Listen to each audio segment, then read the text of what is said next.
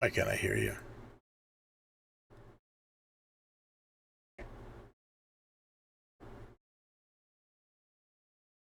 That's why. All right. Wait, what? Albina kind of does what she wants. Okay, now Listen, I was going to roleplay as a schizophrenic changeling that made a pact with the Legion. Oh, yeah. Yep. Pact of the Legion, Warlocks. Instead of making a pact with a patron, 10,000 souls decided you're free real estate. I mean, Pact of the Legion is, at least in my opinion, like one of the cooler concepts that we've ever come across.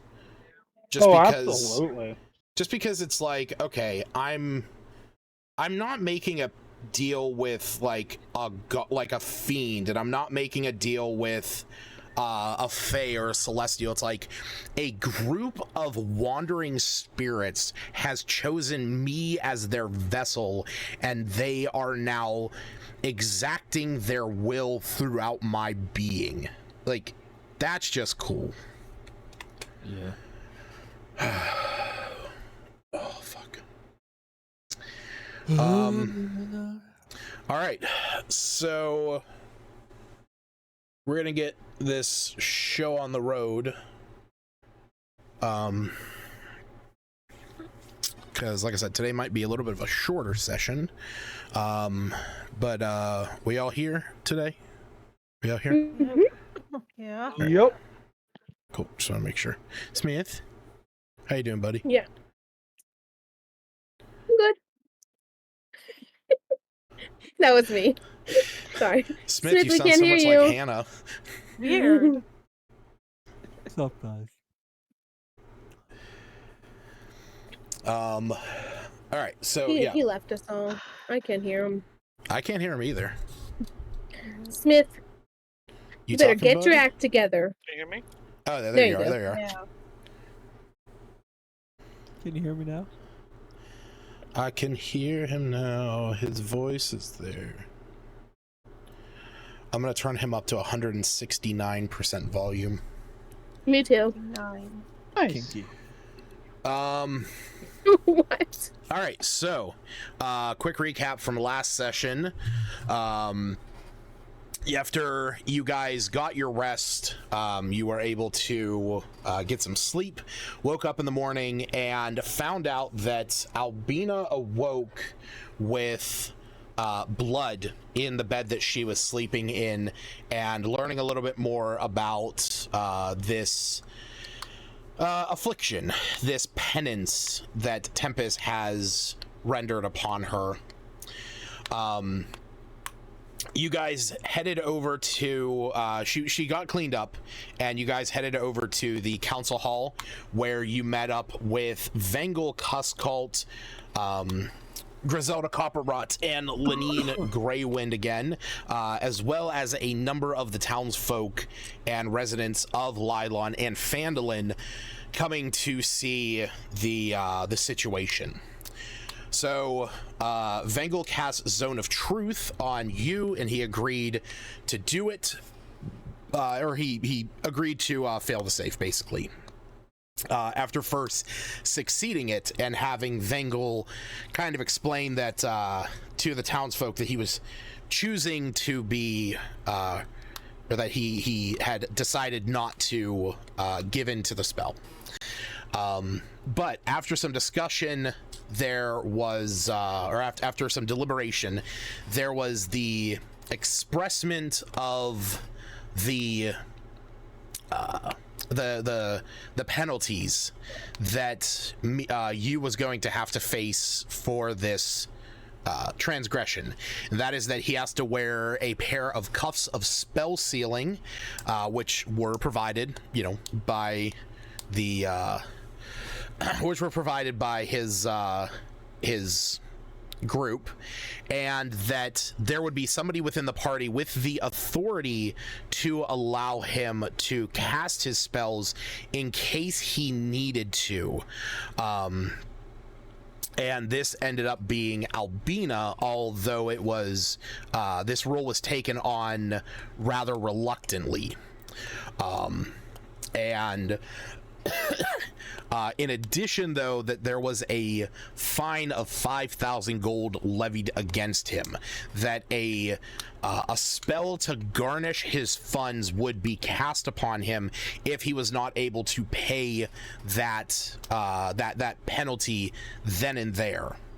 So with this, it was explained to Albina how she can release him, which will let you be able to cast his spells for a minute at a time. And then me and you offered up 1,000 gold from between the two of them to start paying this fine, at which point Iluna pulled aside Smith, Seftis, and Albina to talk to them about paying off the rest of his fine with some of the gems that they have in their bag of holding. And this is what was done to pay off the fine. Iluna also gave Lenine several items from the bag of holding, a bunch of weapons and armor and whatnot. You also, you then went over and gave Asdalor a few things, a longbow, some daggers, and a quarterstaff. I also think you gave him some leather armor, if I'm not mistaken. Sounds about right. What? Not that I heard in the playback. Okay, if that was the case. If he intended to.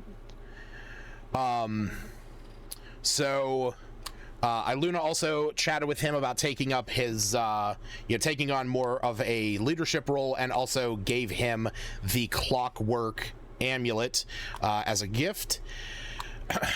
During this time, me had headed over to Emberlost and Aubrey, talking with Aubrey about a music box that he had acquired for Emberlost that played a song from Anorai. This was taken over to Emberlost, who was enraptured by the music and agreed to basically agreed to do as me and you and the rest of the P5 crew needed, so long as that music box was kept in working order. Iluna headed over to the Temple of Lathander and spoke with Marigold, as the rest of the town was heading over to kind of gawk at Emberlost. She asked if Marigold would join them on the journey, and he declined, explaining that his work was needed there. But he did tell her about, was it Surla, I believe her name was? I gotta pull up that whole, I think I put it in the notes. Nope, I definitely didn't. Let me scroll back here. Yeah. Cyril? Sir? What is it? God. I don't remember. It's in the OneNote. It's also on, I copied and pasted straight out of P5. That's what I'm looking at. I just don't see it in P5. It's in all, it was in all caps, I think. Oh, I just had not gone back up far enough. Okay. Yeah. Sir Lavendar, the Keeper of Knowledge, and Delra Stonesea, the High Priestess of Dunin.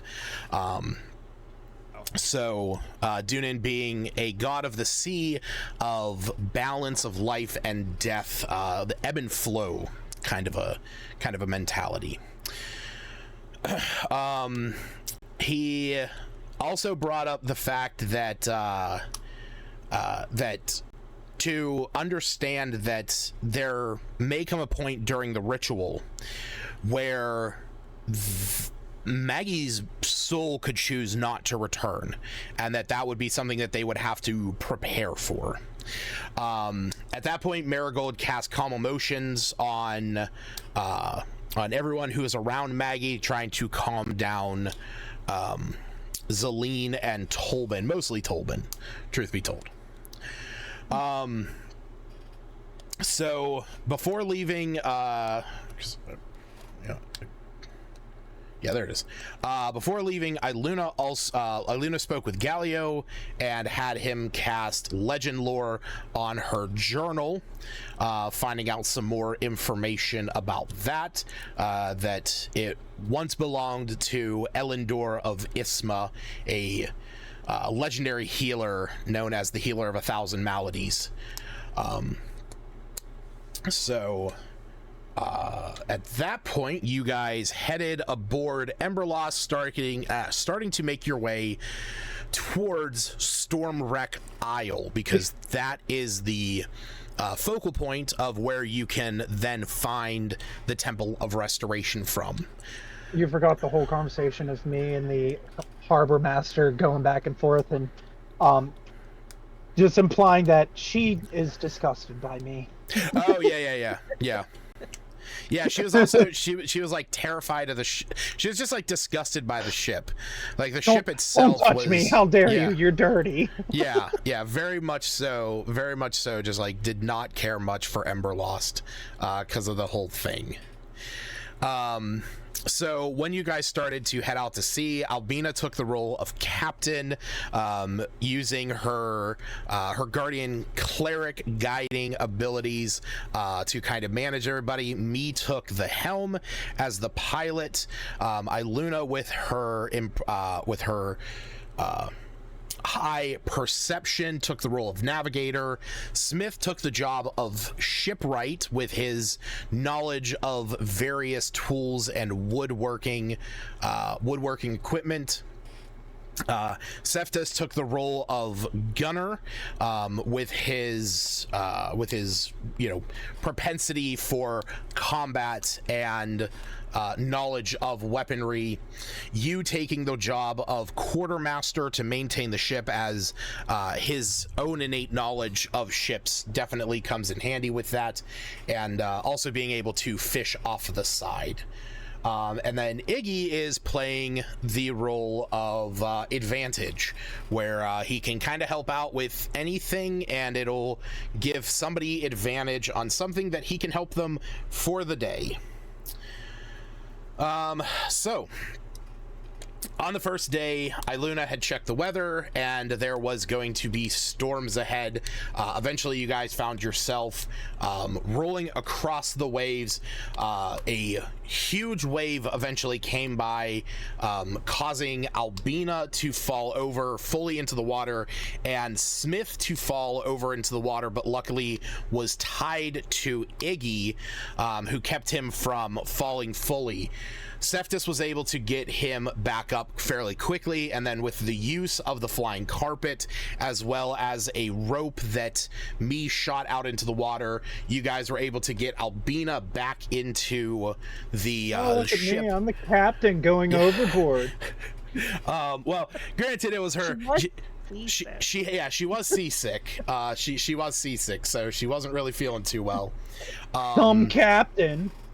And you were able to get her up there before any of the sharks that were seen moments later, where she had fallen in and was kicking around there for a bit, had come by to investigate it. Albina then cast Aura of Purity to help with the seasickness for those folks that were facing that issue. Smith then went and helped Cephas repair the main ballista up at the front of the ship, as it had taken damage when the party originally found Emberlost and shot that with a giant fireball. And then Iluna went about checking on some folks, heading down and seeing how Tolban and Zelene were, as well as Reginald, explaining the commotions that had gone on up top. And while this was going on, you had recalled some information about an island a little bit farther out to the west, known as Rotham, which has a fairly notable Temple of Tempest. So that is something that he was keeping in mind, regarding the fact that he cannot add Albina's name to his book anymore, and then was also able to pull out a small crate from the ocean that had a set of tattered studded leather armor in it. Albina tried casting mass healing word, finding out that she's not healing as much as she thought she would, as she is coming to learn the reality of her current penance, if you will. The error of her ways. It's blood for blood. You know what? Blood for blood. Look to the blood gods. Blood for the blood gods, yes. But as you guys went to rest for that night on this leg of the journey, the sea was still very rough. The storm had not fully passed, so it was a rather unsettling night, and no hit points were recovered over the course of this long rest, which none of you had really lost any, so not the end of the world for that. It was just Albina, I think. She recovered part of them herself. Can I?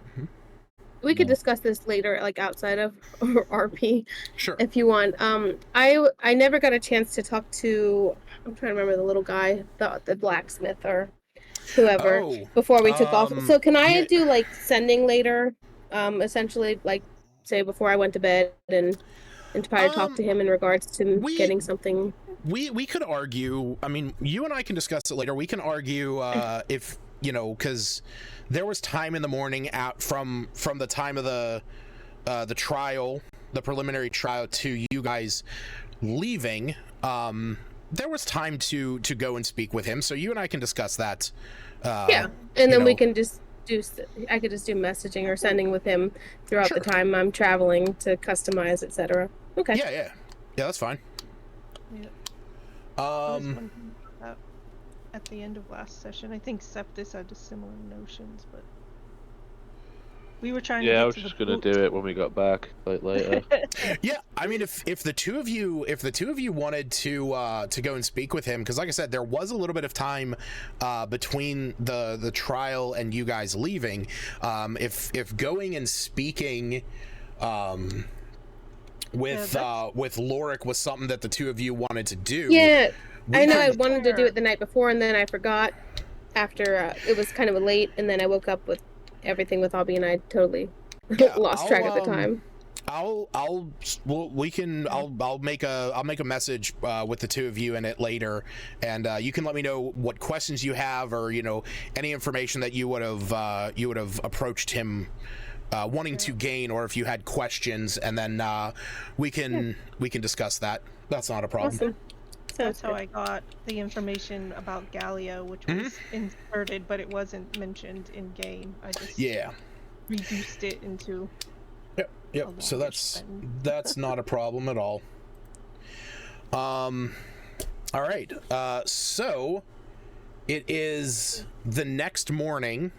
Emberloss has basically kept you guys from going off course or drifting in the middle of the night, so that you guys are able to get some rest and get some sleep.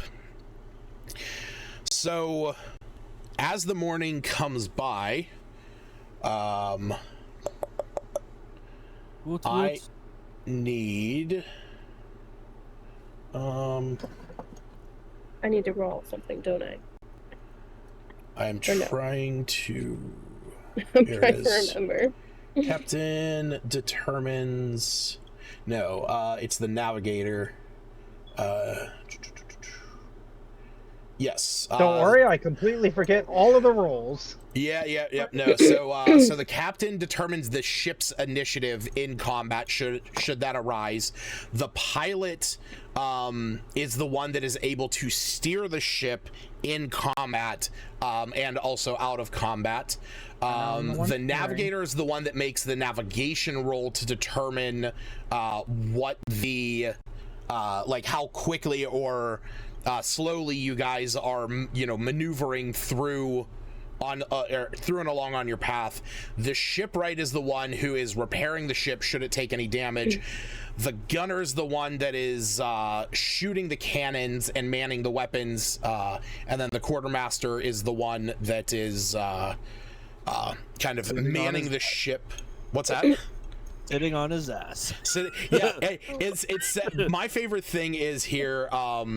Is the quartermaster is responsible for maintaining the ship's supplies, which you guys have your own supplies right now, but once per trip, if the quartermaster has no responsibilities, they can make a they can make a survival check to find a resource that the party's looking for.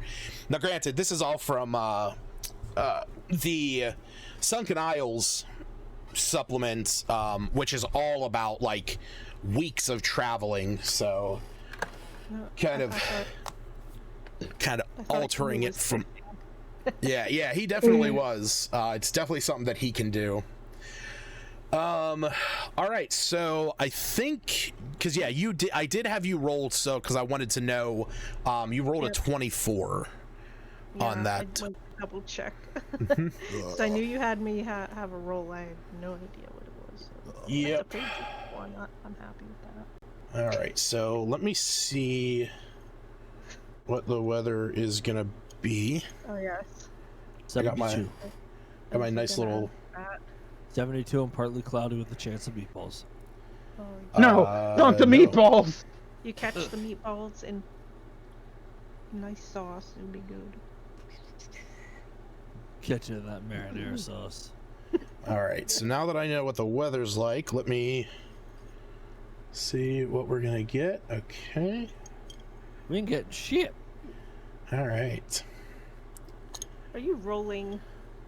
What? Yes, this is my it's my dice wheel, and it's just this is actually what I use to do a lot of my prep work, because I can just sit there with it in my hand and spin it. And not play it like The weather might be fair, but you gotta look out for those sirens Yeah.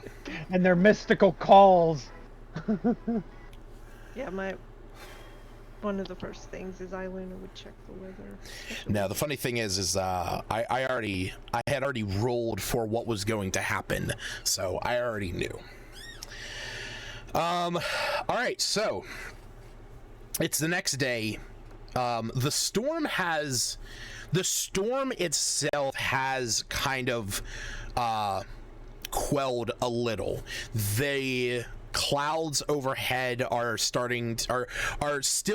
they're not as dark, they're not thunder and lightning.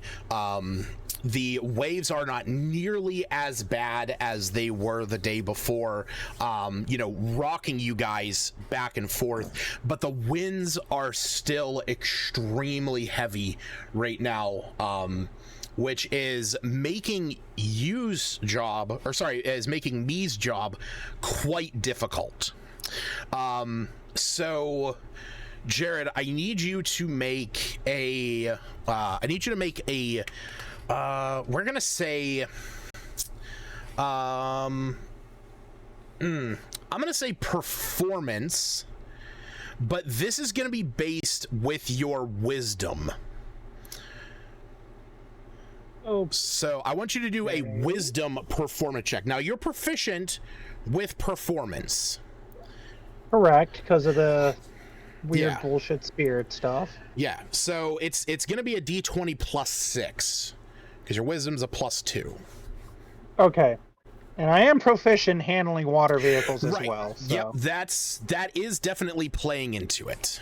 Nat 20. I'll take my Very inspiration. nice. Very nice. Yeah. All right. So you are able to. You are doing a very good job at keeping you and the rest of the ship kind of, facing into the, going in a direction where the wind is not really pushing you around. You're kind of helping Albina along with, how to adjust the rigging and whatnot, as you have been on a ship numerous times in the past, and spent most of your life on one, I imagine. And with Iluna's navigation, you are on track to, get this day fairly well straight and keeping yourself on course. That is until at one point there's a fairly there's a fairly aggressive burst of wind that starts to rock the ship in a direction, and you are trying to pull it back, and you're trying to adjust the sails as quickly as possible. Little Iggy is on the ship helping you out as best as he can. Smith and Cephas, the two of you, as you are working on that ballista at the front of the ship, you glance over as you can feel the ship kind of rocking back and forth as this wind is kind of battering the ship around a bit. You don't feel like you're going to fall off or anything, but the two of you do notice something, and that is a small sandbar, this small island sitting out in the sea that you are starting to careen closer and closer to as the ship is getting pushed in that direction. Do you say anything to the rest of the party as you see this? Yeah, I would. Okay. All right, what do you guys do?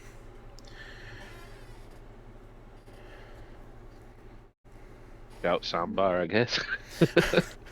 Okay. So the rest of you that are up on the top of the ship, you guys hear Cephas shout that there is a sandbar coming up.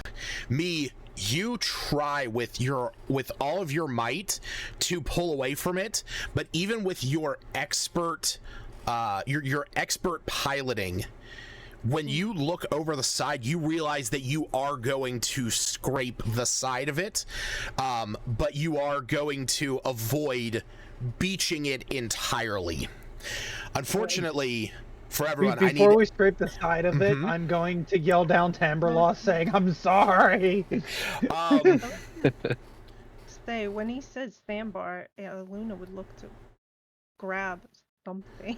Okay. She's already a bit unstable. Yeah. So everyone, give me either acrobatics or an athletics check. Oh. I'm yelling down, telling Amberlost, "I'm sorry." You said You acrobatics was or busy what? fishing. Acrobatics or athletics. Oh, okay. All right.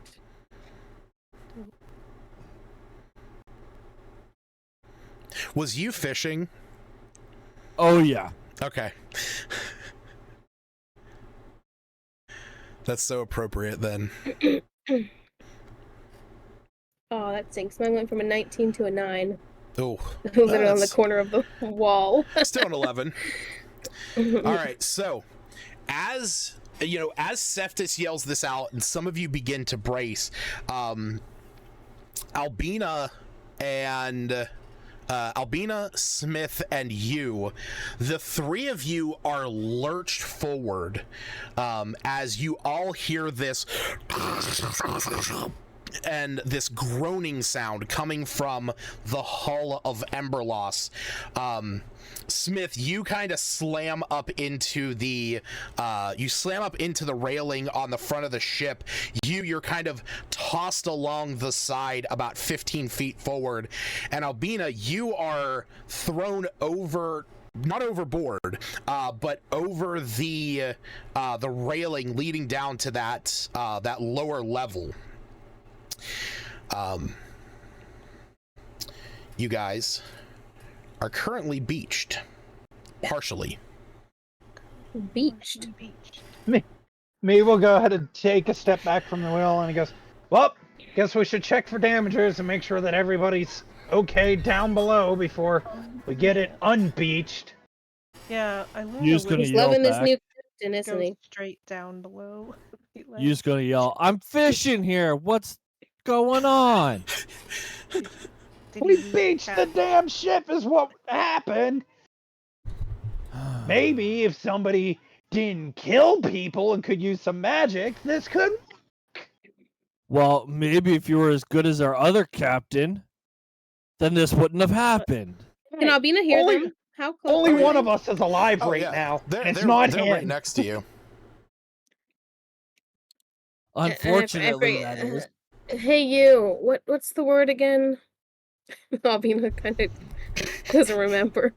I don't know. I was never told. You were told. I release you. When you say the word release, you see that the cuffs, the emeralds that kind of glow with a persistent arcane light, you see that those diminish a little, and you feel this. You haven't really noticed it up until now, but all of a sudden you feel this like reinvigoration of gaining access back to your channel, your ability to channel arcane energy. Gonna get some help down here, you. Me will look at I don't know Albina how and be much like, help I'm going to be. he will look at Albina and yell down, going, "Whatever the ship's fixed and we're good to set sail. Maybe you can make the ocean do some wavy things like we did before." Oh, to me. Okay, so Stacy, you said Iluna was heading downstairs to check on everybody, right? Yep. Okay. Jared, what is me doing? Me plans on jumping down to the sandbar to see if there's anything there and basically assessing the damage from the outside after, well, he's going to do that after he checks with Emberlost and apologize again, since he did yell down, but he doesn't think he heard a response. All right. Albina, what are you doing? So I'm like, when you said we're beached, it's not something that's going to be like a penalty on me or something. We just can't move right now. No, the ship cannot move. You guys will have to figure out a way to move the ship off of the beach and get it back into free water before you guys can set sail again. He's going to assert his dominance as the true fire captain and make her use control water. Oh, she probably would, but I didn't know if I was like concussed or something, so I wanted to make sure. You were basically prone. You were like thrown forward over the railing. Yeah, so I guess once I get up, I'll be like, well, before we get out of here, does anyone want to do any exploring? I don't know. Maybe. You goes out to explore if he's given the option to. Well, I didn't know if we wanted to look and see what was out there. Heading onto the island. It looks interesting. Okay. Seftis and Smith, what are the two of you doing? Yeah, I'll stay by you just so I can make sure I release his cuffs if I need. Sure. Yeah, I'll probably go down on the island, I guess, as well. Poke around a bit. Okay. Smith? I'm kind of like the repair guy, right? I'm repairing the ship. You do. You're the repairman. You are proficient with woodcarver's tools, which will give you some insight on how best to plug up if there's any holes. So. Smith the builder. There we go. I'll check around the ship, see if there's any damage. Okay. So we'll say that Smith and Iluna both head down into the hull of the ship. I definitely Can I send anime like to do a once round wherever the heck we're at. And see if she sees anything. Let me know. I don't know if it's gonna go out of her telepathic range, but just to fly around where we're at. Sure. Go ahead and give me a perception check with her. That's not the same as mine, though. No, it's not. do you want to do, because you're going downstairs to handle something, she's going upstairs to look around. Yeah. She has What's a plus her- 2 to her perception. Then I'll just roll 20. Because yeah, your Eladrin companion ability allows her to communicate with you within 120 feet. So Yeah, but I was just asking her to. I don't know how far out we got, but try not to get too far and gain as much information. okay. I would imagine if Iluna like looked at the edge real quick before heading down, she would see some general idea of the size of what we're on. Okay. And- All right. Give me a moment. As I'm going down the ledge with you, I'm just gonna be like, hey, just, let's not blast anything. If we see anything the moment it pops out, it could be friendly. Yeah, I could cast levitate as long as we have, something to hold on to just move the whole entire ship over the sandbar as well if we need. Just the thought. That might be fun. Steph just over here looking at the two of us talking about levitating, not killing any creatures that we don't know if they're hostile. No, you can't do that. Can't do what? What? Levitate the ship. Dude, I can think, Canny. how much do you think? How much do you think a galleon weighs? You think it's less than 500 pounds, bro? Me, if I held like my nephew, I'd be 500 pounds. Okay, that ship can hold 800 tons of cargo. No. The ship is hollow inside. You're not hollow on the inside. Obviously, it's lighter. Yeah, it's made out of bones. Come on. You can't cast levitate. Made out That's of a limit of bones. 500 pounds. So it's much lighter. You'd be Okay. Yeah, it's like made I out of said, it's made out of bird bones, so it can still like float and be. you're lucky if you could fucking lift me. He's late as shit. I'm saying me, Lucas. I know. Oh god. Lucas, we've gone over this. I can lift you. You can lift me. I know that. I do know that to be true. And he can throw me, probably. Probably. Probably. All right. Give me 1 second. I gotta add some tokens to this map. Can you throw like 212 pounds, somewhere around there? I don't know if I could throw that much. Well, not very far. I just mean like he could probably give me a good push and I'll go flying. Oh yeah.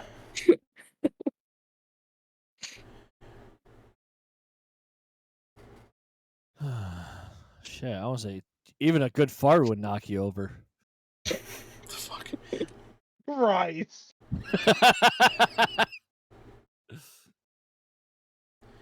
And you don't have to apologize to the one viewer. That's me.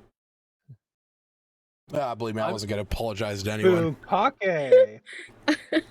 Yeah, we didn't get the show off I started. don't apologize to people on there. It's their own fault for watching this.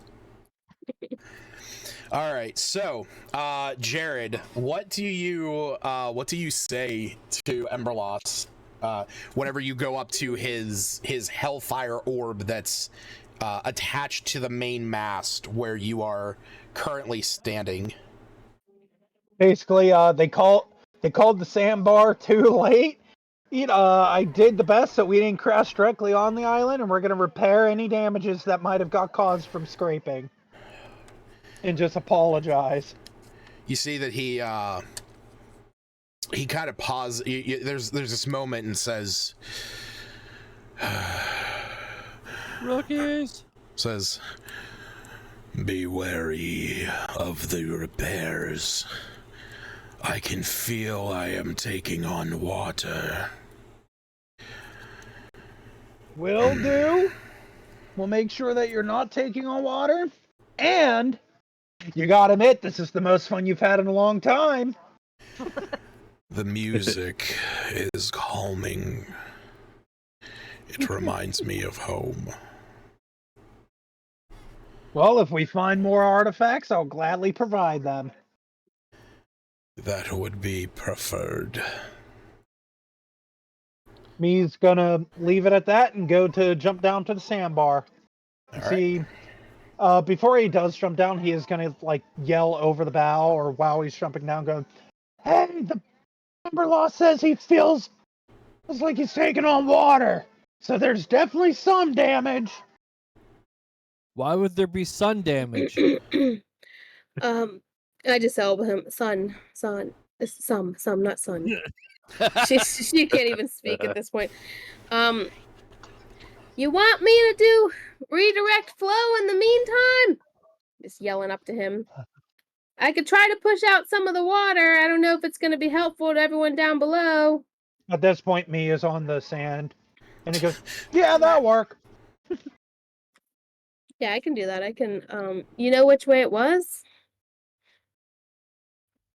He assumes it would be either somewhere along the boat that is on the beach.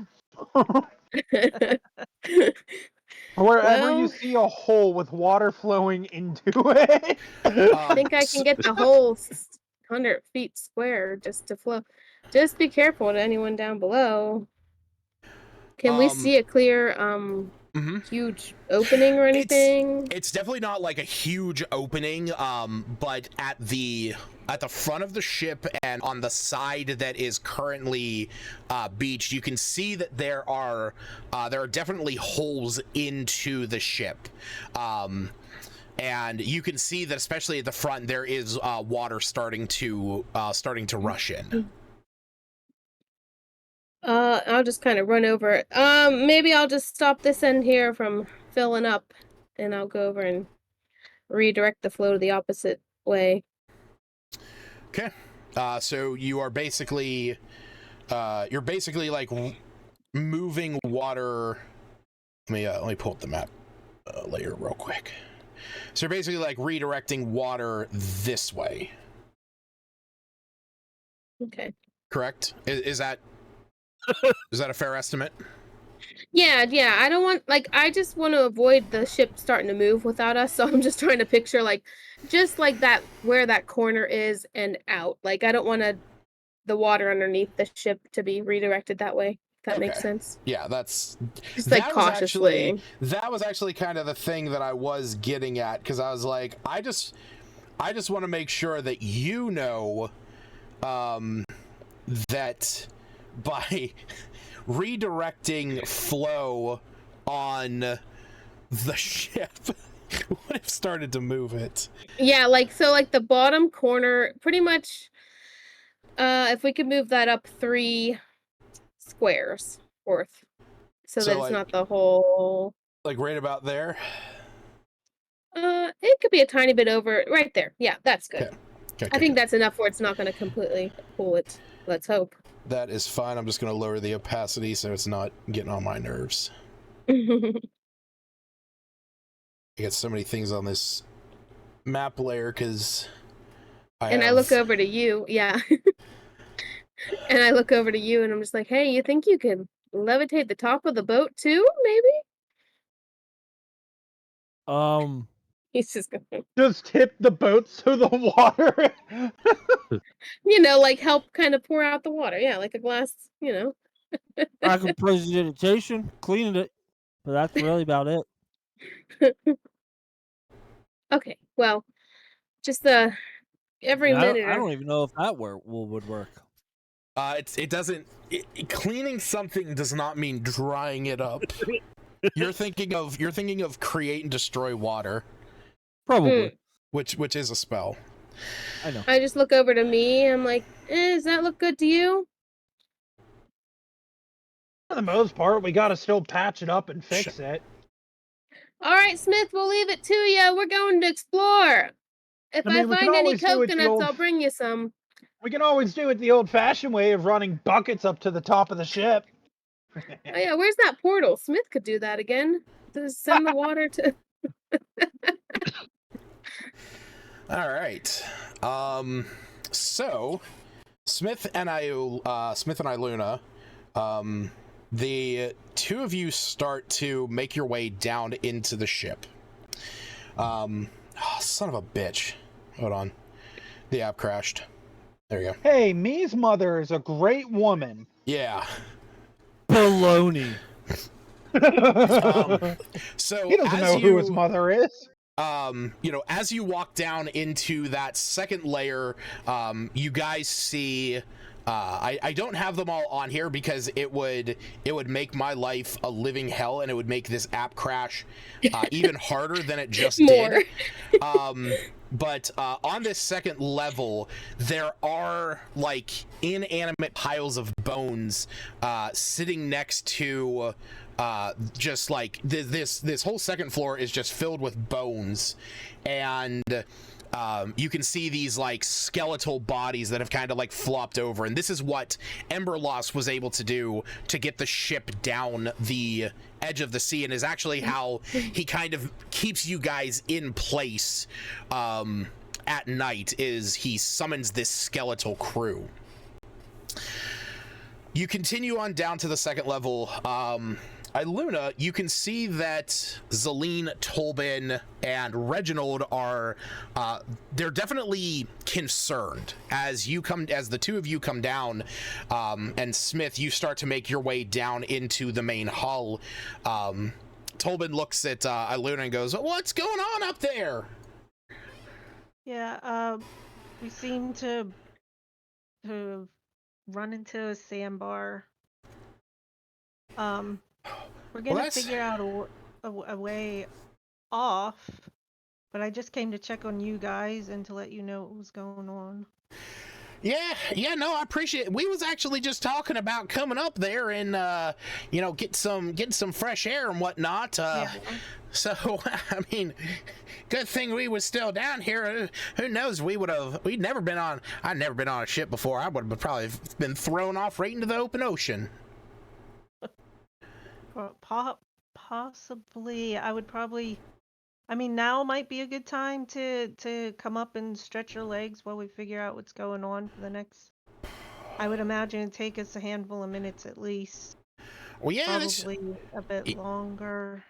Yeah, I imagine. How bad is it? I mean, we gonna be here for a bit?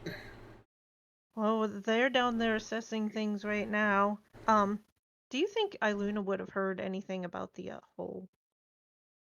Like, would have me shouted that loudly? About the what? The water coming in. Didn't me? Oh yeah, because I mean, that was like. If not, you would have heard Albina. It wasn't even really me yelling about the water going in. It was Emberlost who said the water was going in. So. Yeah, Emberlost said that there was water coming in, that there was water moving in. But they would have, then the passengers would have heard that too. Was getting at. Is she informing them, or did they know? We could say that you informed them. So yeah, there seems to be water coming in, so Albina's pretty good dealing with water, so she probably is handling that right now. Yeah, and Smith also walks past you guys as he's heading down to check on the inside of the hull. So do you want to lead Tolbin and Zelene upstairs? I guess. Okay. Yeah, I guess. I was just thinking, just be cautious, and you could probably stretch your legs for a bit. I don't know if it's safe for you to get actually on land. We haven't really explored yet, so just stay on the ship. He nods, and Zelene kind of looks at you, and she says, "I am quite versed in travel on ship. I will be fine." Well, maybe you can help these two. And she'll gesture, especially, I get the impression Reginald's even more worse for wear than Oh yeah, he's currently in his hammock of suffocating. So He's feeling seasick. He's not doing too hot. So, Reginald, you're just think we've gonna stopped. stay down here? You don't want to stretch your legs? Nope. I'm where I am able to sit and allow gravity to keep me held down is where I will prefer. Fair. But we'll all be nearby. You can. Yep. If anything should happen, Oh, great. I will come and get you. You see, he's like choking back vomit. Oh, no. No. Oh yeah. All right. Yeah, I guess it kind of wanted to let them know that they could wander around. Just try to stay central. And she'll look to Zelene to help. If she seems to know what she's doing, then she'll trust her. All right. So we'll say that you and Tolbin and Zelene all head up to the main deck. And I'd be waiting for my bird. Okay. Bird. Smith. Do me a favor, buddy. Give me an investigation check. 7. Close. There's some holes in it, and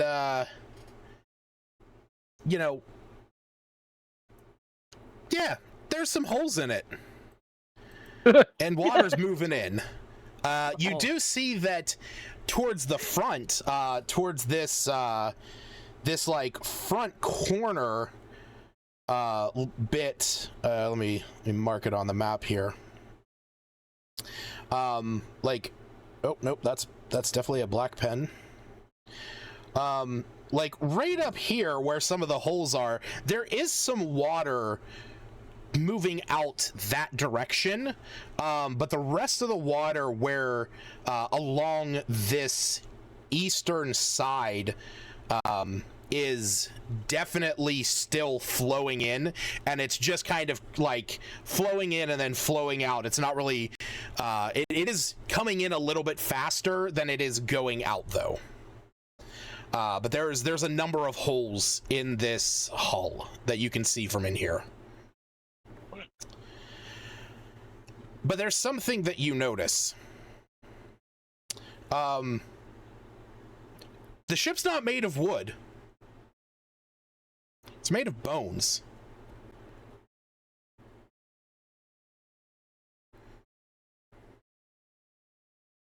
Now, what was what I worked on earlier?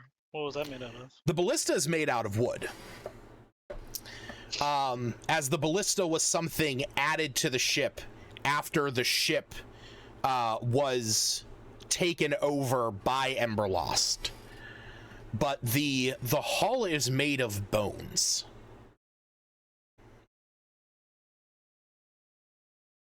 Can I Whoop. fix So- it? Do you want to go upstairs and get some wood and try patching it? Sure. Well, Okay. Before we started this, I thought you said, well, there are bones, but that's like the same thing with regards to repairing with wood carving tools. Yeah, I'm aware. Okay, it just sounded like you were. What he's trying to get at is we gotta start sacrificing the people on the boat to repair it. I say we get rid of the dead child and use her bones first. I am just trying to explain that it is mostly bone. So we need bone. Get out and kill some people out there, you guys. I am prohibited to do so. He's on legal probation and you're telling him to commit murder? What is wrong with you? Go fight some whales or something, you know? Get in the water. Can I talk to the guy, the undead guy? Emberlost? Yeah. Emberlost? Sure, you can. Common. Yeah. I'll He's at the bottom of the ship. Yeah, he's one floor right above you. You can head up there and talk to him. Yeah, I'll see what he suggests. I'll let him know that I was attempting repairs and I noticed that it's made out of bone and not wood, and see if I should just repair it with wood or what he suggests.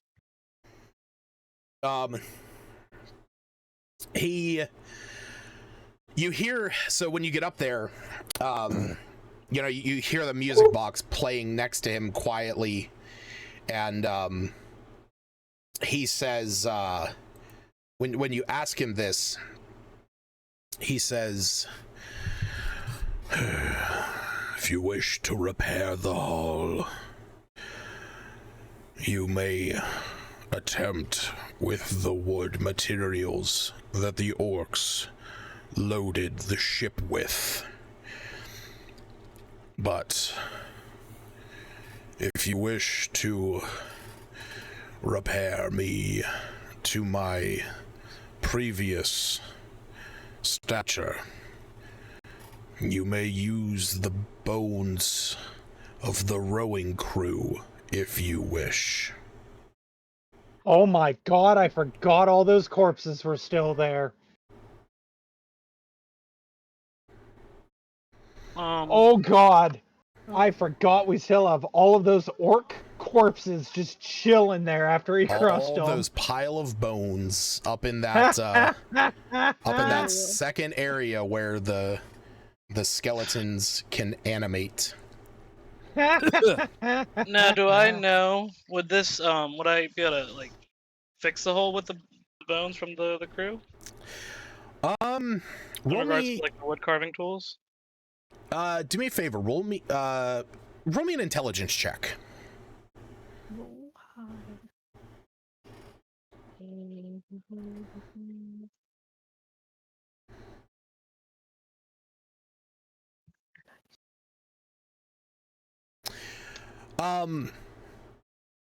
As you are, as you're thinking about this, you're kind of like parsing through your own mind.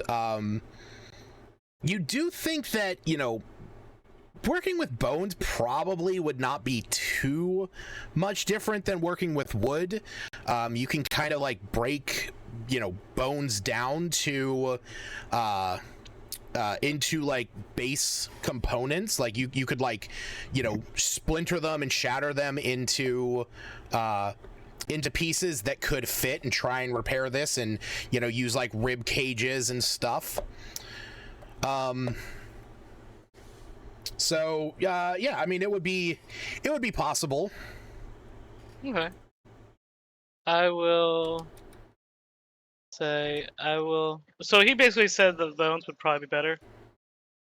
Yeah, he's definitely like alluding to using the bones would provide a little bit more of a congruous what's the word I'm looking for? Like it's what it's pretty much made of more than wood. So using that would be definitely a little bit more what it is, and so it'll strengthen it. It'll keep it at the strength that it was at before. Okay. I'll say thanks. I'll go use the bones from the crew. All right. So you head upstairs, and there's a bunch of bones on that second deck. How many are you taking down? And are you just walking them down, or what are you doing? I'm probably just walking them down, yeah. Okay. I don't know. I'm good hand whatever I can carry, I guess. All right. Whatever I think needs to get the job done. I'm assuming I'm gonna need to make a couple trips, right? Good. Carpet. Carpet. Yeah, you could use the magic carpet. Yeah, we'll do that. All right. All right. So magic carpet to hold handful of bones. And once you get down there, do me a favor. Go ahead and make me a... this is going to be... I'm going to say dexterity with proficiency. Because this is going to be a wood carver's... a wood carver's check. So go ahead and roll a d20 plus 7.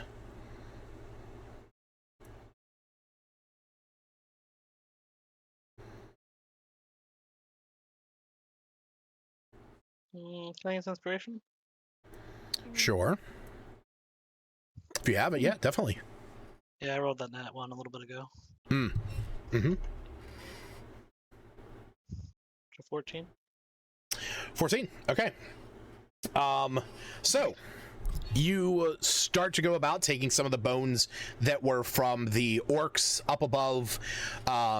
They still have a little bit of their flesh on them, but most of it has been kind of used to more revitalize Emberloss a little bit, fill some of the gaps that he had already sustained when he was beached on the ship before. And you set about attempting to repair these holes. All right, so we're gonna move back up to the top side. So while that was going on, while Smith was going down, assessing the damage, speaking with Emberloss, gathering some bones, and then heading back downstairs to begin the repairs, Iluna, oh yeah, I actually meant to ask, Stacy, what season are you in right now? Oh, probably just green. That's where she... If everything seems calmish. Okay. You mean like in the morning? Like, I don't know. Well, I mean, I'm asking, like what season are you in? So that I can... Just spring. I Okay, forgot cool. the season. I just could only think of green for some reason. All right. So based on that perception check that you had before, as you are heading up and out, you can see that the rest of your party has started to head over and explore the island a little bit. You're heading up with Tolbin and Zelene. Anime flies back down and lands on the railing, and you hear her voice in your head as she goes, there does not seem to be much around. Nothing that I can perceive. Okay. Well, just using your keen eye to see if there's any dangers.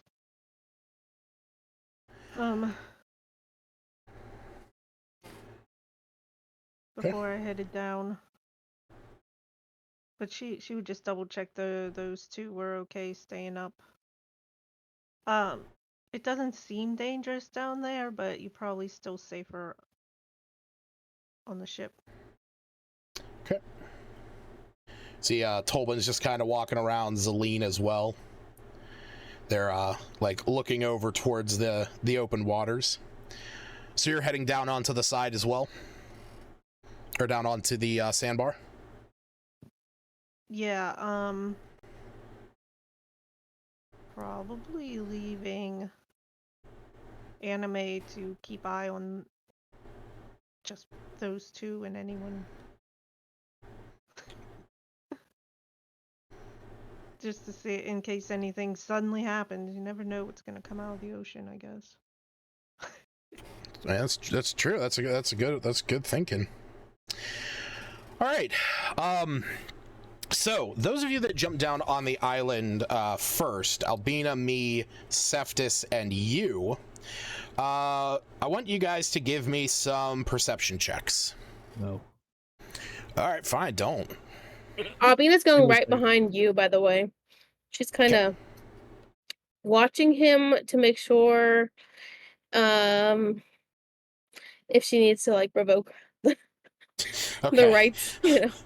Revoke But at the the same right time, that I don't have at the For moment. all the she I already did gave them release to you. She did release you. I released you when I got on the and steps. you only have it Yeah, for a minute, but A minute. To say it again every minute or so. Yeah, I am. I planned on it. If he's behaving. But I'm just saying, I'm going after you because I feel like he's gonna just go running in. He's the first one to go anyway. So, but I just wanted to stay with him so he's not completely like out in the wild without the ability to Magic. protect himself and us. I changed my clothes to a loincloth. God. I think he's really trying to push for the he has nothing. Albina will just whistle. Me goes in and looks at him and goes, huh, I remember it being bigger. Gross. The loincloth, you weirdo. He's covered up. It's literally the front and back, right? Is it? Just front. Just Nope, front. it's just the front. Just the They front. put it So on okay, so he's backwards, mooning so- me. Okay. Yes, Oh God. Albina may give him a It's snap. like a thong. It's like big and sheety in the front, and then just right down the butt crack. Okay. Like Band-Aids and dental floss. Does he have some weird tan lines too to go with it? Do goblins? Totally. What color? Color is he? What color is who? You, Weird me, you. shifting. I can't even You're speak. still a goblin. I didn't know what you were currently. This raises a very important question. Could a changeling in reality make it bigger or shrink upon command? Yes, actually, because Yes, all loincloths. I mean, could be changed inside. Did they roll I mean, fake? Sorry. arguably, Ooh, I got a soft 20. arguably the like the first. I mean, it's a first level spell of disguise self does say you can make yourself look different for an hour. Like you could be shorter, taller, fat, thin, somewhere in between. You just have to have the same arrangement of limbs, but otherwise. But that's an illusion. If you want to really get into it, like alter Great. self, which is transmutation, that could actually change things. Well, if you got to keep the same number of limbs, obviously he can't grow a third leg. He can't grow a third arm. Well, while they're walking here, Yes. and Albina sees him change into this loincloth, she's just like, whatever works, trying to get a tan, buddy. And she's gonna start talking to him just about like, so you really think it's gonna work if we find somewhere to find a follower of Tempest location and get my name back in that book, or you think it's not happening again? Have we had this talk yet? Didn't think so. No, I don't think that was Didn't we actually. mention? I don't think that You was. mentioned that it was once. brought up. Oh, I'm sorry. I'm like, I don't remember having this conversation minute. yet. Oh, okay. So I thought he said that. I thought he only mentioned trying to get there, but that's my bad. So But to I'll address that, rephrase what he's gonna say then. is that something that you would want to discuss with Albina? Yes. Okay, so go ahead, you, and broach that subject. Smith, check your messages. I'll just be like, it sucks that I can't be in that book of yours. While I'm hitting the sand with a stick to make sure there's no like scorpions or Taking coconuts. yeah, kicking the sand, and he's in front of me with a loincloth. Very nice of me. Well, about that possibly. As he takes a deep breath, he's like, I may have talked to Karen and might be able to talk to Tempest. And I if we go to Tempest's temple, I might be able to talk to him to see what be going on. Oh, is there a specific one we need to go to? From the rumors of what I recall, I could have sworn that there was one out at sea that wasn't very popular.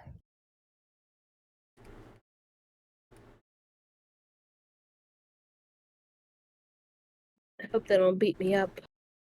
I look at my shield and my gauntlet. They might sacrifice me to the war of the god of war after seeing me. This would be just a conversation I'd like to have with Tempest without you present for the time being. Oh, that's even better. Because right now, I don't know, and I just like show them, see right here? This has just been cutting back open. Oh yeah, like I got every something for that. couple days here. I go into my pocket. I go into my Hello? Albina. There you go. Pocket sand. Right. Jesus Christ. What are you doing? I had pocket sand. I can't cast spells, so I might as well throw sand. I've already released you. Release, okay? Why are you throwing sand at me? Let's just keep looking. I want to find some coconuts or something around here. Okay, but yeah. Thanks. It hurts enough as I like rinse out the sand from in my shirt, now down my shirt. Well, armor, I guess. Also, can you talk to Smith about getting my jug back? What? After my alchemy jug? Oh, they said junk, and I'm like, what junk is he talking about? I don't even remember him taking it. My alchemy jug. Yeah. First he throws sand at you. I promise I won't. Yeah, just don't throw any more pocket sand on me, please. Okay. Who snorted? But hey, I just thought it was hilarious. What do I see? Or I got a soft 20. I'm kind of using a stick to kind of like, I don't know, pick at things as I found some kind of like palm branch, laying on the ground and started using it.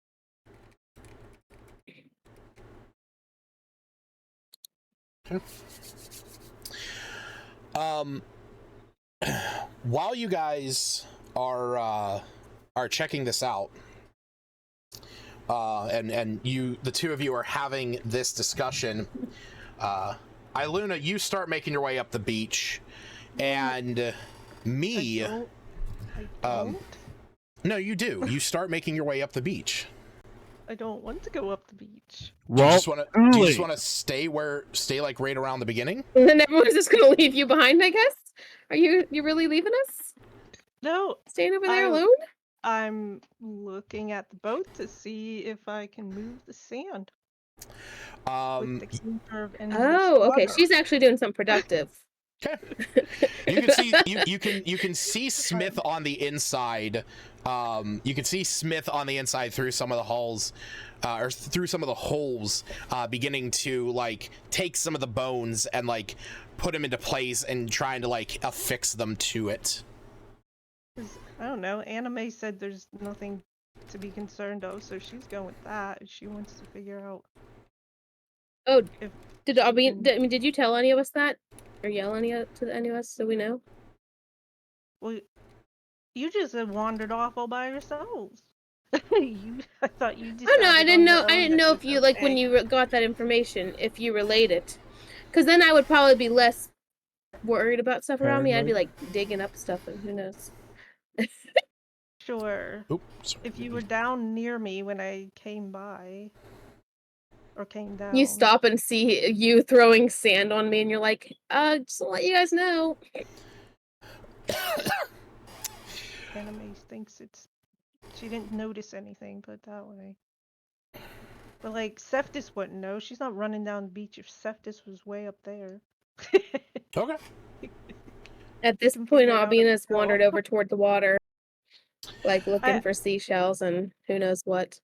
I mean, I guess I take the stance of if anime some said she saw dangerous things or questionable things, Luna would warn you guys, but All right.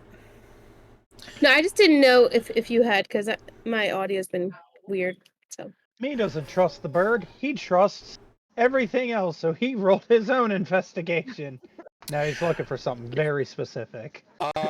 Me, as you are walking around, you're checking out some of the trees. You do see some markings on the trees, things that you recognize, symbols in thieves' cant.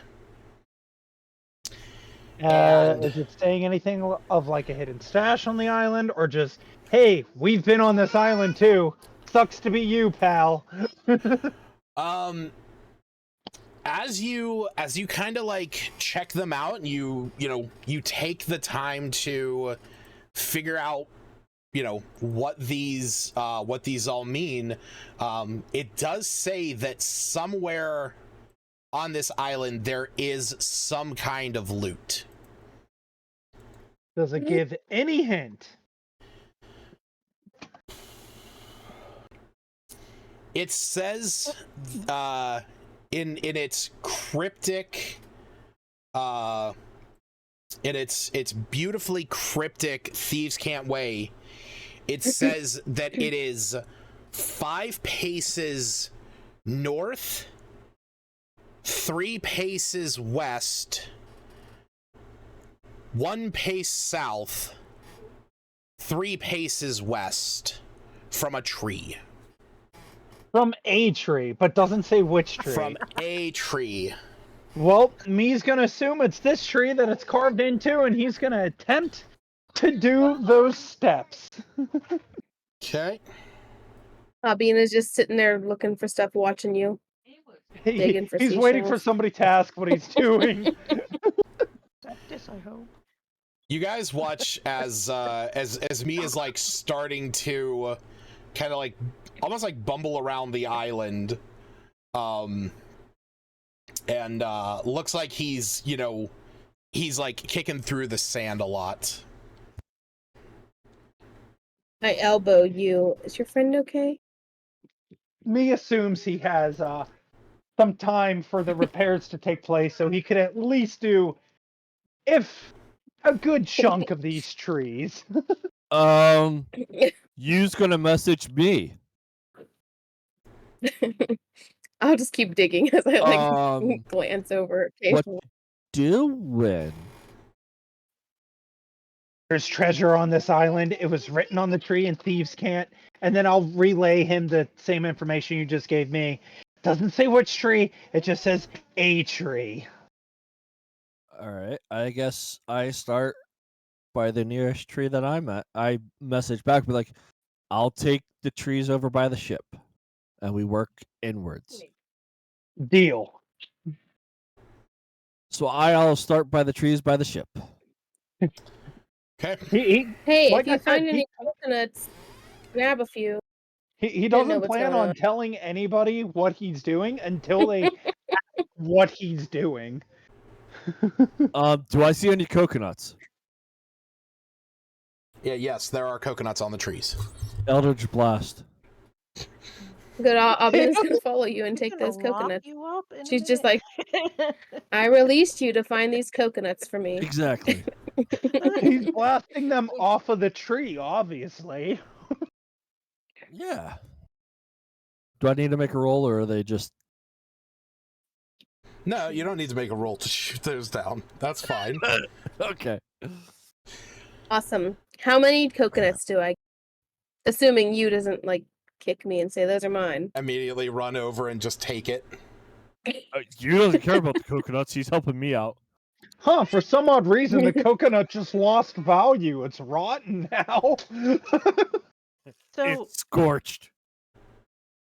is me what? Is you over closer to Iluna then? He said the ones by the ship, or he's heading that way. Yeah. I guess Albina's always following. Yeah, I'm right behind him. Like, I'm not letting him go. Poor Albina. But she's happy with the coconuts. Can you try to get me some that aren't like burnt, if possible? What are you looking for? I can help you. I'm just walking from trees.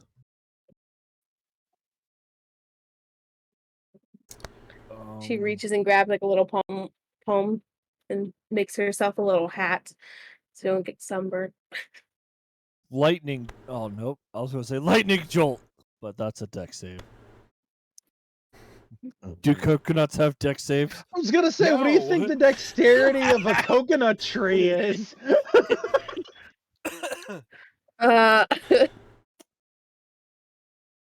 Thaumaturgy. Can At I this use point, a booming Albina's- voice to get the coconuts out of the trees? Sure. Can't you Okay. just climb it? You're little. I told you I'm walking. I'm walking from trees. You're the one that wants the coconuts as a Oh weirdo. my. Well, it's Alright. natural sunscreen if I can get the coconut and chew it up and put it on me. Wait, what is it? You're getting coconut and you're rubbing it on yourself? She's getting the coconut. I was gonna drink the evidently coconut doing it. water, Oh my god, one chew at the a time. coconut meat, and Uh-huh. rub that on me. Okay. I learned that. That's just Interesting. some Wouldn't knowledge just Albina be- already wouldn't- knows. Somehow Wouldn't it just be Albina knows easier- it too. I was gonna say, wouldn't it Albina just be is your easier taking the survivalist. palm leaves and cracking them in half for the solvent from that, and not the cook? Okay. Space You magic. know, I would That's think space magic to me. coconuts would be pretty rare and hard to come by.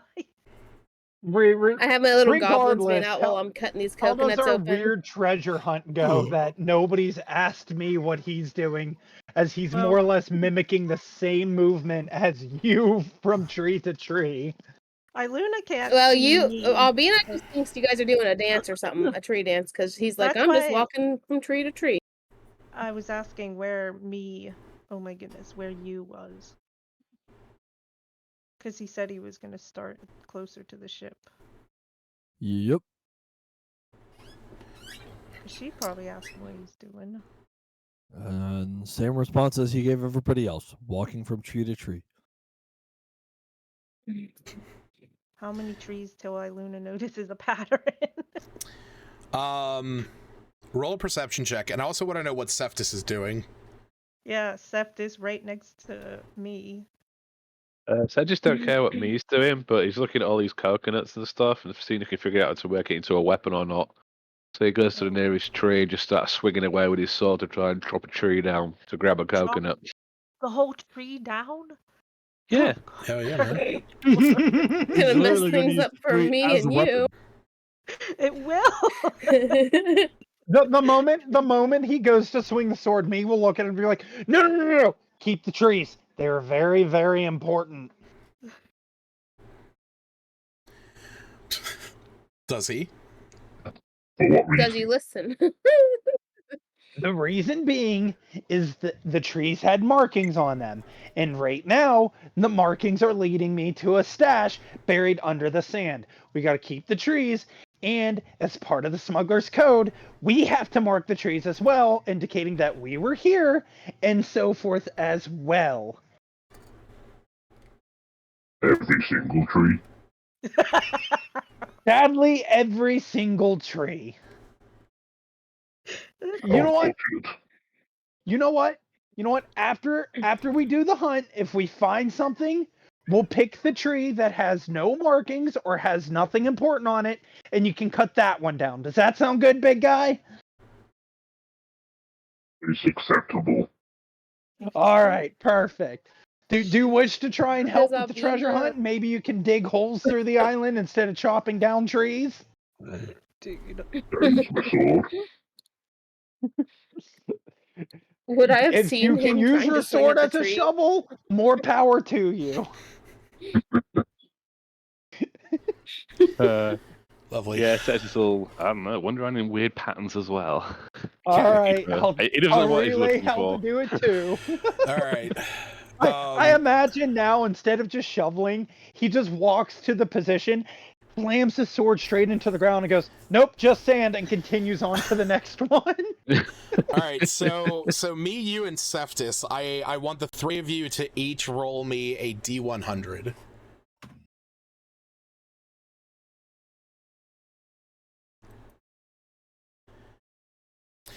Give you Iluna, advantage because Albina's helping him.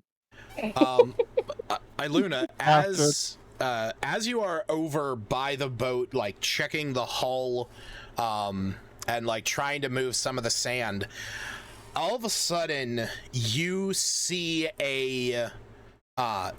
from one of the holes that's about as big as like somebody's head would be. You see a skeletal head, or a skull. Jesus Christ, a fucking skeletal head. You see a skull force itself into there, and you know, as it does this, you hear. So like, if you're standing, you know, we'll say that you're standing right here on the beach. Okay. This skull pokes through the ship, starting to fill the hole, but you can hear Smith further up here, pounding away at patching a bigger hole further up.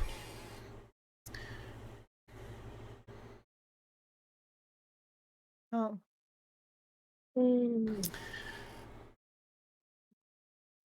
I think she would shout at Emberlost. What do you shout? And say, did you do this and try to like poke the tiny skull? Is it a particular? It's like a. It's a skull. I was gonna ask if it was one of the orc skulls, because I would imagine they don't look like bone yet. It does kind of have the wide jaw of a traditional orc. There's no answer from Emberlost though. But as you see this, you see that the jaw kind of like, and it like goes up and down, almost as if it's like trying to fit itself into the hole.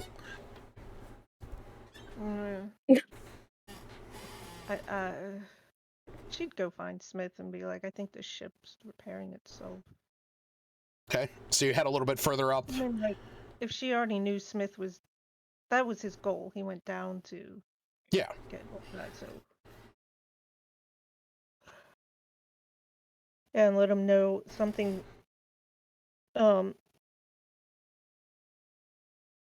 repaired itself. Like she's just assessing the whole entire situation of being an sentient ship, and she doesn't know what he's capable of. Emberlost, that is. So he's been around all this time, and perhaps he does have some ability to repair himself. Okay, so to that, what do you say, Smith?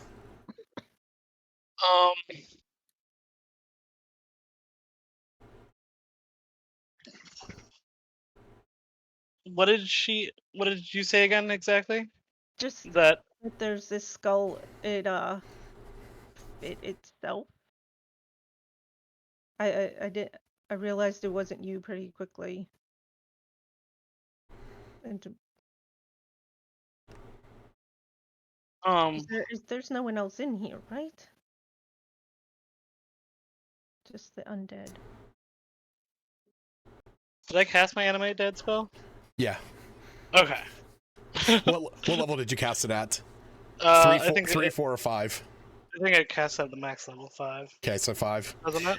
I mean, that's you can cast it at any level spell that you have it at, from 3 to 5, I believe. Doesn't use a spell slot, right? No, it does not. Yeah. Yeah, we'll cast it as a 5. Might as well. Okay. Yeah. So so you would have had you would have had 1, and then so you would have had 5. You would have had five skeletons. All being used to fix the ship, or to help you. Yeah. Okay, I imagine I might have some still like with me carrying some stuff around. Moving some things around the ship. Yeah. Reginald's up in his fucking hammock of suffocating, just like, what the fuck is going on? Hoping it's worse he came on this trip. It's all for Maggie. It's for Maggie. So Man's terrified. I'll explain. Yeah, I'll explain to Luna that that's my it's from my robe. It's my animate dead spell. I'm using it to help repair the ship. That's very clever and handy. As he's saying this, you see like a couple of holes in the side of the ship, like some skeletal hands peek through and then like pull to the side to kind of fill the gap a little bit. As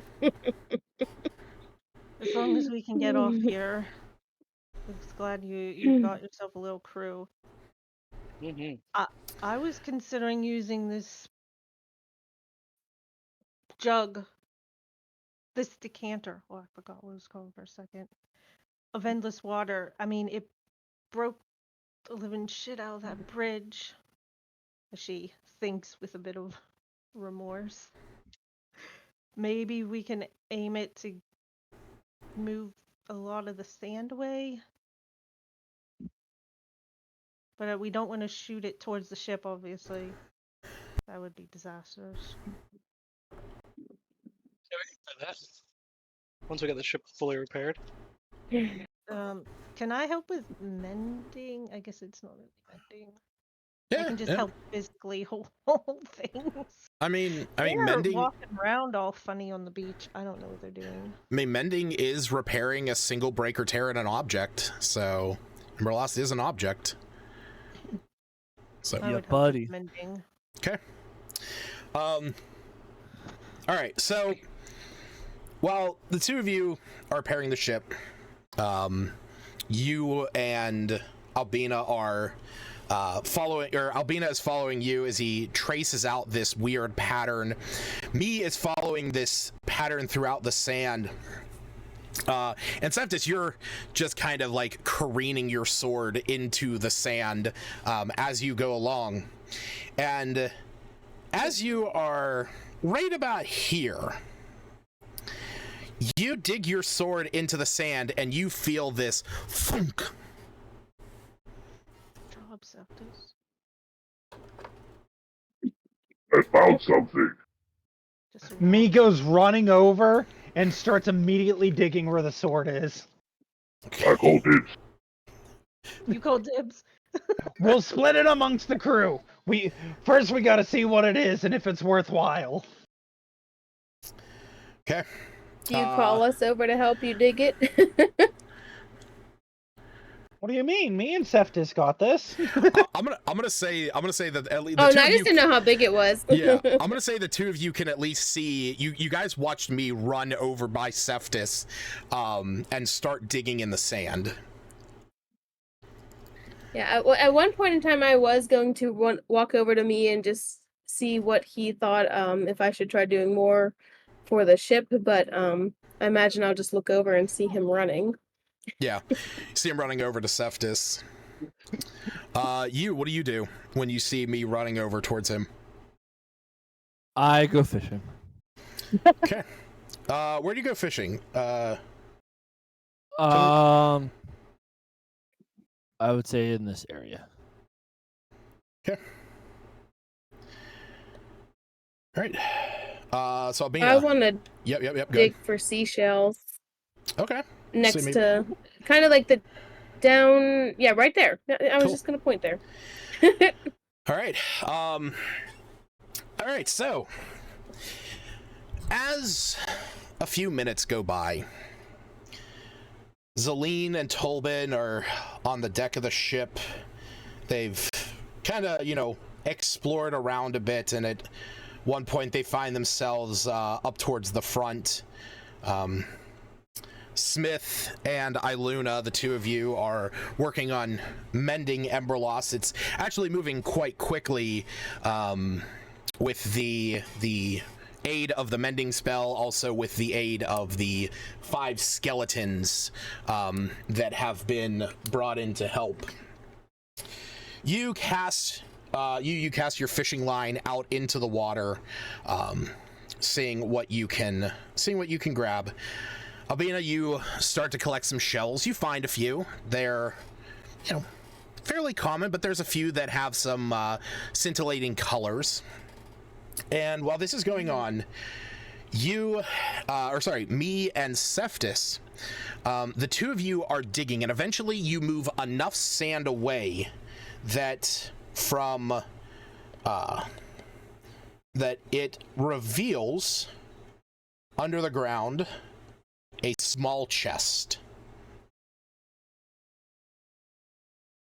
Me will look at Cephas and say, grab one of the handles. Let's pull it out and see what we got. He opens it. There's a piece of paper on the inside that says, "The real treasure is the friends you made along the way." Beating heart in sand. So you guys are able to pull it out. You see that there's a small lock on the front of it. I'll try picking it. Okay, go ahead and make me a sleight of hand check.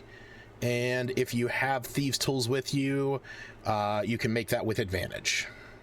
I always have thieves' tools with me. I learned this from my last rogue of where to stash them. Oh, that's right. Oh my God, that's right. Oh God. in that booty hole? Soft 20. Okay, yeah. Without much trouble, you pop this thing open. As you do, you look down inside of it. There, as the light fills in, there's a this anticipation that builds up. You have been on this kind of journey before. You have searched for treasure. You have looked for buried loot. And as you open this, there's a few things in there. You see a bag that has an intricate design stitched into it, almost like that of a face. You see a carved wooden goblet depicting scenes of dancing nymphs and dryads, as well as intertwining leaves and strange runes. You also see a robe that has a number of patches on it. And in addition to this, you see that there is a twisted mammoth tusk that is carved and hollow with the two ends of it open. Like almost like a horn? Or... Like a horn, yes. Okay. Me will look at Cephas and say, technically you're the founder. Take your first pick. There are no weapons in here. Technically, any of that can be a weapon. You can use the mammoth tusk to jam it through somebody's eye. You could go ahead and take that, take the robe and smother someone with it. Very true. Eye stabbing. The bag, too. Mm-hmm. Eye stabbing. I will take the tusk. Okay. Me looks through the chest. I'm gonna take just the wooden carven chalice, because why not? Captain needs a special drinking cup. Okay. You's gonna message over to me. Find anything interesting? Me will go ahead and send back a message, basically everything that was in the chest, but Cephas took a mammoth horn and I took the chalice, and then I'll go ahead and explain the rest of the stuff that's in here. You's gonna walk over after he heard that there was stuff in the chest. He will tell you in the message as well, going like, tell Albina to come over here and take a peek too. Planned on it. Albina, come this way. She would have followed you anyway. She stuffs her seashells in her bag. Don't eat any of those, Rafa. I use my fishing pole and wrap it around Albina. All right, come on, this way. All right. She forgets to call. My man went fishing for bitches and caught one. All right, we're going. Oh, yeah. Over yonder. Yonder over. Ooh, what did you guys find? I call dibs on How does the chest look? the rope. The chest looks fairly old, but you know, still in good. It's still in okay condition. You're just gonna ask permission. You guys if you think can I have could the keep the rope. chests? What? No, we're leaving the chest here. Oh, We can take what I was we just want, gonna make a and bed then for Rafa. I'm gonna leave something in return, and then we can rebury it so whoever comes on the island next can find it. Plus, I owe the big guy here a tree to cut down, so. A Oh, tree okay. or the tree? A tree. We're not cutting down the tree with the instructions.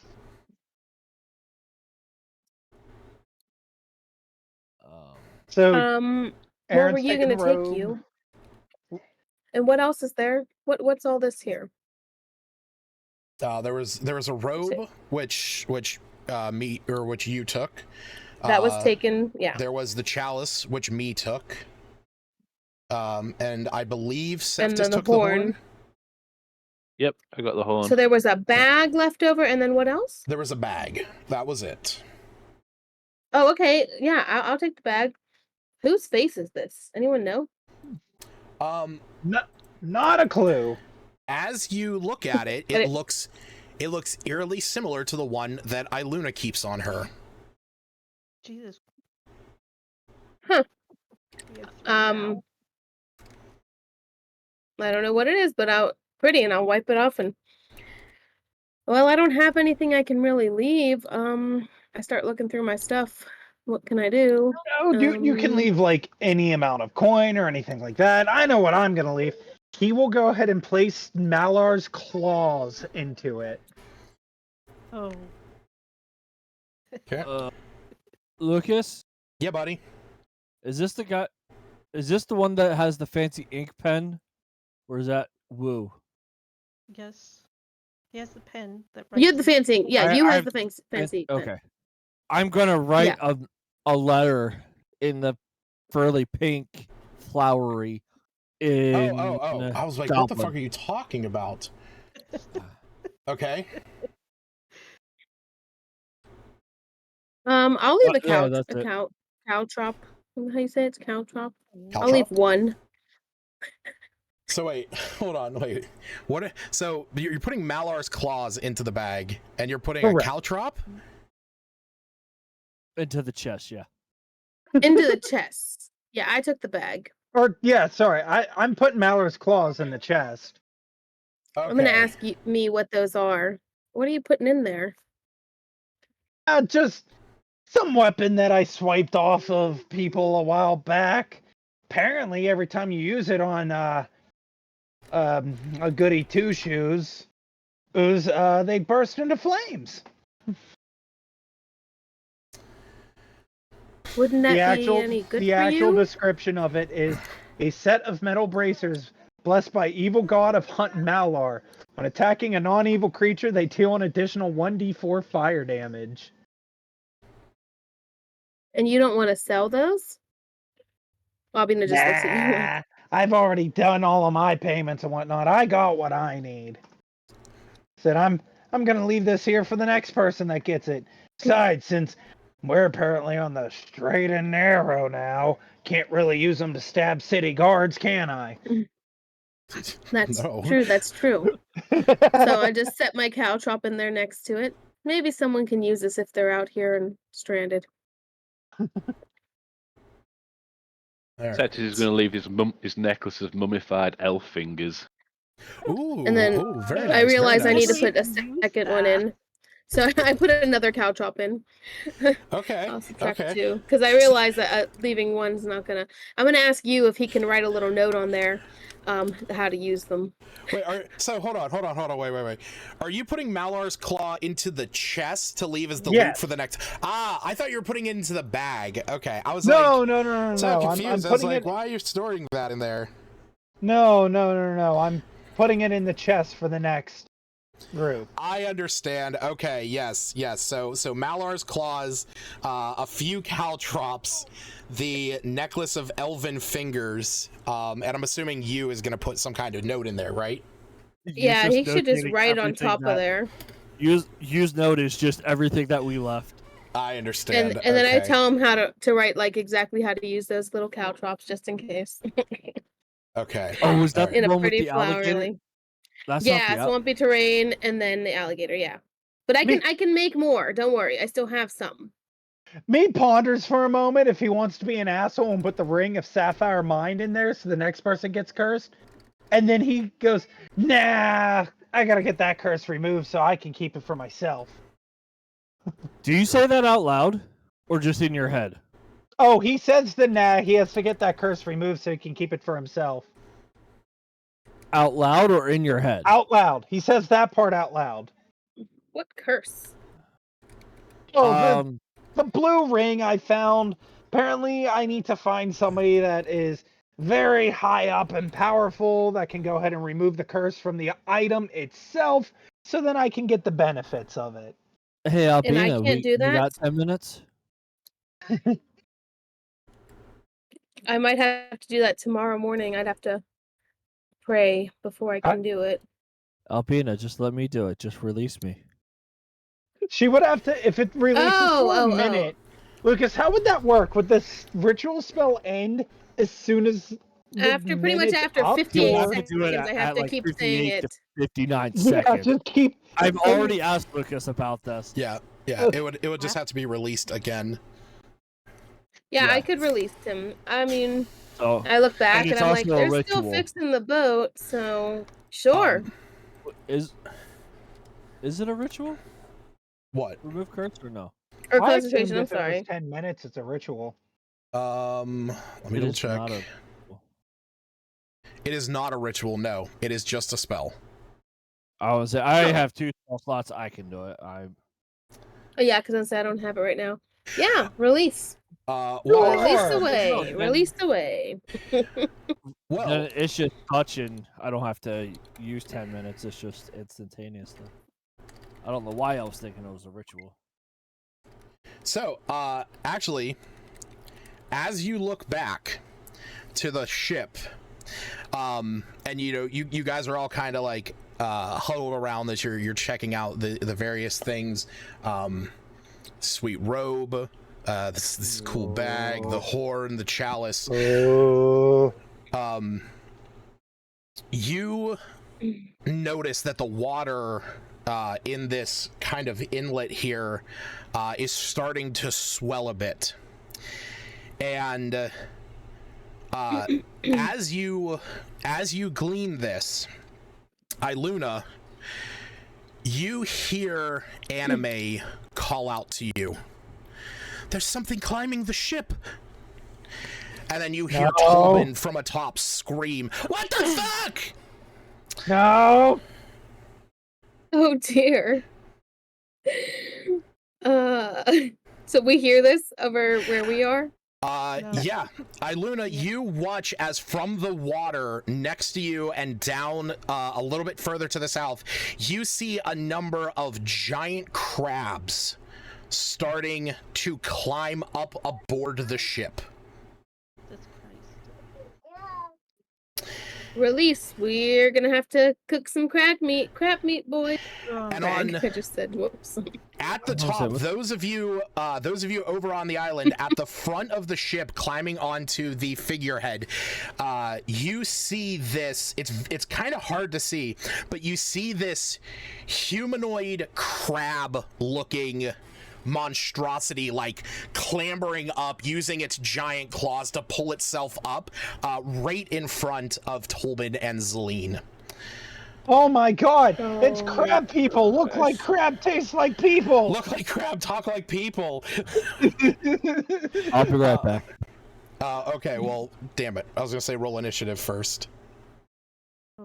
Alright, well, I'll roll since my roll takes forever. Yeah. No. Yeah, I'm using my inspiration for that because I don't want a 3. I don't want to be last. There we go. That's better. That's great. Would I have a chance at any sort of reaction? Mostly because I had a decanter of water, trying to decide if we're about to use. Yeah, after. Well, no, I guess I was fixing things. I was to say, you were casting mending, so. I was helping Smith and his little undead crew.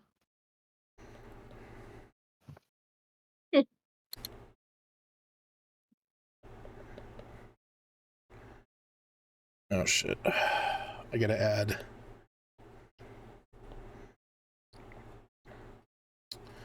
Oh my goodness! What my mouse moved correctly.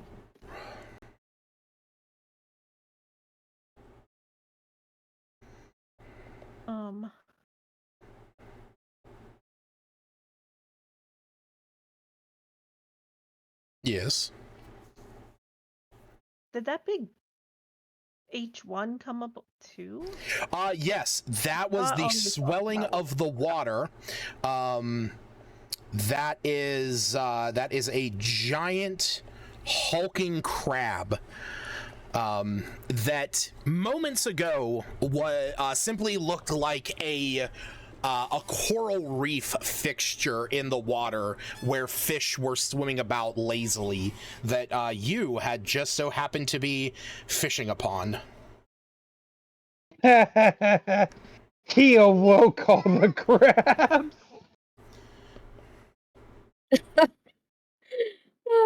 And I'm over there digging up, probably threw some crab shells over back into the ocean. Oh, that's sweet. Lovely. I can just do that.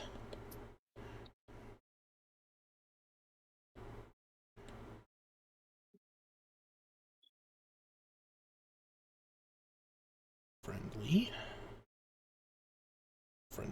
and change the asset. My tokens.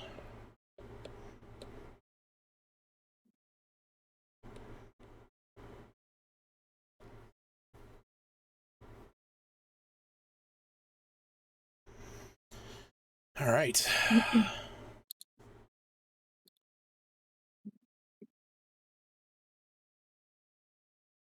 Oh, that's nice. I'm not too far down in the initiative. That's good. Stacy, did you roll initiative? No. No, sorry. Why? Oh. I think I accidentally clicked it twice, but. Okay.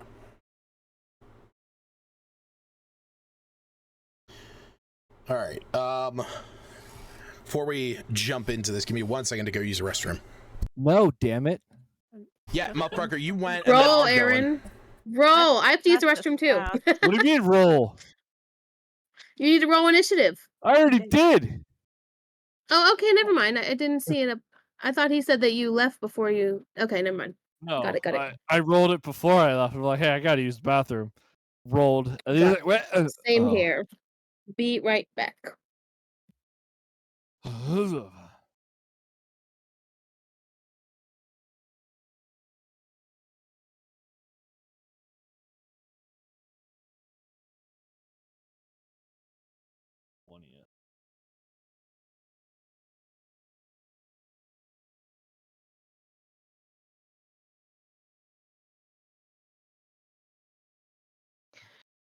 Oh boy.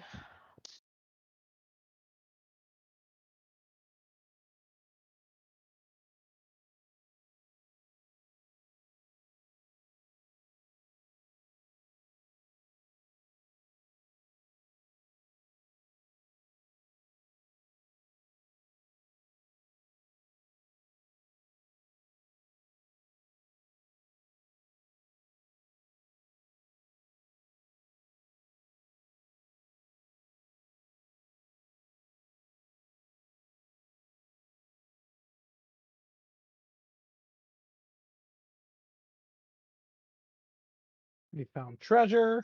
We're going to have a crab dinner on the boat tonight. This seems like a complete and absolute win.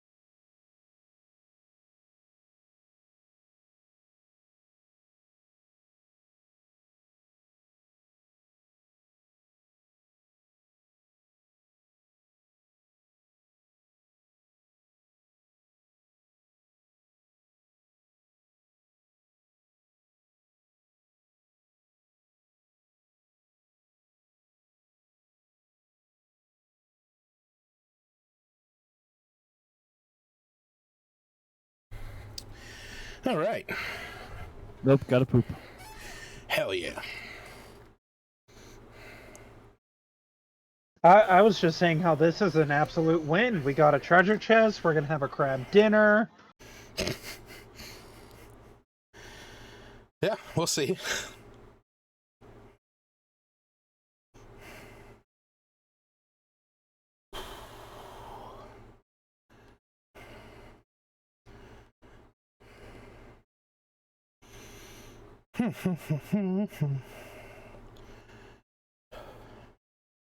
All right, so we all here? Nope, I gotta poop. Oh my god. No, I'm here. I'm just kidding you.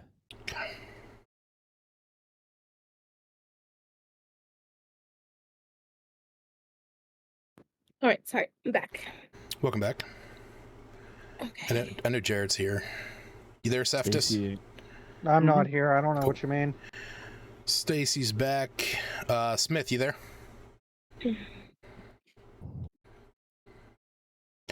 Maybe Smith?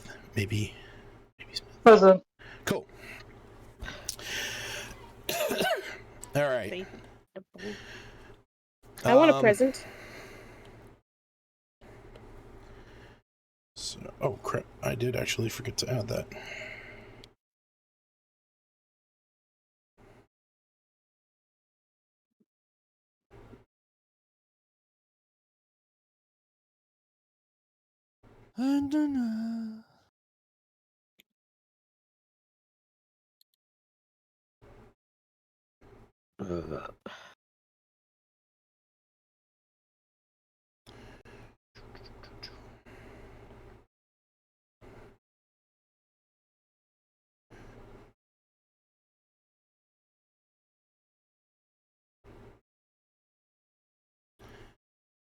All right, we're getting there.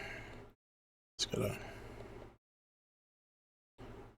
Forgot Smith was on another map. Causing chaos like usual, Smith.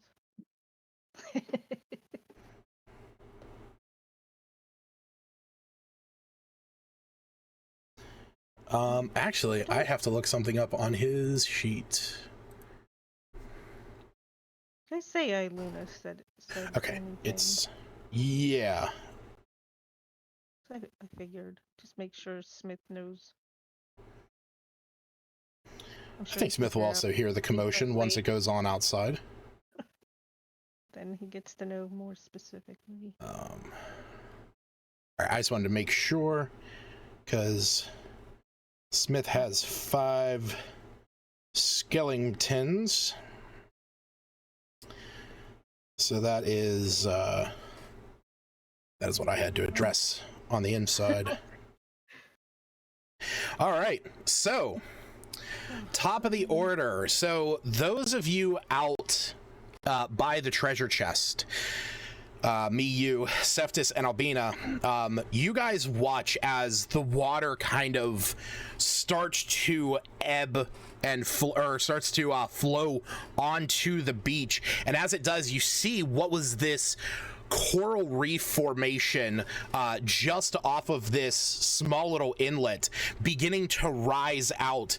And you see that it was not actually a coral reef setup. It's actually a stacks of coral upon the carapace of this giant hulking crab that is now moving at you with a speed that you were unaware of that crabs could move at. Seftis, it is your turn. All right, I'm gonna be raging to start with. Okay. Be over here, and I'm gonna attack that dude. Charging us. I'll be using a charge of my great sword as well. All right, charge your great sword.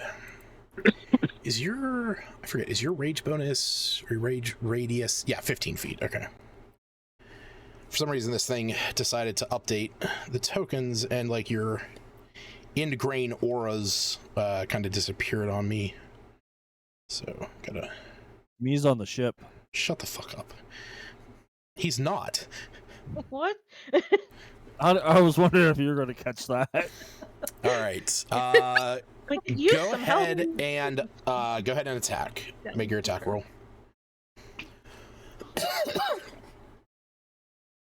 All right. Oh shit! Did not mean to move him.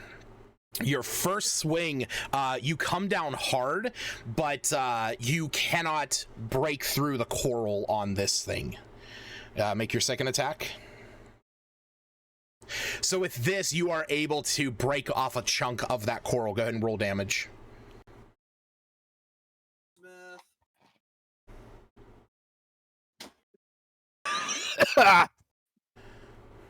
We lost Smith. Yeah. Smith now. Is it 1d6 or a 2d6 for the fire damage? It's a total of 4d6, yeah. So yeah, 2d6 plus 4 slashing plus 2d6 fire. So go ahead and roll the fire. Oh yeah. Oh. Smith left because while you guys His were phone probably on just the died. He'll be beach. back probably shortly. Yeah, he just messaged me. He lost his internet, might have gone down.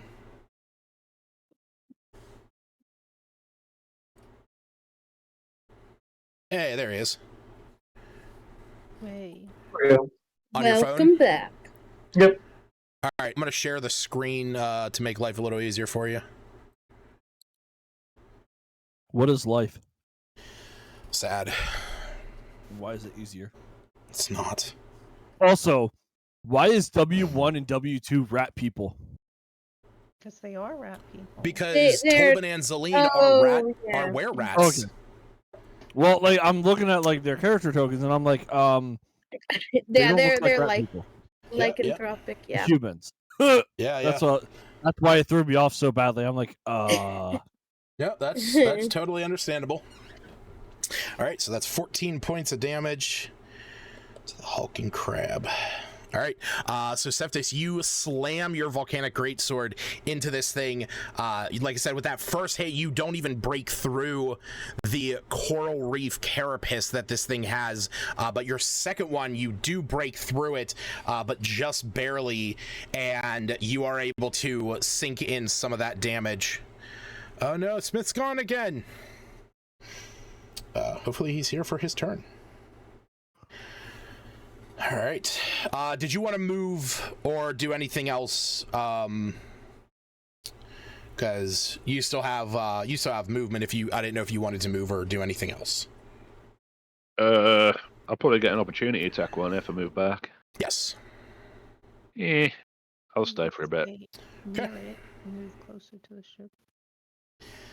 All right. So, got a crab scuttling up onto deck. Where's this one? Oh, crap. This is on the inside. what do you mean it's on the inside? It's on the inside. Oh. Shit. Smith's not here.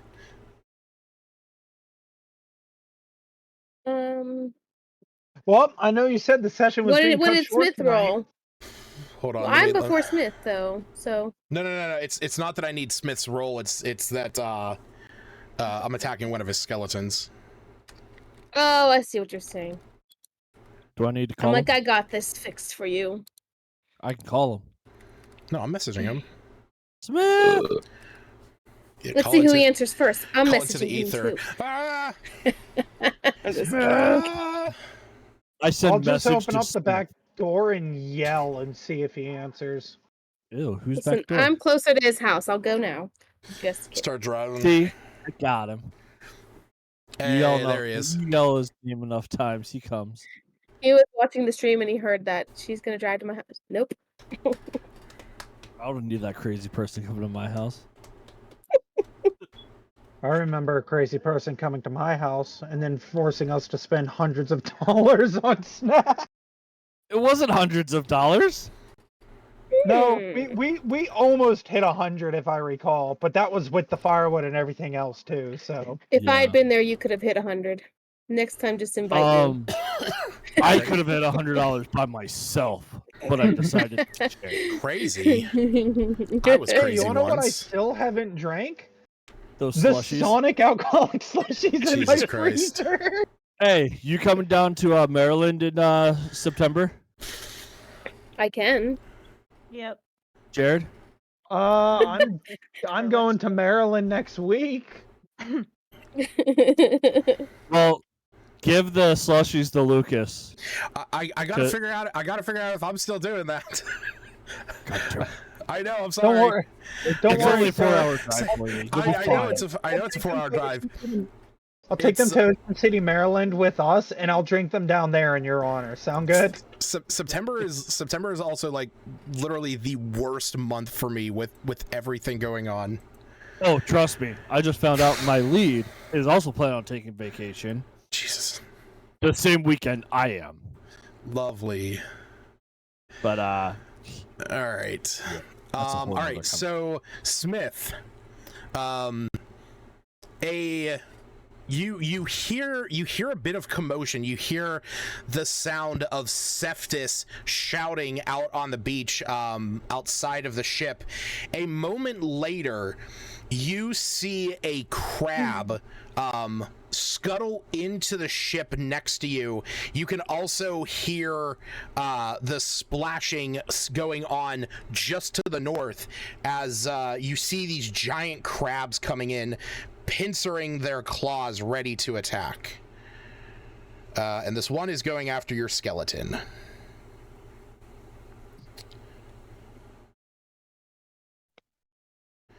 And deals 7 damage to the one. Are you hiding your rolls? Am I hiding my rolls? Oh shit! Oh, that's right. That's right. It was for my library game yesterday. My bad. All good. Are you keeping track of my Skelly's health? Or do you want me to do that? Yeah. I'm just gonna keep track of them on here. This way it saves you a little bit of the headache. Yeah, because they'll have their own turn in initiative essentially, but you use a bonus action on your turn to command them. Sounds good. All right, Albina. It is your turn. You long just has watched this giant crab come out of the ocean and Cephas run up, rage, and attack. And as you are watching this, you can see a number of giant crabs starting to climb up the ship where over where it's scuttled. Okay, let's see. How far is the ship?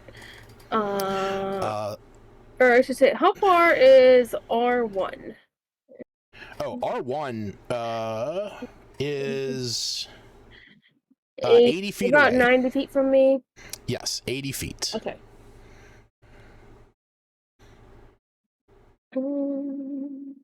Just trying to see. Well, I'm just gonna cast a guiding bolt. Okay. Bolt. I can't say the word apparently. At a 3rd level. Okay. And whenever it decides to roll, we will see. Oh yeah, I did want to say. In the meantime, I will. Uh-huh. Well, I got inspiration, but Ooh. I got a 1. Oh no! All right. Roll a damage. Oh. It still hit. Oh wow. Hit something. Okay. I really didn't think it was gonna. Oh. You hit the ship. Oh no. Oh ship. Okay. Don't worry, I was going to fireball the ship. Okay. You are. Nobody on our team's near this section I'm going to fireball. Right above the water. Lost is on our team. He's a living 23. thing. Damn it. Woo. Smith. while this giant crab has come in and you can hear this commotion going on under the deck, all of a sudden you watch one of your skeletons fly back, being thrown by a blast of radiant light, exploding into bones as it clashes off the side. And you can hear like a bit of a trickle of water down that area. And he knew it was Albina. He's like, dang it, Albina. And then I will see if I can. I'll run up 30 feet toward as close as I can there. Okay. And I'm gonna forge an elemental weapon of the Fist of Mistra. The Fist of Mistra. Okay, bludgeoning damage. All right. Yeah, and that is made of the bone, right? If I remember That was made with the correctly. statue. It was a bit of the statue. The statue. Yeah. Yeah. Literally the Fist of Mistra. And I'll just put it 15 feet in front of me. So. Oh, wait, does it move on its own? No. It Forge can't. elemental weapon is the one that you create, that you wield yourself. Are you referring wait, that's to a cantrip, so I can't do that. Correct. If you want, you could throw out your dancing rapier. That's what it is. Okay.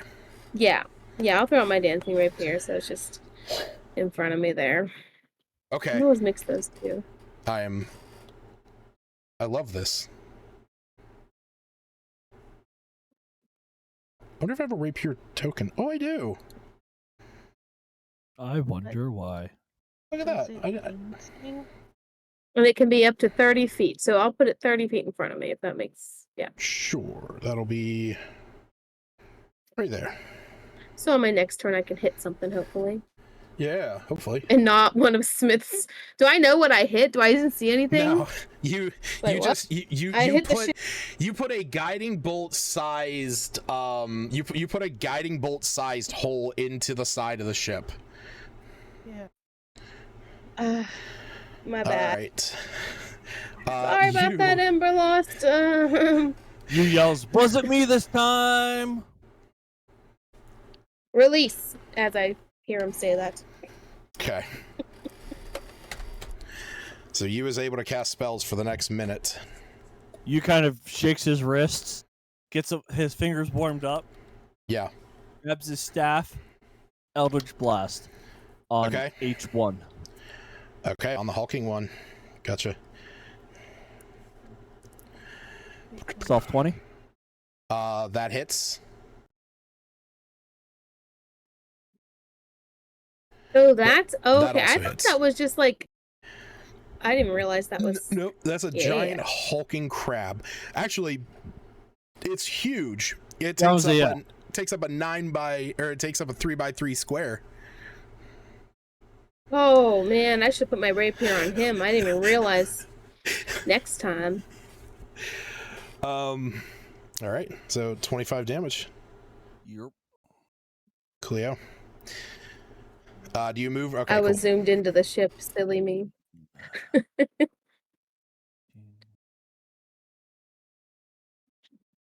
Oh god. I have to add this token. Pretty much after Albina's turn, she's just gonna keep saying the word release. Okay. Until combat ends. After every second. He's just gonna be like next to me. Release. I don't think we've had a combat last longer than a minute anyhow. Maybe once. Yeah, I don't know if Albina knows how long it lasts. I don't know if she actually knows or if I just know. What? We know. I thought it was told to us before. What's that? Everything. So how long? I thought that was told by Lucas to us, not the game master to the characters. I don't know. It was the judge to us. Yeah, the judge. He was like, "Hey, the word is release." Oh, okay. And it lasts for 1 minute. Okay.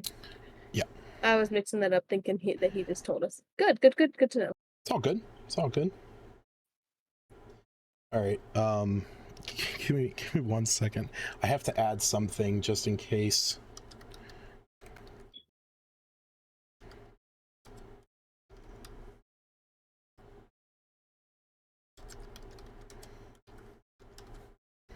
All right, Smith. It is your turn. You'll have to give me a minute to switch back, but I know for a fact you have a giant crab directly in front of you. All right, let's take care of that. Let's use chromatic orb. Okay. How big is this crab again? Medium size, about the size of a dog. Is it just a regular crab, or is it like a crab person, you said, or just crab? Giant crab. There are some climbing up the ship that look a little bit different, but you have not seen those yet. Who's with me? Do it. So you, here we go. I can switch back now. There we go. You have so you have 4 now of your 5 bony boys. Am I just the only one on my ship? Or only one on the ship? You currently are the only one down there. Reginald is right above you, enwrapped in his smothering hammock. Dead Maggie is up there. And then beyond that, there is you hear the commotion going on outside, and like I said, you just watched a hole kind of get blown into the side of the ship down here as a guiding bolt blast one of your skeletons to bits. Okay. I'll just use it as level 1. You probably recognize the guiding bolt, right? Oh, and Eileen was right outside. Yeah, and Eiluna's right outside in front of you. Well, she was helping fix the holes.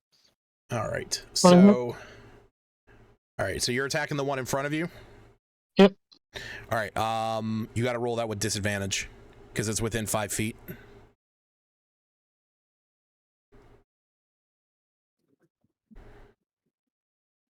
Oh, wait. Did we?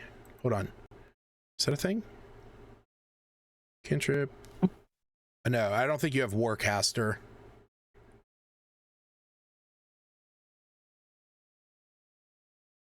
you sure that's the thing? Yes. Yeah, anytime that because ranged weapon or ranged spell attacks made within melee distance are made with disadvantage. Unfortunately, I know it now more than ever because it imposes that on Baldur's Gate like every time that I try and cast Luke or Smith. That's why you do a spell that does a DC save. Yeah. Because that doesn't affect disadvantage or anything like that. Yep. So. Okay. One is Faithful Hound. Ooh, casting Faithful Hound. Okay. That's a new one. I wonder if I have a token. I don't. All right, so this is a phantom watchdog in an unoccupied space. It is invisible to all creatures except you and can't be harmed. When a smaller or larger creature comes within 30 feet of it without first speaking the password that you specify, it starts barking loudly. The hound sees invisible creatures and can see into the ethereal plane. The hound attempts to bite one creature within 5 feet of it that is hostile to you. The hound's attack bonus is equal to your spell. Okay. I know that was a thing. I just never seen it cast. Oh, I do have a token. That's fucking huge. Why is that so ridiculous?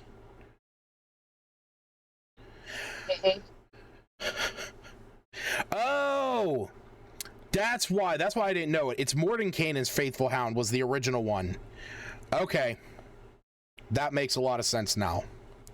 Alright, so you want it within the 5 feet of that crab?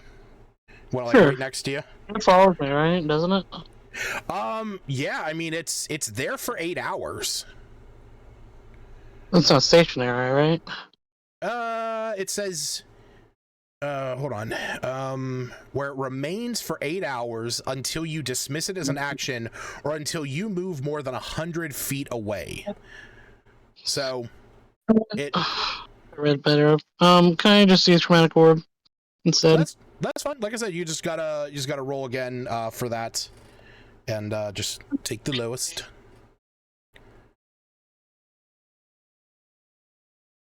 Another inspiration. Ooh, got inspiration at least. All right. Now you got your bonus action to command your skeletons. And what do I roll for them to attack? Okay. What do I roll sorry. for? Oh, my apologies. So it is a D20 plus 4, and it's 1d6 plus 2 for the damage. So you could, you do have 4 of them, yes. So you could roll like your staff of fire, like your basic to hit, for the to hit. You can do that in whatever order you want.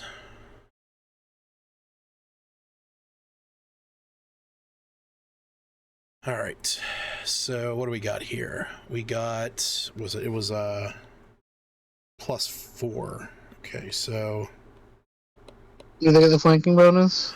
Does that help at all? We'll say that they move up. These two surround the one that is in front of you. So do you want, we'll say, so that's going to be so you got an 8, a 17, and a 12.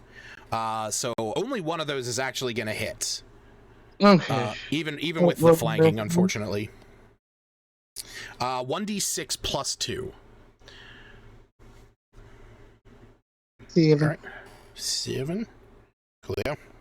All right, so the one closest to you picks up a bone on the ground and just thwacks this crab in front of you. The one behind it, you see he tries to hit it, but he just kind of like catches the legs, and you can hear a bit of that same commotion going on to the north side of the ship. All right. On the outside, Iluna.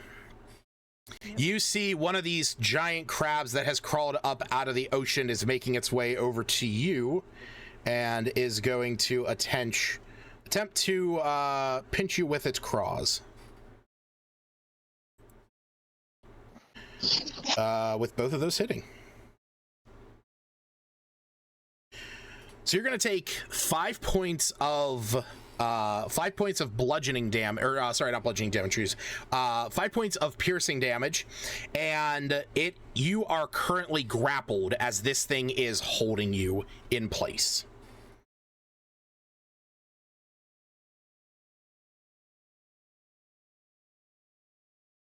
I can't. Oh wait, I saw something moving. It's not quite my turn. Nope, not your turn yet. Okay. Now it is your turn. I can't. Can I still shoot my bow while grappled? I don't think so. But Yeah, no, grapple does not mean that you don't have actions. It just means that your speed is 0. Okay, that's you can attempt to you can attempt to break it if you want. Can I just face step out of it? You could. Anything that moves you from the grappled creature's space, you could do. Okay, I'm going to. I didn't want to use my bonus action, but I wanted to get on the boat. Okay. Can I face up to the boat? Yeah, that allows you to move 30 feet. So I'd say that's right up to the top of it. I need to mark my face step. Where are you, face step? Okay. And then shout at Anime to help. Whoa, I didn't need to grab her. Tolwyn and Zelene, but use my bow to shoot C2, that big thing. Okay. I don't have any more movement, do I? Oh wait, the phase step's a bonus action. Phase step is its own thing. Yeah, you still have 35 feet of movement. I guess move a little bit closer. Okay. And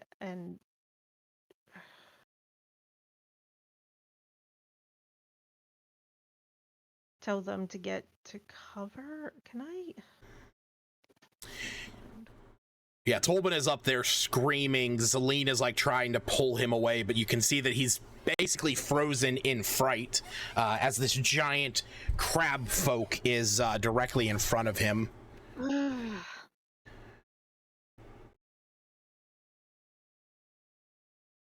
I'm gonna rescue him because I think that's what she would do. That was not my intent. Rescue is a bonus action. Damn it. I forgot. We used it all up. Okay, then I'm gonna go back to my bow and shoot it at C2. Okay. Go ahead and roll your 2 attacks. Oof. When you hit that with that first one, you see that it kind of it sees you coming up. It watched you like magically teleport up and then start moving up the staircase. As you take that first shot, it bats your arrow away and nearly knocks Tolbin off the side of the ship. Okay. I can still do reactionary rescue though. Arguably, yeah, you could you could burn your spell slot and cast it as a reaction, yeah.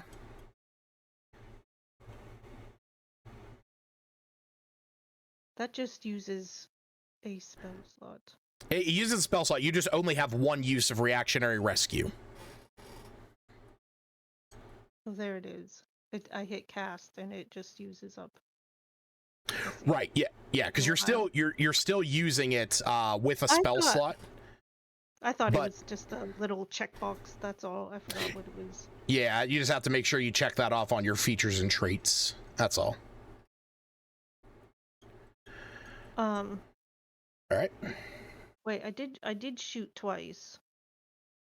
Yeah, you hit for the one. So go ahead and roll the damage for the second attack.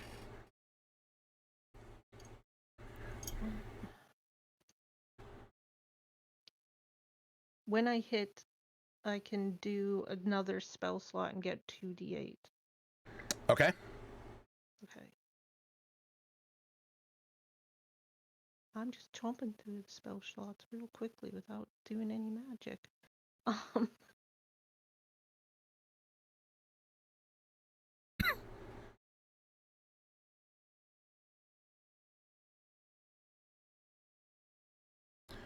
All right, go ahead and roll the extra damage.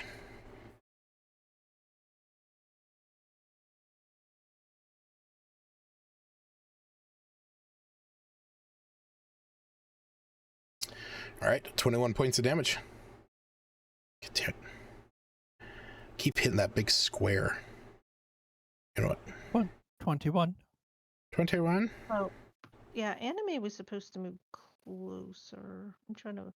She can't do anything.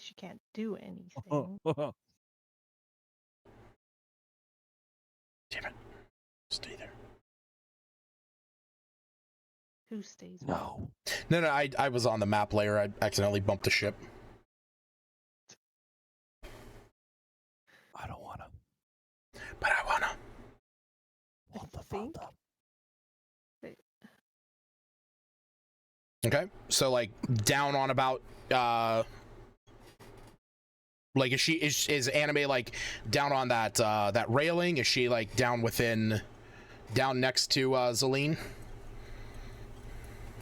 I forgot how far I could go. I thought it was like 30 or 40 feet, but it's much No, further. she has 60 feet of movement.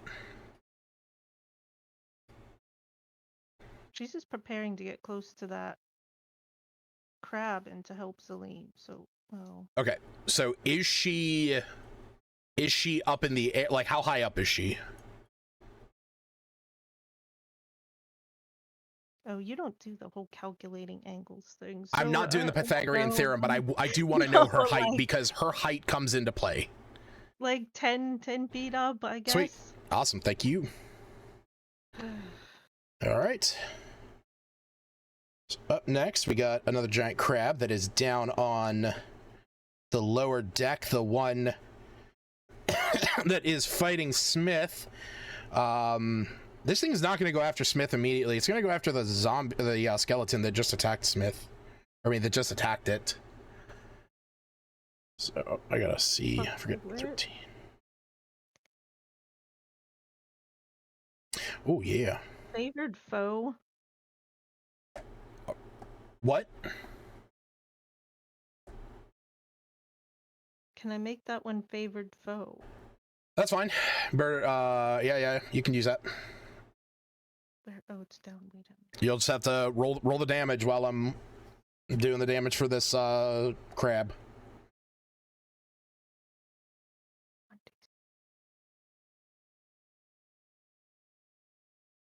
No, actually roll it.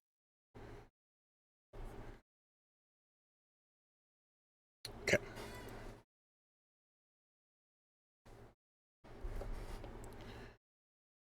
All right.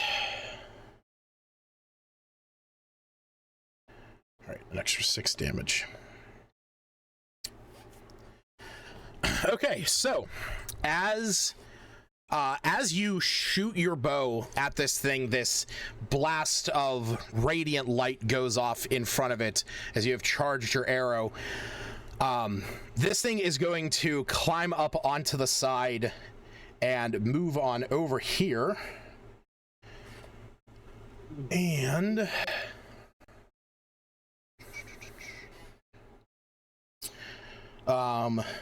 seeing you calling over Anime, it is going to reach up and oh, that's a nat 20 against Anime. Because it is grabbing at her. So Anime is going to take 15 points of damage and is grappled. And then against you, it misses. But I'm going to mark that on my side. Okay. All right. So this crab's going to come up. Going to go over and is going to attack Zelene.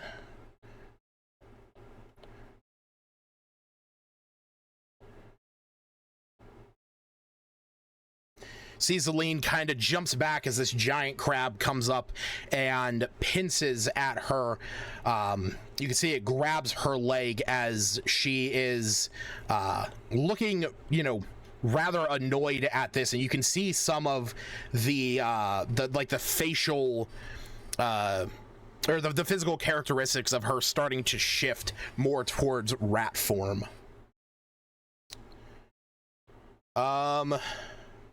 All right, so I actually had Iggy down in the bottom before, and I think I accidentally deleted his token because I had him helping Smith. He got sucked underwater by the crab. Totally. And he's gone forever. Now we gotta find his body and go on another boat ride. Completely. No. Smith, what would you like to have Iggy do?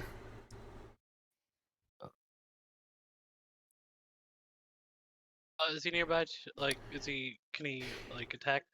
Yeah, he was down below with you. I just forgot to have his token on the map there. So he was helping you, kind of get everything patched up, and he was right next to where the skeleton was that got blasted by the guiding bolt. So there is a giant crab directly in front of him.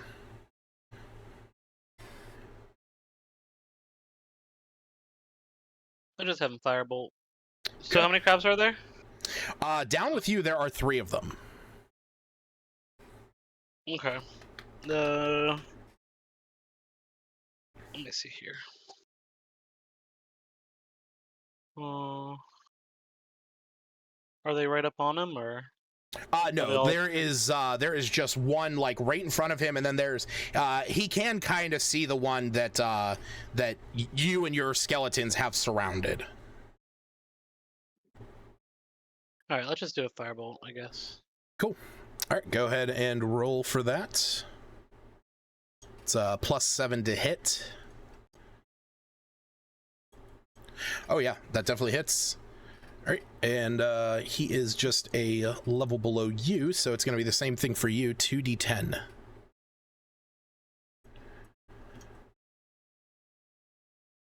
All right.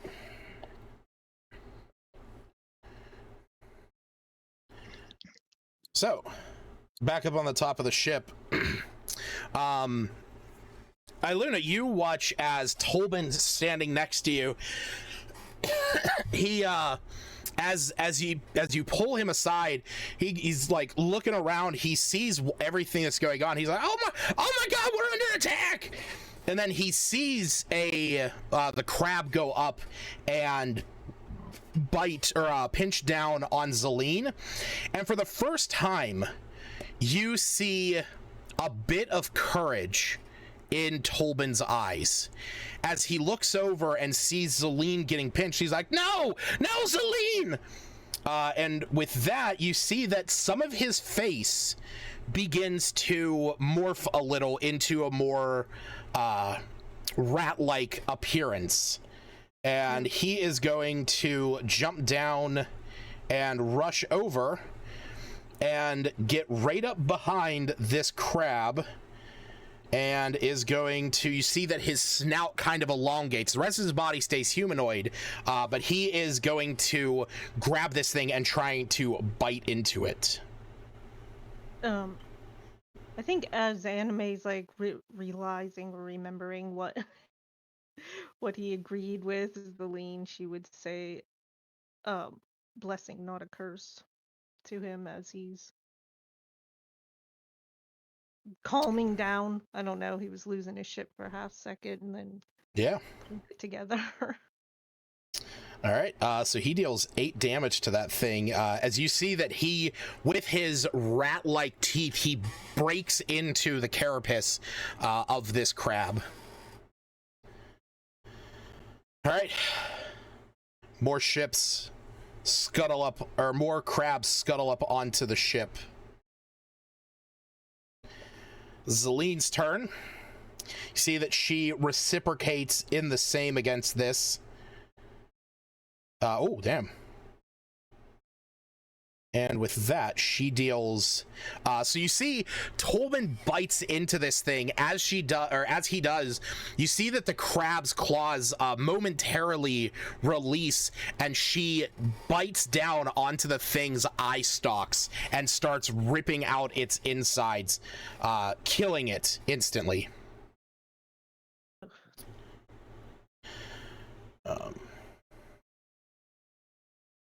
Under the deck, Smith, you can see a crab over where Iggy is standing, going up with its claws a-pinching.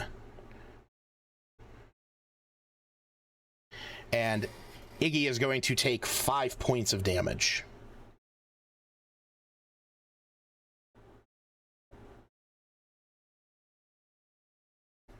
He should have been at full, right? He should have been at full, yeah. Okay. Yep.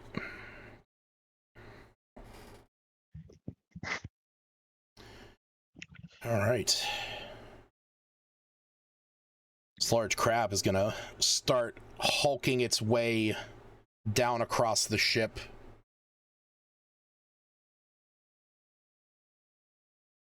Me! It is your turn. You are watching this hulking crab square off against Cephas. You see you and Albina heading up the small little island over to where the ship is that you can see is now being overrun by these giant crabs.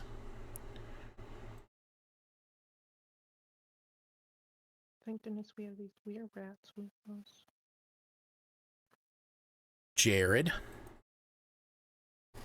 So, as he's witnessing all of this, he's basically gonna attempt to yell at Emberlost, saying, We're under siege! If you have any of that skeletal crew, put it under somebody's command that's on the boat!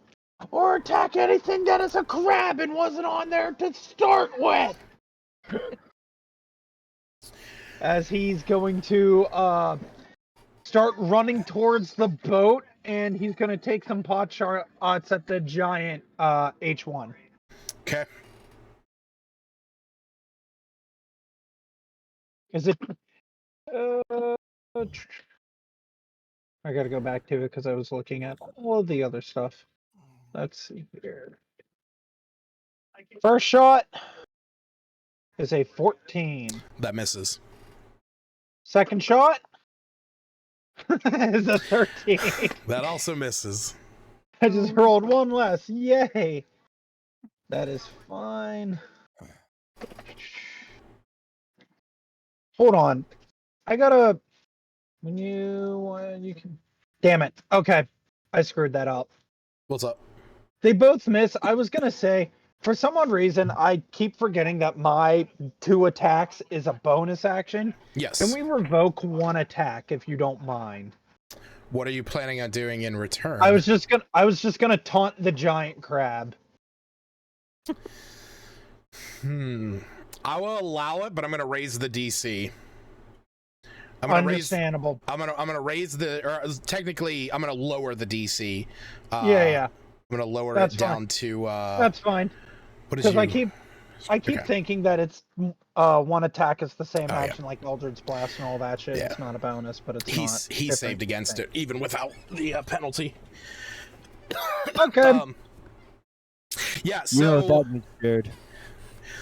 I mean, all it did would be gaining disadvantage on attacks not made against me, so it's... Yeah. Yeah, that's good. So basically what happens is as you shoot this thing, you take your first shot at it, and then you load your second shot, and as your finger starts to caress the trigger, you think to yourself, and you're like, oh wait, say something, and then you mutter something, and as you do it, the trigger just kind of like, you like stumble a bit with your finger, and the bolt just goes right on out. Yep, that's fine. Yeah. All right. It is the hulking crab, and he is going to move up the beach a little, and is going to get 2 attacks against first Cephas. That's a 25 to hit. Cephas, you are going to take 12 points of I did say piercing before, but it's bludgeoning. It's because it's like getting clamped. You're gonna take 12 points, and that's with your rage already taken into account, and you are currently grappled. And me, it critically misses against you. You are able to duck under its giant massive claw. Congratulations. I'm gonna cast Petty Mockery. Good thing you be. For vicious mockery because of my petty ability. Your petty ability, yeah, petty mockery. All right, it's got to make a wisdom save on that. Damn it, it fails. Wait. Roll the damage.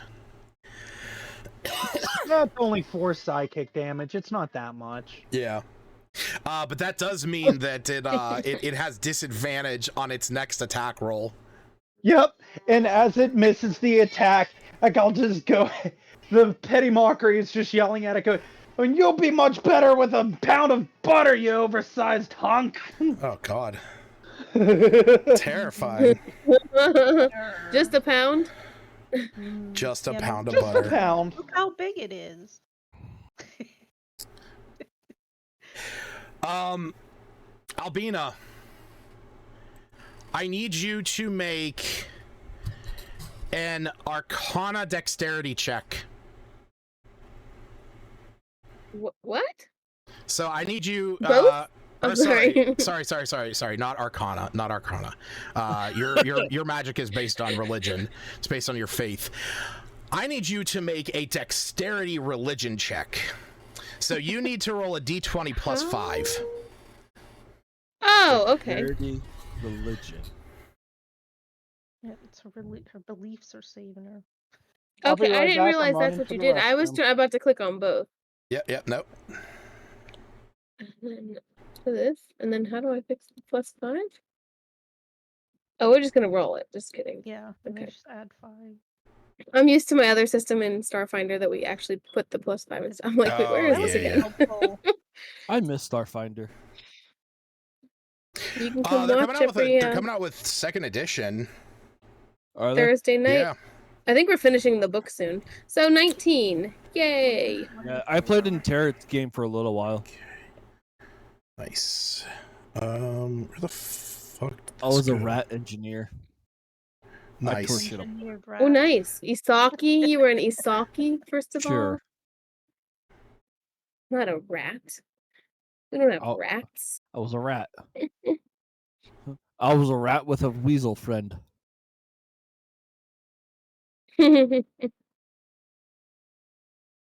Okay. So, Albina, you watch as this thing.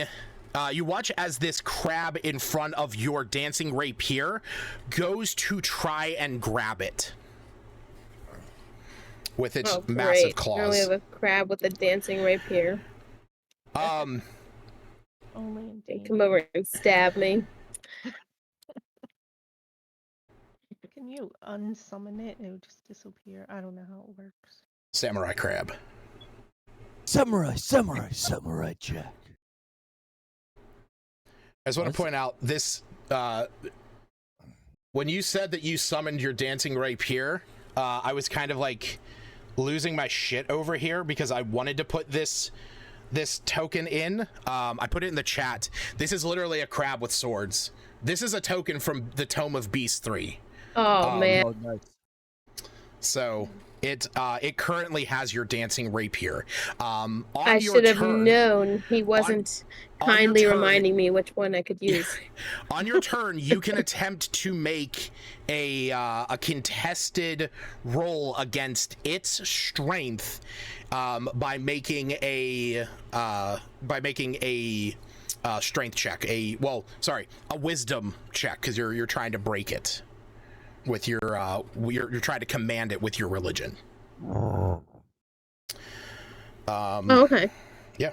And that's just, is that like my attack? I mean, my turn movement, or No, what would that be? it's just your bonus action. Something I can do. It's your bonus action. Okay. To, like right now, it has your dancing rapier, so it is currently in possession of it. But you can try and exert your will over the dancing rapier since you were the one that threw it out.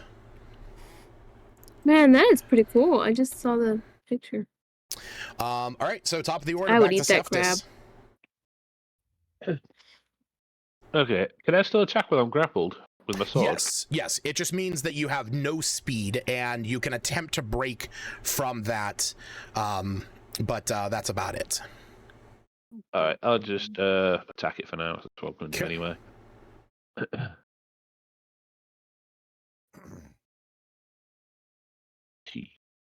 That hits.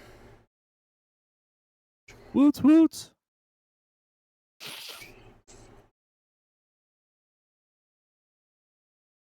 Second attack.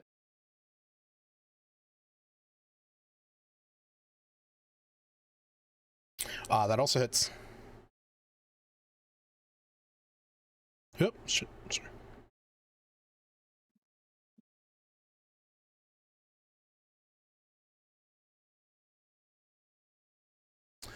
All right. So a total. So we got 22.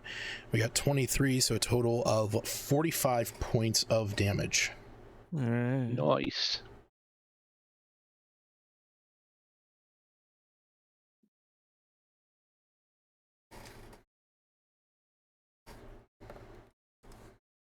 All right.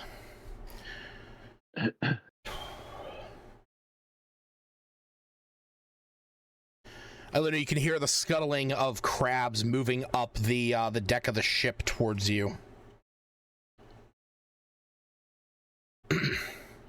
Smith, on the inside of the ship, you can hear all this commotion going on outside. You can hear swings of combat. You hear Tolbin screaming upstairs. You can hear Zaleen shouting. There's all kinds of commotion going on, and just to the north of where you are, you can still hear your crabs or your skeletons fighting valiantly against this crab that is in front of them. That one is going to take 3 bludgeoning. Oh, shit. Did not mean to pass over Albina. Albina, it's your turn. All right. Well, at this point, I'm just gonna. What do I roll to do that? Is it a strength check? You said. Or religion. So it's your wisdom. You're gonna make a wisdom check, contested against its strength. With wisdom savings throw? Nope, just a wisdom check. Am I blind? Oh, it's at the top. Just Yeah, kidding. very top. I always go down to the bottom, like looking for it. Oh, did that And crab take then I'm aura going damage? to. What's that? That crab, did it take my aura damage? I forgot to check. Oh, good call. I always forget about that.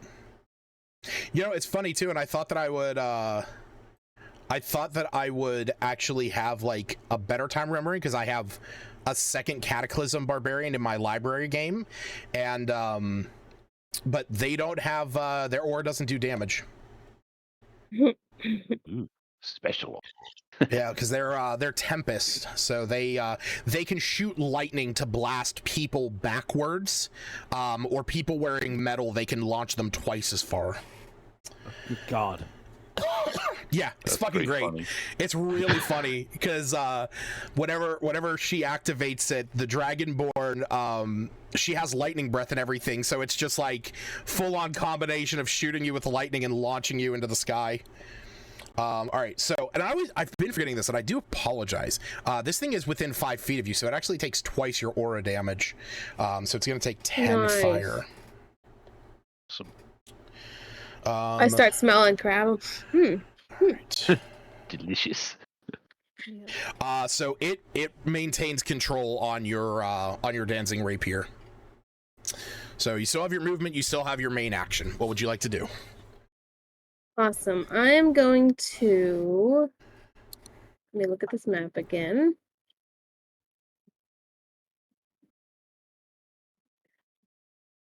Cast slow. It says in a 40-foot cube. So let me see where I'm going to move. Can I get G1, G5, and A1 if I move up to... I don't know how many that's moving me. Up here. Oh shit. In between those two trees. Something like that. You said you wanted to cast slow? Yes. 40-foot cube. It's up to 6. Let me see. Up to 6 creatures. Oh, there it is. Wow, I was like, what the fuck? I was like, where are you casting slow? Okay. All right, so I need a 40-foot cube. I did want to try to get, actually, if I could get C1, but I was just trying to see. So I might want to, I just don't know if I can see those creatures. You know what I mean? Because I know they're up. I don't want to be assuming because I look at the map and I see them. You can see that one. You can definitely see C1 up there. Okay. Yeah. Like 100%. He is a massive hulking crab guy that's like marching his way over to Iluna. I would say that you are not from down where you are. You would not be able to see these ones up on the deck. G4 and R1. Yeah, no worries. G4 and R1, yes, but you can do G1, G5, A1, and C1. And then I think it said wisdom save. Let me see.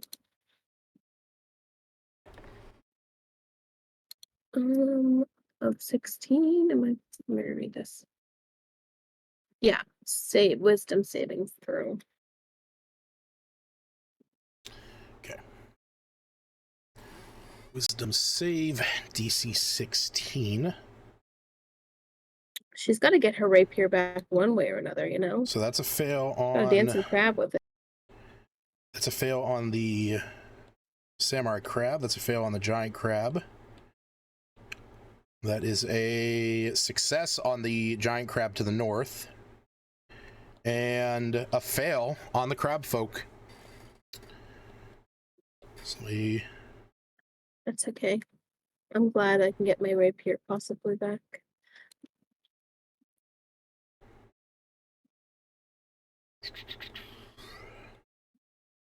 Okay, let me, oh shit, I put, crap. Put that on the wrong one. Yeah, the two in front of you are slowed. The one to the north is not, and the giant one is. So, there we go. All right, is that everything? I think that's all I can do. Yeah. Okay. It is your turn. You just watched Albina run up, and you could see that she is struggling to maintain the control over her dancing rapier, but this crab still has it. And then you see this wash of energy go over as almost like those crabs start to move a little bit in slow motion. Looks like a pound of butter on top of. I really, absolutely, 100% hate to do this. I'm gonna cast Fireball. Release. Let's do Fireball and get it over A1. Will it be able to hit A1 to G1? So I don't hit Albina? Yes. And unfortunately, I'm hitting the ship. You are hitting the ship. You're better off hitting Albina, to be honest. And H1. He'd rather not risk the wrath of hitting, or he'd rather hit himself than his own team. So here's what I'll say. That right there would hit those three enemies, but it would also hit Albina, but it would not hit the ship. Doesn't Albina take half damage to fire? She is resistant to fire. Okay. Well, she's alright. She only has points of damage. He'll cast Fireball. She won't take it personally. Not mitigating until afterward.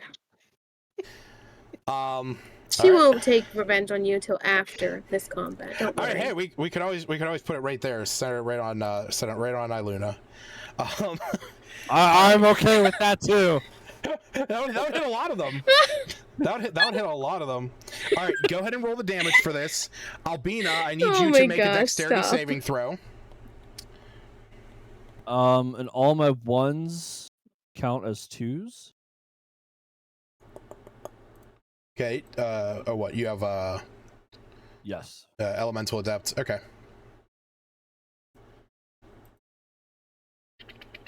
Yeah. So that is DC 17. That's what I had to check. All right. Bastards. You got one more. Yeah, no. Samurai I got a Crab 7, has by advantage. the way. 8, sorry. We're good. We're good. I could use my inspiration, but I'm not gonna. All right, so it's 30. So it's 33. So that's gonna be. Hold on. No.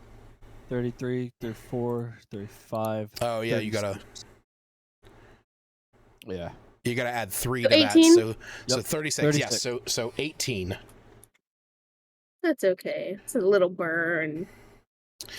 All right. So. As soon as he does that and realizes he hits Albina, he's like, "Oh no, sorry." My hair catches on fire. She's like, I've been grown. Yeah, you watch as these crabs are kind of like blown back a little bit. The one in the center, though, that has the sword, as the smoke and sand that was kind of lifted into the air from this fireball clear, you can see that he just kind of has the sword in front of him in this like really nerdy weeaboo pose. And it's not damaging my sword, is it? No, the sword is not damaged. Okay. Then right, we would have had a problem, you. Does you want to move? Nope. Nope. Okay. No. All right. Smith. Back under the deck, we got a boy.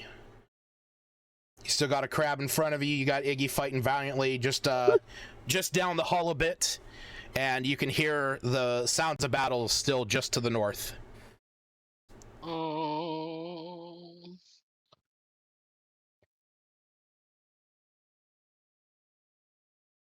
assuming he is not bloodied. He is actually. Oh yeah? He is. He is indeed. Can I let my guys attack first? See if I kill him? Yeah, that's just a bonus action, so totally. Okay. What am I rolling? 3? How many do I have left? 3, 4? You have 4 of them still, yeah. Okay.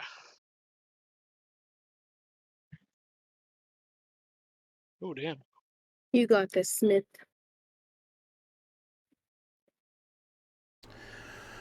Jesus Christ. I know, I got some good rolls. Those are very good rolls. All right, so go ahead and roll 4d6.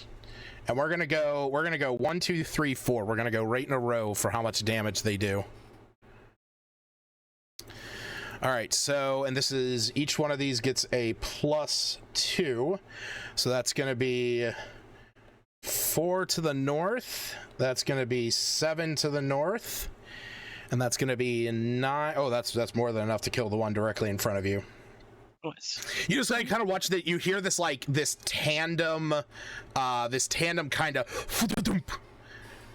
and it there's you see the crab that was directly in front of you just gets crunched. All right, what would you like to do now? Okay. Oh, I got others on this level, I'm assuming? You can still hear the crab just to the north, like still fighting, and you also know that Iggy is still fighting at this moment.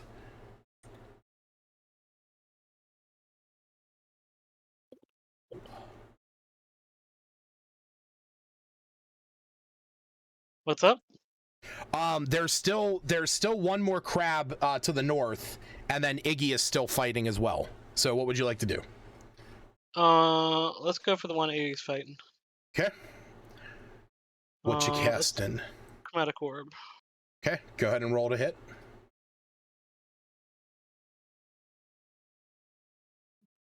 17. Okay. Yeah, that definitely hits. Go ahead and roll the damage. That is 13.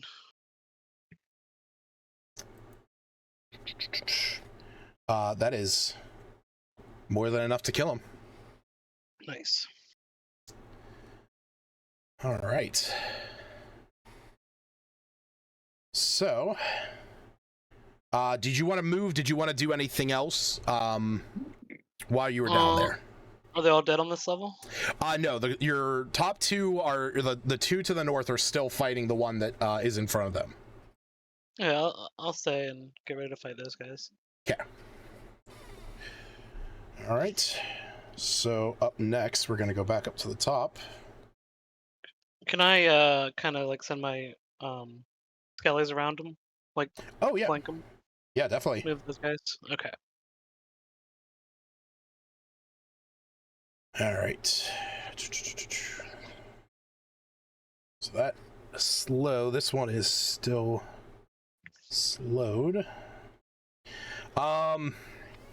All right, Iluna, you watch as just on the other side of this deck where you are kind of pinned up against the railing as this giant crab folk is right in front of you that has anime in its clutches. You watch a crab come up behind Tolbin. Zelene shouts out, but you can see this thing like basically pounces onto him, kind of rolling into him. Oh, that's where R2 is. I was trying to find him on the map. So you watch as Tobin is kind of like thrown forward. As he is, you see his back. This crab that has come up, the back of it almost has these like razor-like protrusions coming out of its carapace, and that has shredded into Tobin, and you can see that his back is bleeding. Crab then takes a wallop with its claw and bashes into that fresh wound that it cut into Tobin.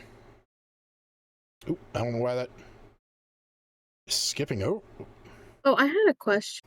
there it goes. Yes. I was wondering, I couldn't remember if the redirect flow, if that stopped upon initiative and everything, or if that would pose them a challenge to getting up on the boat originally. I forgot to ask. So there was only one that actually entered on that side where your redirect flow was, but so far you have not taken damage, which means that your control water concentration has not yet broken, as you have not. Okay. Huh? What? Oh shit! No, you did. Oh, actually, yeah. Oh yeah. Well, that's no, right. Yeah, He just did. He was thinking against anyone else. Right. Yeah. So you need to make. All right. Never mind. You need to make a concentration saving throw. So a Constitution save, and it was half the damage that you took, or 10, whatever is higher. So it'll be 10 because half of 18 was 9. 10 because it was 9. Yeah. Right. Well, that's rolling. Stacy, it is your turn. Yes. Okay, yeah, it's still going. You're good. 19, yeah. Okay.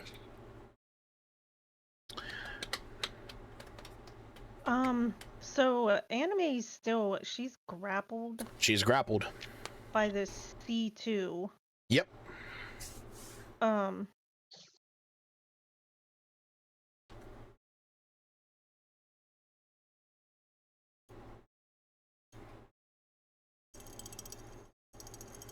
So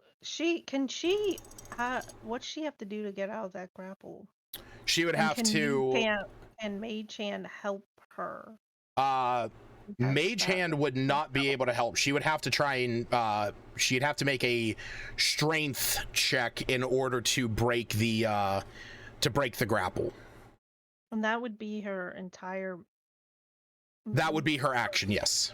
Like that would be everything that she could do. Okay, she needs to get out of that grapple first. So do a strength check. D20 minus 2.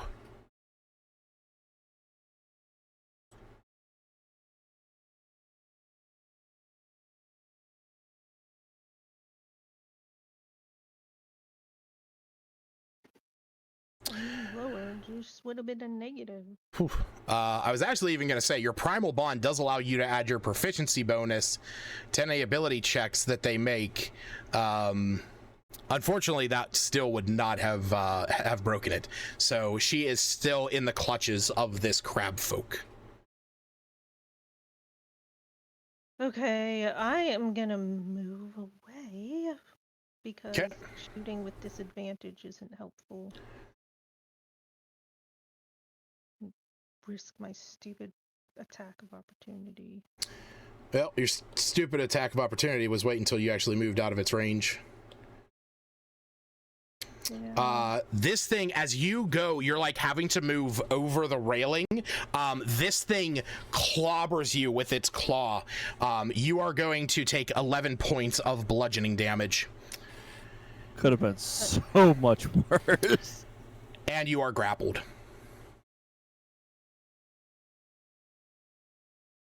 Look, Aaron, it just got worse. This is why we don't say. It's kind of the crab folks' whole thing. It comes down and grabs you. I meant damage-wise. You get the clamp, see? Clam Okay. chowder. So that was me trying to move away to prepare to take my action. Yes, and it got an opportunity attack, and when it hits you and it has a free claw, it can grapple you.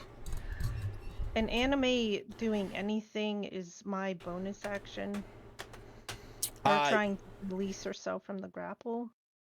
Well, other than she actually really can't do anything other than taking the dodge action if you don't give her a command. So, you know, having her try to break free was your command to her. Okay, so I can't use the other phase step to get out of this grapple. Correct. You would not have use of your bonus action. You still have your full action. Yeah, I can't. I guess I'll try my sword. I don't have disadvantage on my BRB. moonbow. Yippers. Moonbow.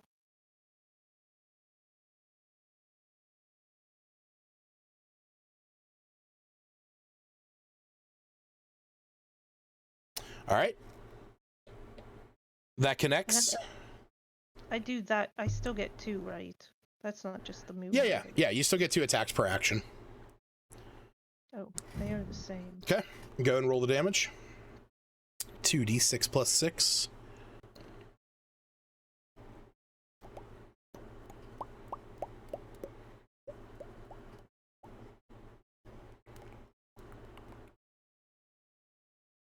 All right, 9 points of damage. Still favored foe. That's just an extra d6, right? Oh, actually, do me a favor. You need to make a concentration save. I'm glad you reminded me about that. Favored foe only maintains until you lose concentration. So DC 10 concentration check.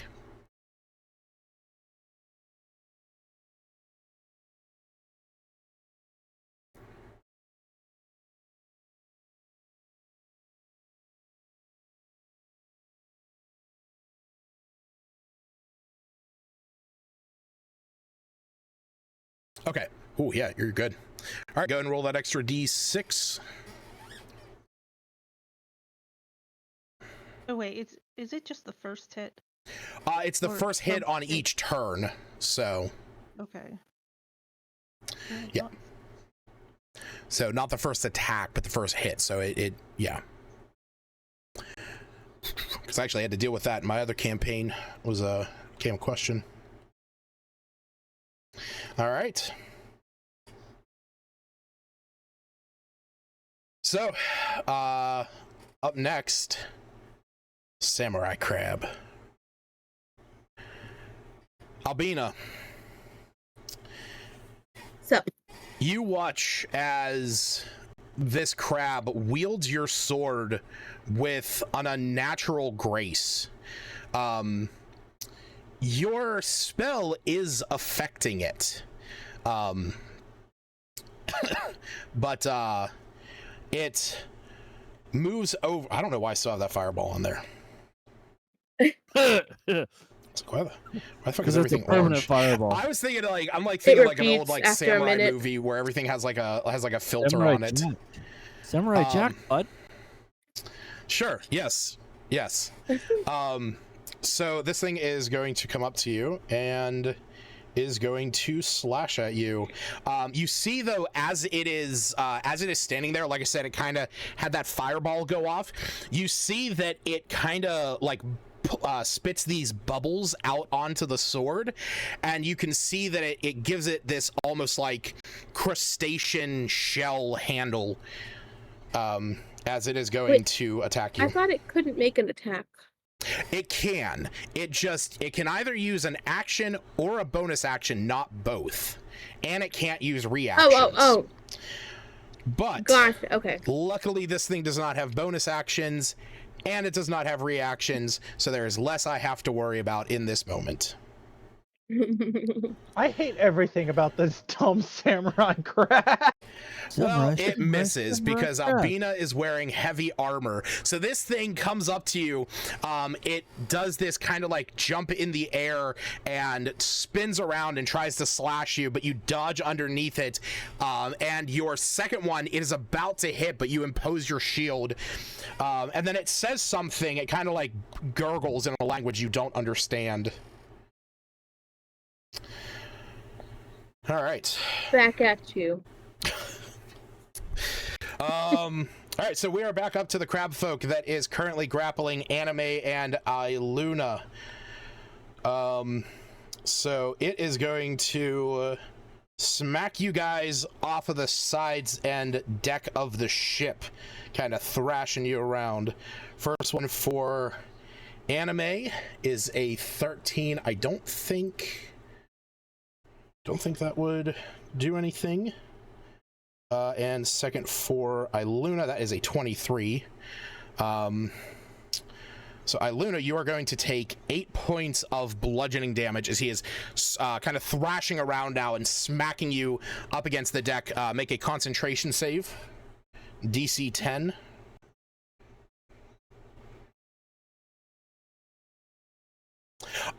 You feel that you're... What's that? Oh, is that the one that could get help you were saying before? I know it exists. That could get help? What do you mean? The con check from what? Is it Primal Bond? Primal Bond allows Anime to get access to your proficiency bonus on her ability checks and saving throws. Okay, it's the other way around. Yeah, she gets a +4. You don't get anything specific with that. All right, back under the deck. Smith, do you want Iggy to attack the crab, or what would you like him to do? Yeah, sounds good. Okay. Go ahead and roll to hit. D20 plus 7. Well, that's what it was. Helping hand. But that's not for that. It's for an attack. Correct. That's an attack or ability check. All right, so that's with a +7, so that is unfortunately going to miss.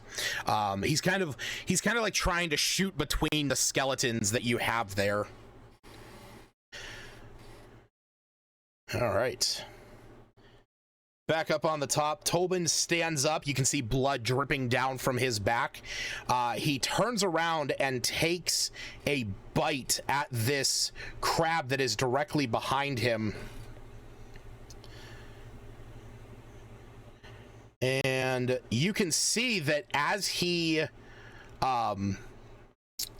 goes to bite into this thing, the crab kind of curls up to position those razors directly, or those blades on its back directly in front of it. And he is trying his best to avoid that. But he is unable to avoid hitting it without taking any kind of damage. So you see he kind of backs up and imposes himself between it and Zelene. All right. Crabs are moving over. Moving up the ship. All right. Zelene is going to move around. She is going to take a bite at this thing. Damn, she misses as well.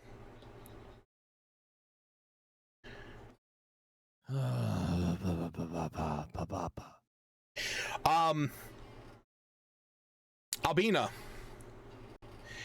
You watch as the giant crab folk that is up on the ship, when you cast that slow spell, it sees that flash of light, and it sees you down there fighting with that samurai crab, and it is going to then climb over the edge of the ship. It kind of drops down with a with a heavy thump into the sand. Takes 7 falling damage. He's going after to save the princess. All right, and it moves up next to you and is going to attack you. You is much further away. Oh, that's true. Yeah, sorry. But you are able to avoid its attacks.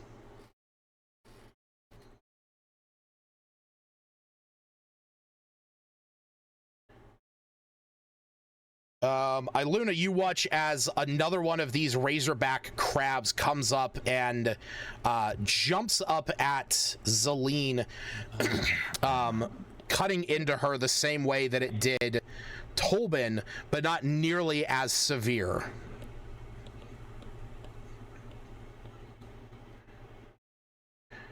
All right. Me, it is your turn.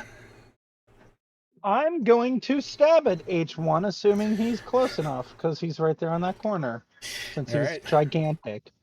He is. He's huge. He's huge. God damn it. Oh, sorry. We need to move him. How do we know it's a he? He's got a huge wang. That's 14, and I missed. Damn. Okay. That's fine. I'm going to use my bonus action to disengage and continue running. Okay, you disengage and continue running. All right, Cephas at the start of this thing's turn. He has disadvantage. It's going to take 10 fire damage as the ground around it is starting to turn into to volcanic ash and is starting to expand out the island a bit. Does it have... It's the first attack, right? On the next attack roll it makes. Okay, just wanted to double check. The next attack roll it makes. Damn. Okay. Oh, it misses? Well, boy, doesn't that suck as it gets hit with another vicious mockery. It doesn't. I rolled a 17 and a nat 20. So, I mean, you saved Cephas from a nat 20. Woo. But that's a soft 20. And that is going to just hit Cephas. So it is going to deal... it is going to deal 20 points, and that's with your rage taken into account. As this thing already had you grappled in one hand, but it kind of squeezes tighter and like bashes you off the sand, and then as me runs away and it sees its chance to get him slip away, it just grabs onto you and is like bashing you into the sand. And it's your turn. Ugh, I guess she's gonna be annoyed. Yeah, I guess the same attack again. Is that guy blooded yet? Can't tell. He is, yes. Oh, Christ, I'm good for that. Alright, yeah, same thing. It's, attacks with a sword. Okay. Hits, I assume, yeah. Oh yeah. 26 definitely hits. Definitely. All right, 18. 25 definitely hits.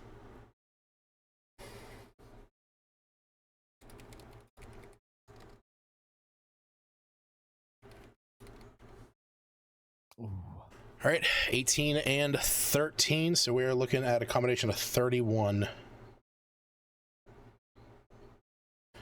This thing is not too happy.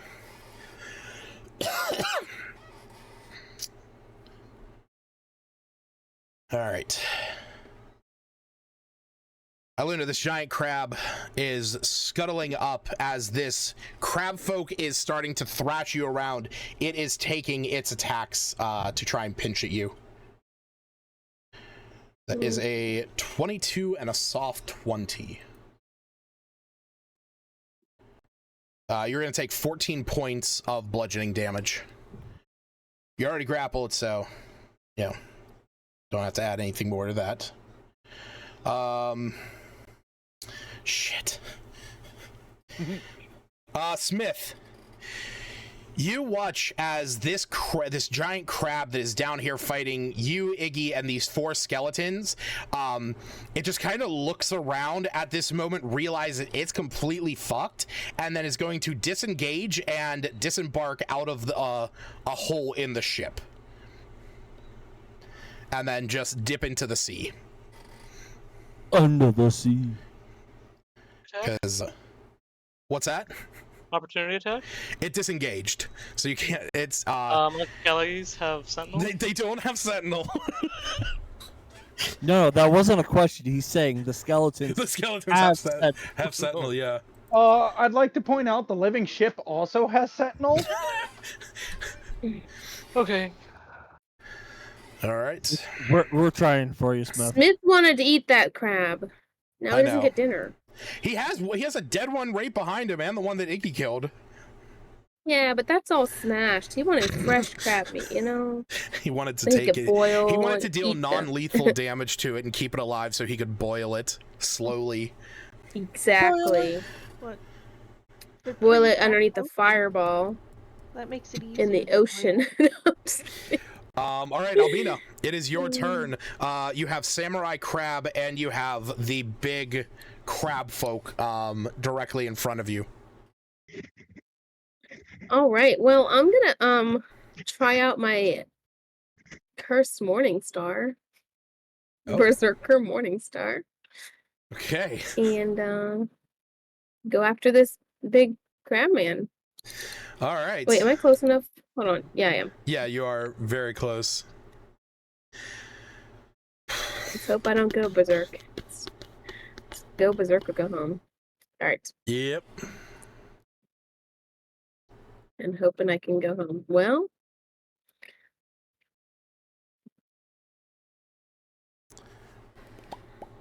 Rolling.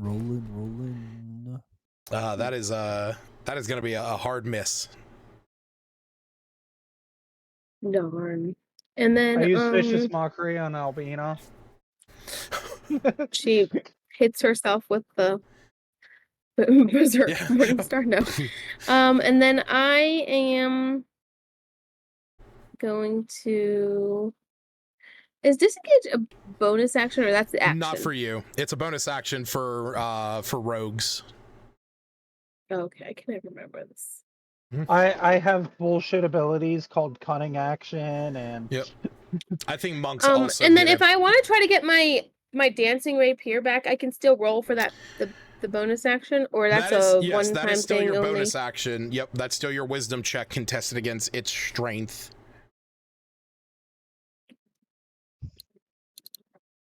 I'll try that. Okay. And then if it succeeds, I'm gonna grab my weapon back, and I was just gonna move back 5 feet.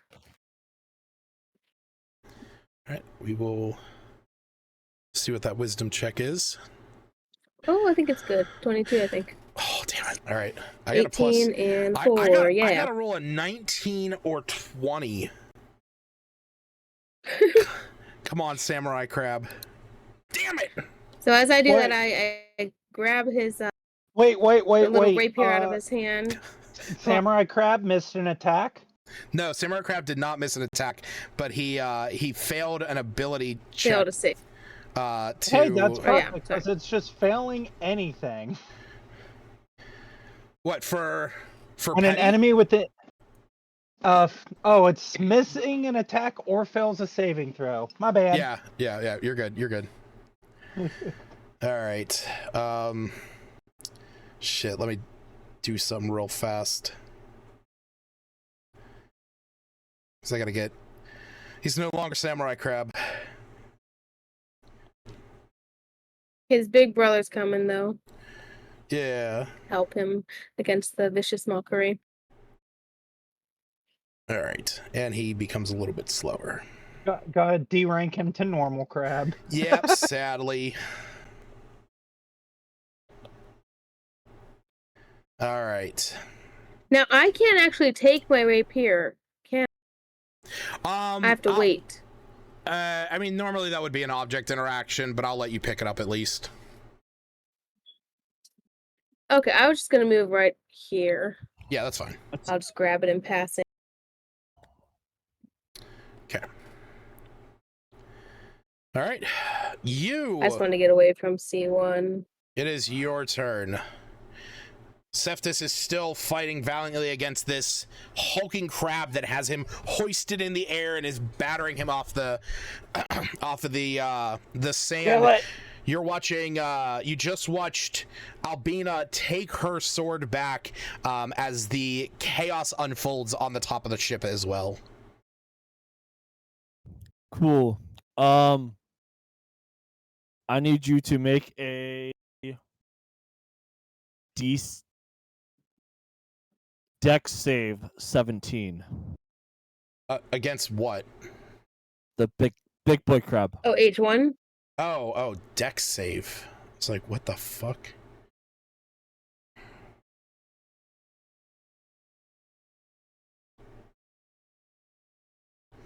Motherfucker, come on. He fails.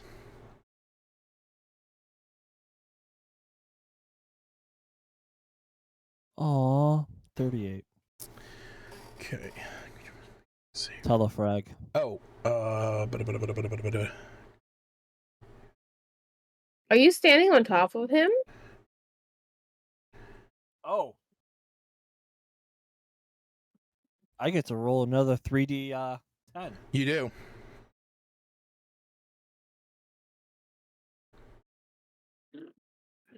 Yep, that's what I was just reading. Wait.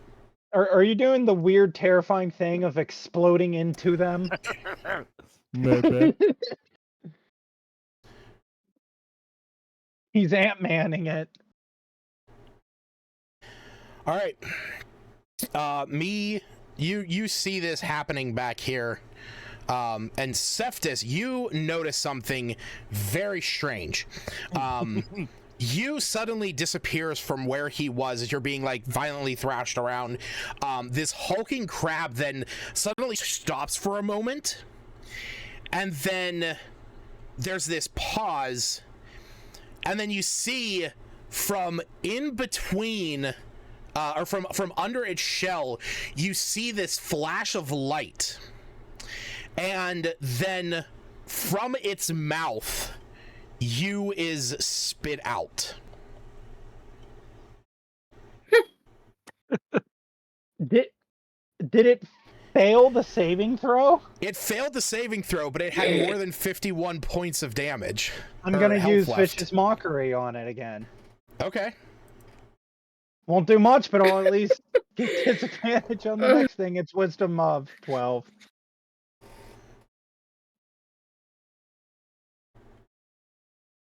All right, it takes an extra 6. What did you get? All right, now it has disadvantage on its next attack roll. Yeah, you are spit out directly in front of this thing, and kind of right next to Cephas. Well, that didn't work out as planned. You're doing great. The crab's going down. Oh man. All right, Smith, you are under the deck. You have no more enemies down here. What would you like to do? No. No. Like a window I could see out? Yeah, there is that one hole over here where your skeleton was guiding bolted into the wall. Was magically injected. I just want to see Smith flying around shooting fireballs at people. Trust me, I want to do that.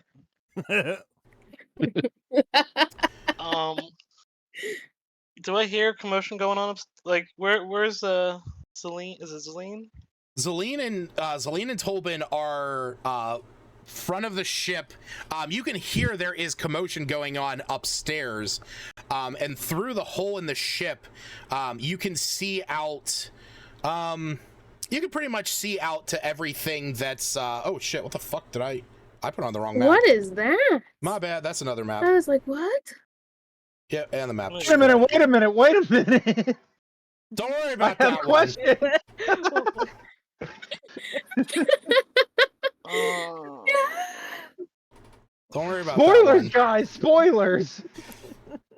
Like I said, you can see out onto the beach. You can see Albina fighting against this crab folk and this razorback crab with me behind her. Cephas being thrown around by this hulking crab, and you precariously standing in front of him.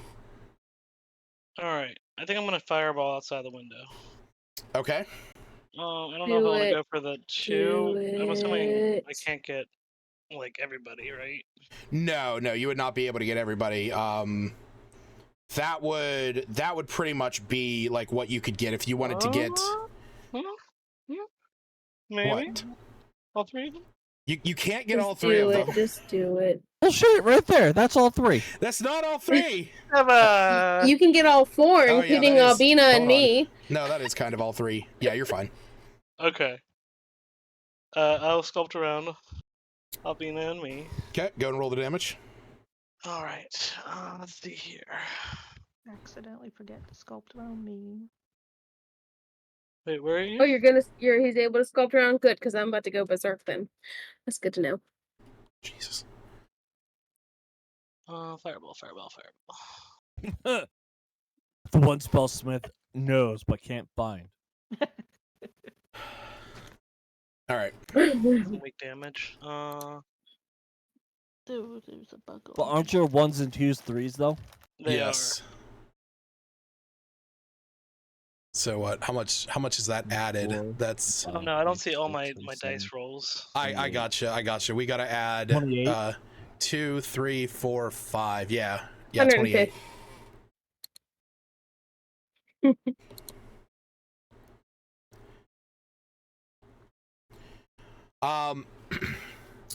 Cephas and you, all of a sudden you see a flash of light from behind this hulking crab, and a moment later you see that it's kind of thrown forward as an explosion goes off behind it.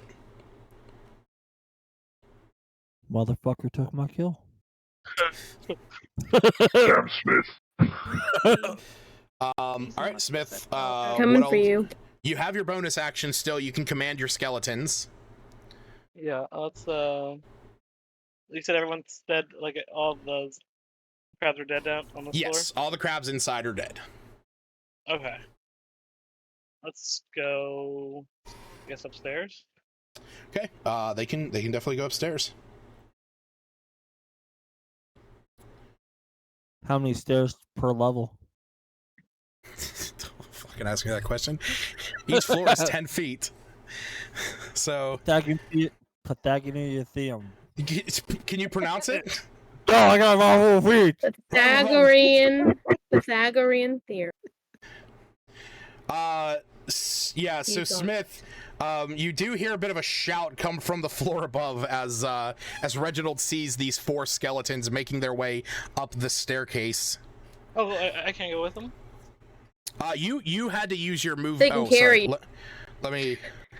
My bad. Let me move you over here. So you actually had to use your movement to get over here to see out the door to even be able to cast your spell. Okay, no, just leave them with me then. Okay. I thought I figured I'd be going up there with them. That's fine. Coolio. Can't you command your You flying think they carpet to carry take you As right an in front of action. them? You'd be flying out in front of these 4. Flying carpet is an action, but in the future, yes. Oh, okay. Command That's what you can do next. to pick you up on the way as they go up the stairs. For some reason, you can't walk all by yourself. All right.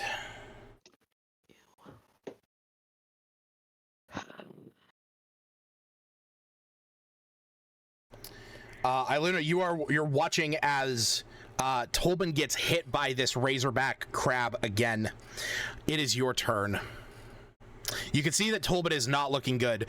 Blood is dripping down from his back. He just got attacked from the front. You can see that his rat folk kind of shape change ability for his bite is starting to fade. Okay, just to clarify one thing, it says Yes. I can face step anime instead of me. Using your Eladrin companion, yes. Okay. Shit. Those are both. No, wait. Regular rescue. That's still a freaking. No, bonus. regular rescue is a bonus action. And face step is also, isn't it? Face step is also a bonus action. Everything you do is bonus actions today. A lot of the things that you have are bonus actions. Fine. I'm gonna rescue Tolbin again. Okay, where would you like him to be? You got to put him into a 5-foot square next to you. Oh, I can't move him myself. You should be able to move him. Oh. Here. Okay. Yeah. Pull him over. There's a bit of a thud as he plops down that little drop there. Thing.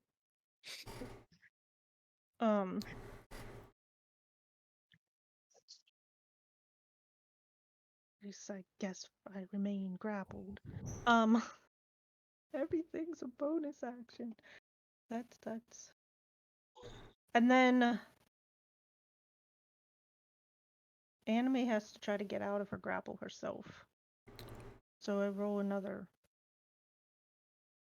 No. Wait, she can't do that. Correct. That's a bonus action. Okay, she likes remaining grappled. It feels like a really painful hug. I guess I just attacked this guy again. Okay. The funny thing is like I kind of measured it. You do have more bonus actions than you have actions. It's just all bonus That's actions. crazy. And I always want more bonus actions, and I only have like 2. Yeah, except the only way anime does anything is eat up my bonus action. So if I want her to do something, I get no bonus action myself. That's it. Like Stacy has all the bonus actions. Smith has 1. That's Misty Step. Same with you. Anyhow. All right, go ahead and roll your 2 attacks. Oh yeah. Short swords. It's not favored foe anymore. He is not. That broke. You can attempt to you can reuse it.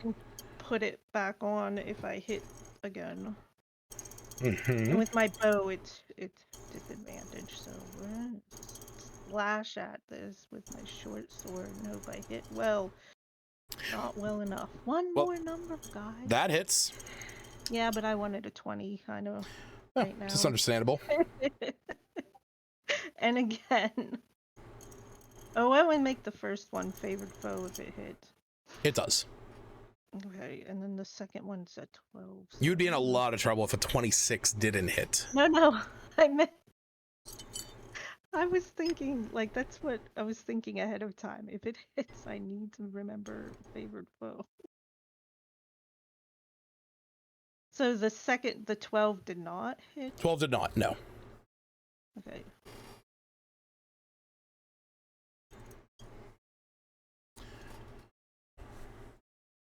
All right, 8 plus D6.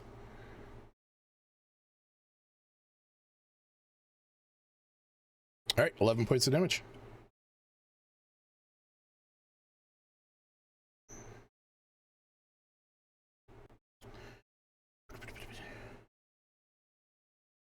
All right. Oh shit, his initiative got you. Oh, that's right, he got slowed down. All right, okay. Samurai Crab. All right, Luna, this crab folk is going to walk over here. He has you still in his hand, and he is going to throw you overboard because he does not like the fact that you keep attacking at him.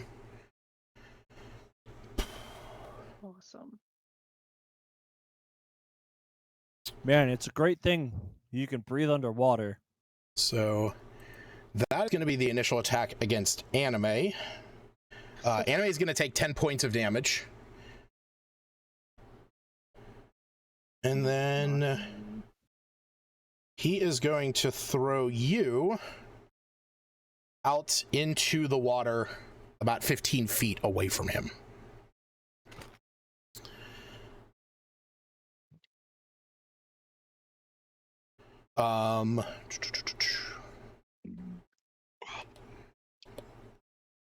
Eluna, you're going to take 8 points of bludgeoning damage as you take the fall damage down into the water. You said Anime's was 10. Sorry. Anime took 10 points of damage as this thing is still, like, thrashing her and batting her around. And then you are going to take 8 points of bludgeoning as you hit the surface of the water and take the falling damage. And I also need you to make your Constitution saving throw for favored foe. DC 10, please.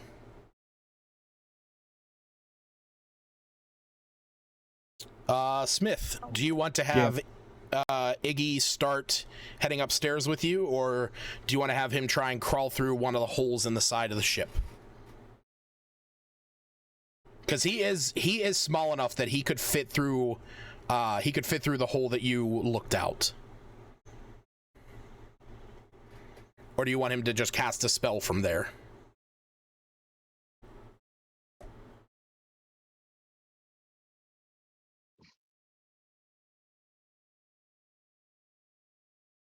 Smith?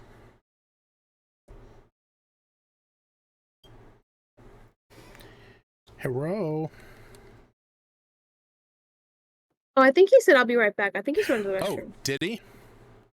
I heard him say something, and I thought that's what he said. Oh, I see. All right. I see, says the blind man to his deaf son sitting at the corner of the round table. Oh, I see, says the man who only knows 3 letters. All right. Well, since Smith is not here, what would everyone else like Iggy to do? Space magic. Space magic? I think Yes, I would like him to stay out of danger wherever. Where is he? I can't see his token. I'm You sorry. can't see his token because he is on the ship. He is in the hull of the ship, currently by the staircase. Hey Iggy, you got any arrows over there? Have him shoot something. Maybe Do they follow have a crossbow or suit with something? Smith shooting out the window since he just did that.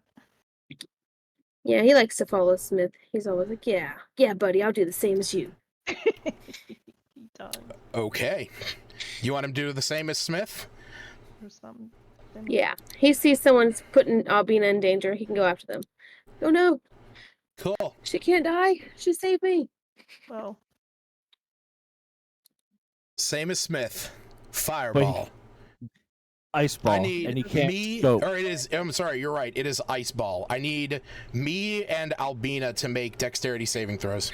Except for, yeah, we can't, he can't curve it like Smith. But I'm pretty sure that's all he can see from Yeah. the But that angle. is Oh, boy, literally what a he would do. 14. From where you guys are standing, he really can't see where you are.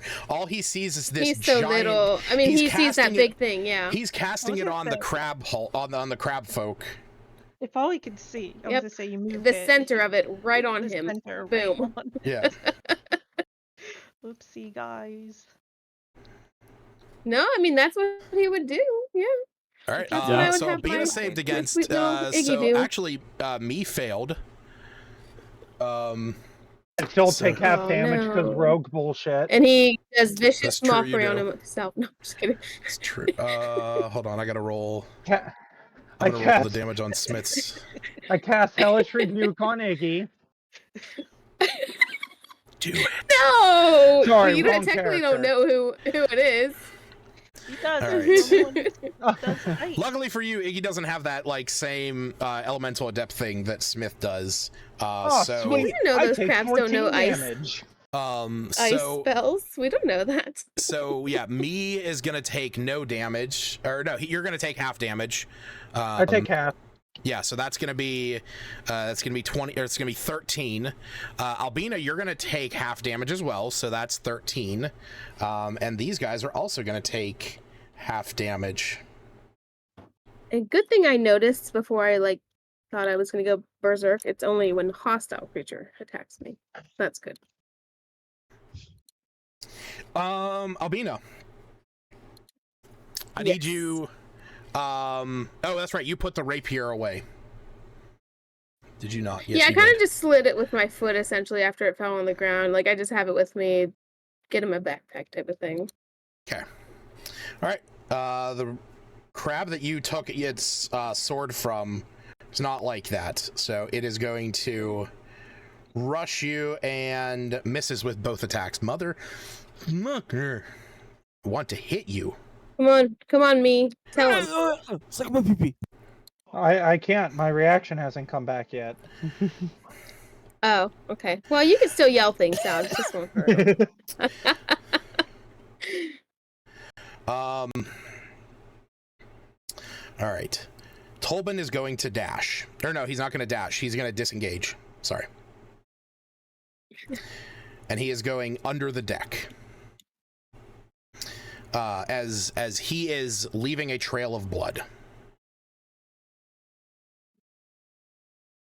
Oh no, we're gonna have everyone's gonna be dead on that ship. Part of the ship, part of the crew. Part of the ship, part of the crew. That's exactly it. Wait, which one is he? He's where we're at 1. Okay.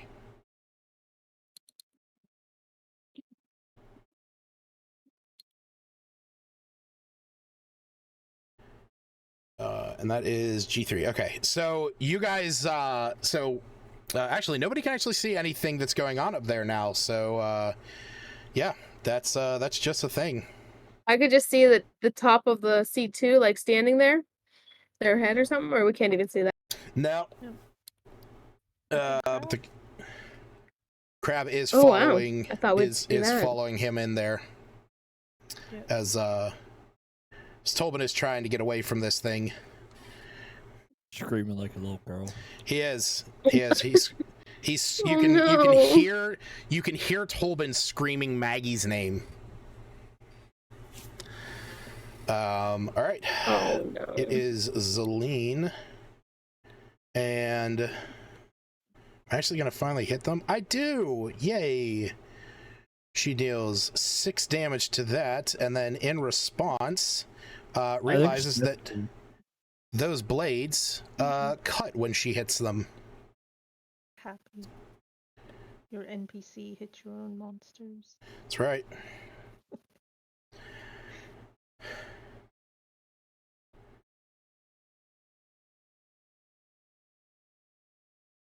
All right. Hi, Smith. Hi, Smith. Oh yeah, Smith, we had a question for you. I forget what it was.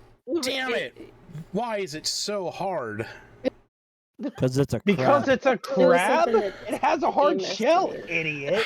No, I just want to hit Albina. Oh,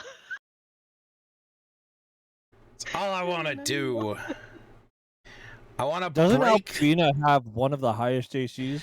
She does. She has a 19. her Which is and funny. Septis are closest. It's the same as yours and Smith's. Oh, I Smith thought has a Septis was- 19 too? Yeah, Smith has Robes of the Necromancer and Bracers of Defense.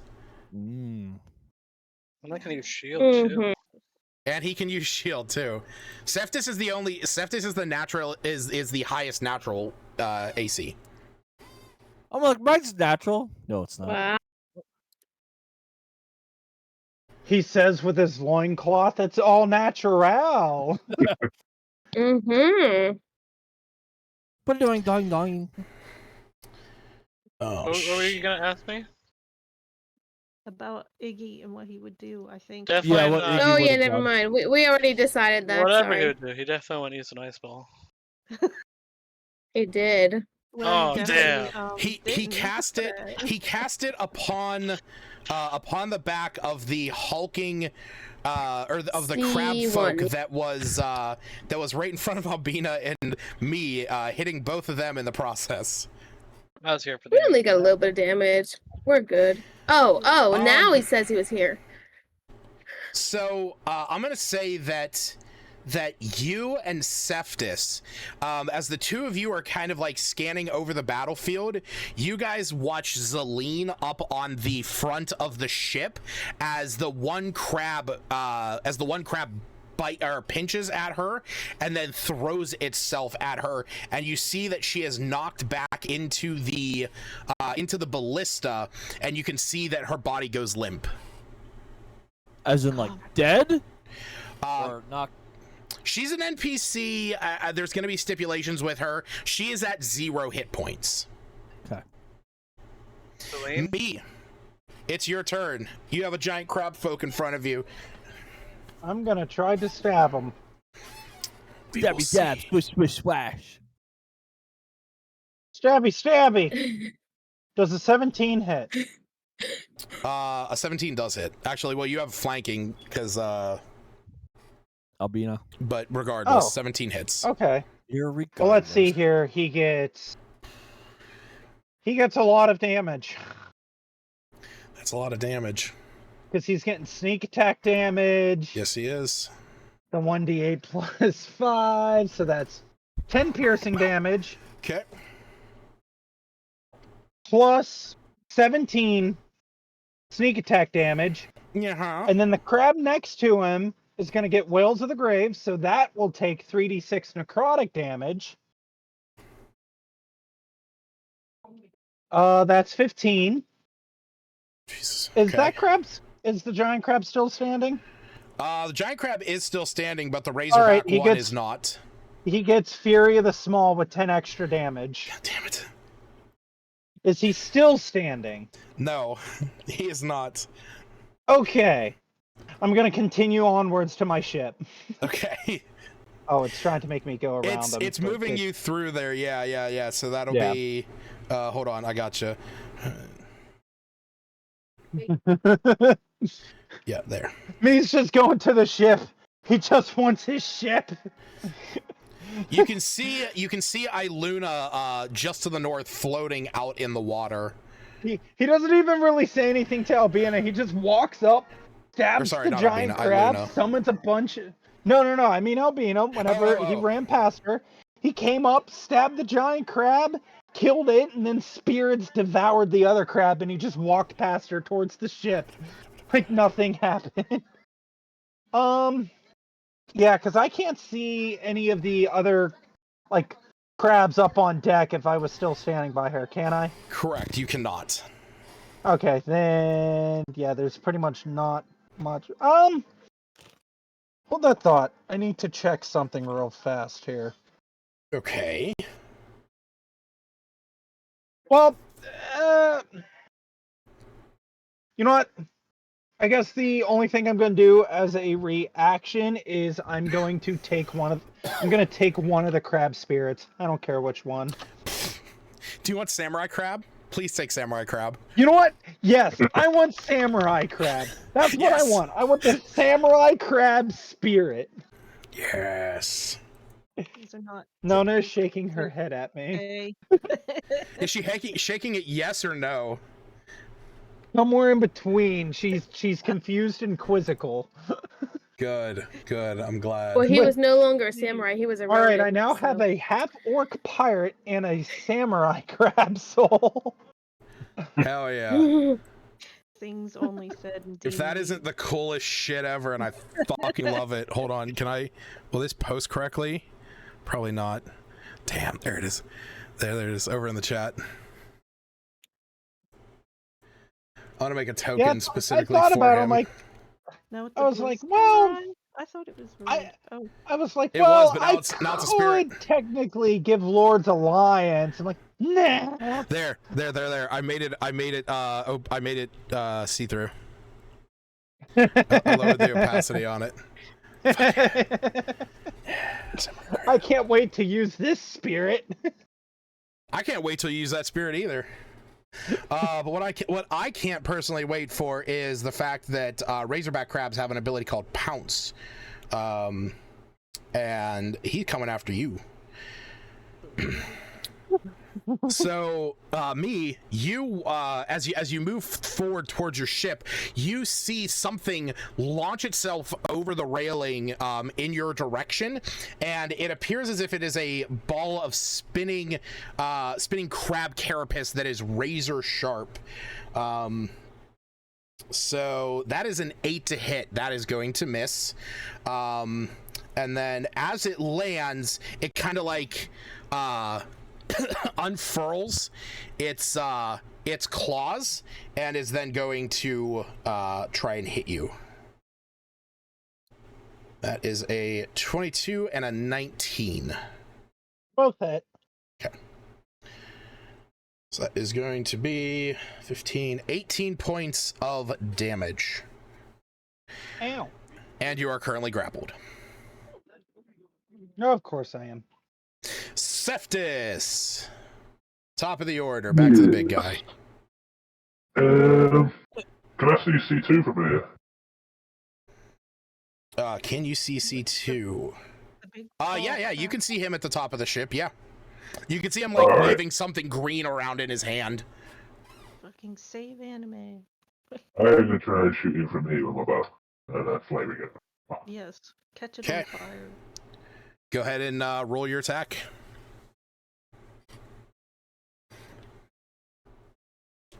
That hits. All right. 13 points of damage. Send it to 9. You says, hold on, wait a minute, as he grabs the arrow and he gets launched with it. What the fuck now? That also hits. That would be funny, though. That would be funny. Just if it was a ballista, I would 100% allow that, but an oversized arrow, no. As you launched, why? You small enough? He's not that small. Just launch you, and as he's flying over, he casts Telefrag. He is his own bomber. Jesus. All right, both of your arrows fly over. They hit this crab folk in the carapace. You can see it kind of stumbles back, and it almost topples over the side of the ship, but then it corrects itself. You can see that it's just hanging in there. Okay. Do you want to move? I'm gonna move and still be in my vision, really. Oh, that okay? Oh yeah. You can move. You can move up there. It has a pretty imposing stance up there. What about the other two little crabs? Can I still see those? Sorry, what's that? The other two crabs, the two razor crabs, can I see those as well? The two razor crabs, yes. From where you are, you would still be able to see them because they are also up on that higher platform and also far enough back. Alright, cool. I will stay there. That's me. Done. Cool, yeah.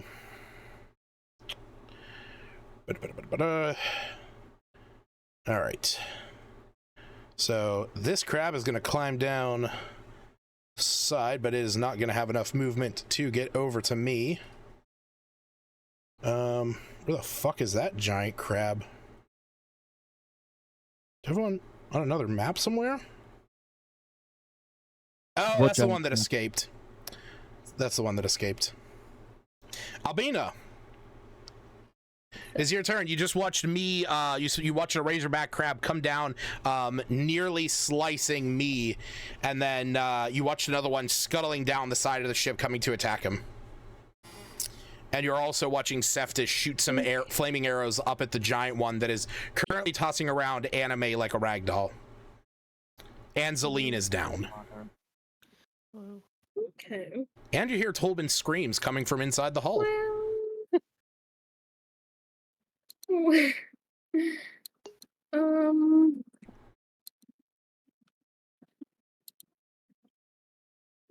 Let me see one thing.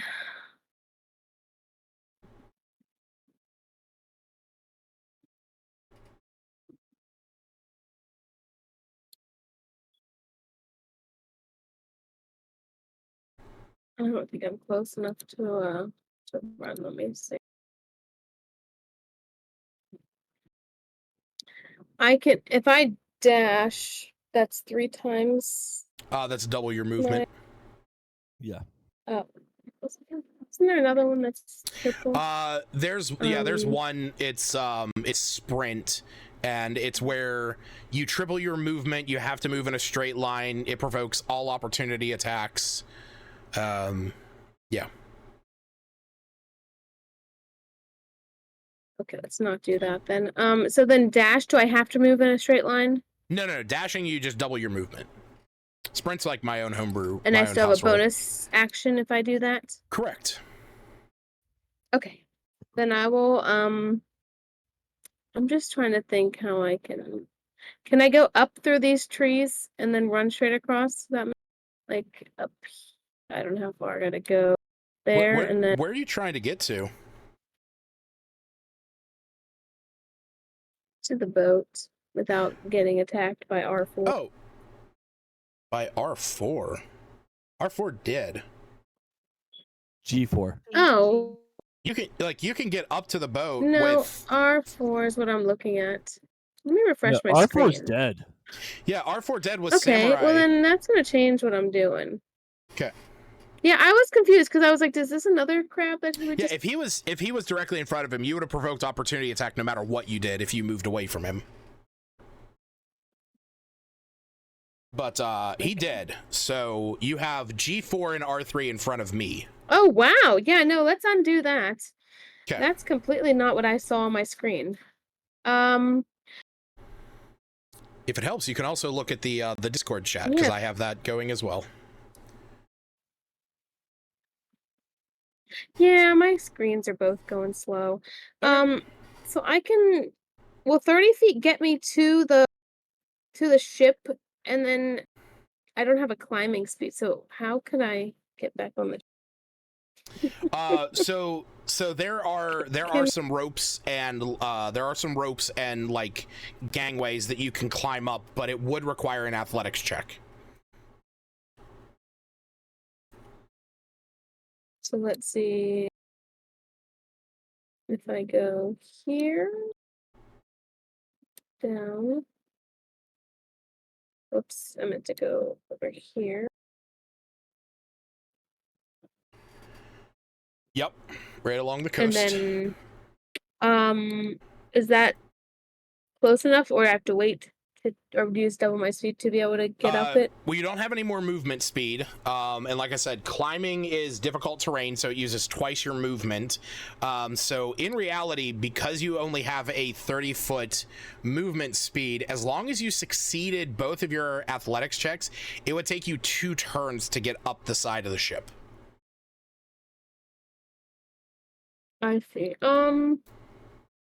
Downside to not having a climbing speed. So that's just my movement. I didn't actually have to dash. Yeah, then. no, that was just movement. Nice. I imagine hearing like the, all of their screams and stuff. So I kind of wanted to send something to help, but I'm going to cast my spirit guardians. Okay. You pop a... At level 3. 16 wisdom save. And while we're at it, I'm going to put my, let my dancing rapier go out in between G4 and R3. Okay. Go ahead and roll the damage for that.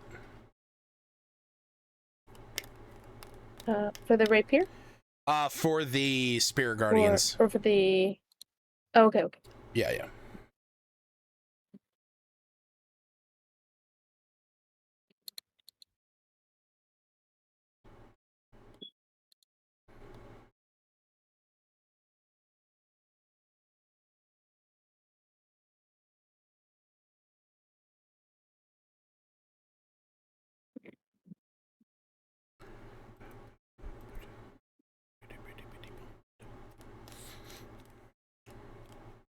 All right. 14. Razorback crab in front of me takes that spirit guardian damage. And your bonus action also kicks in. It allows you to make one attack with your dancing rapier. Yay. Do you want to attack the giant crab that just climbed down, or the one that is, or the one that's in front of me? It's currently grappling me. The Don't one forget that's that in part. Mm-hmm. the one that's in front of me. Okay. Which is technically in front of both of us.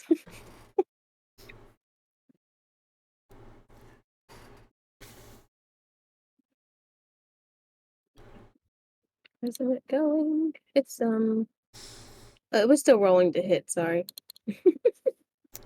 The dancing rapier as a 14. It's a 14 to hit. Yeah, that's the D. Yeah. Yeah. It has its own attack. The damage. Say +2. Yay, so 10. No, it doesn't hit. Oh, it doesn't hit. I'm sorry. That's all right. It's your turn. How badly can I see C2? You can see him. Okay. I need you to do me a favor, Lucas. Yeah, buddy. 17 dex save. Oh my god. Fucking again. I love this. I love telefrag. It also How helps me far is your telefrag? 120 feet. Telefrag has an effective range of 120 Nice. feet. All right. You will Okay. hurt Nice. I need that. Anime and Zeline. It is. Who knows? I know. Well, here's the thing. It says specifically, if the damage reduces a creature to 0 hit points, its body violently explodes. So violently But she's already reduced to 0. Is a thing.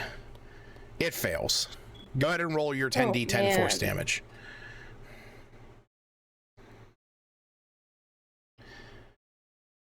Okay.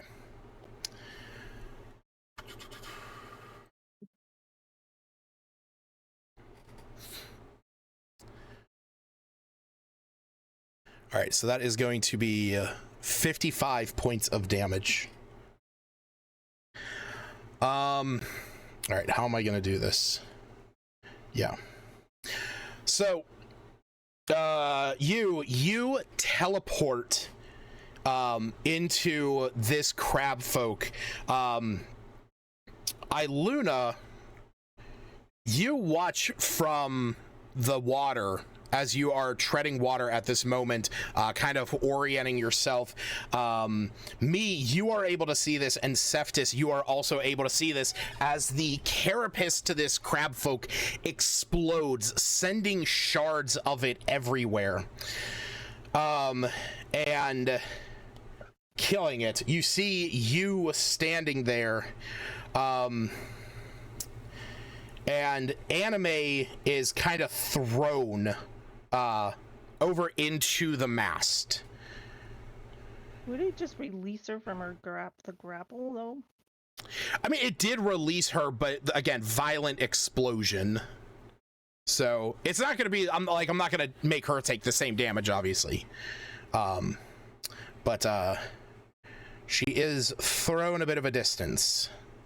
She's going to take 6 points of bludgeoning damage as she is thrown across the deck.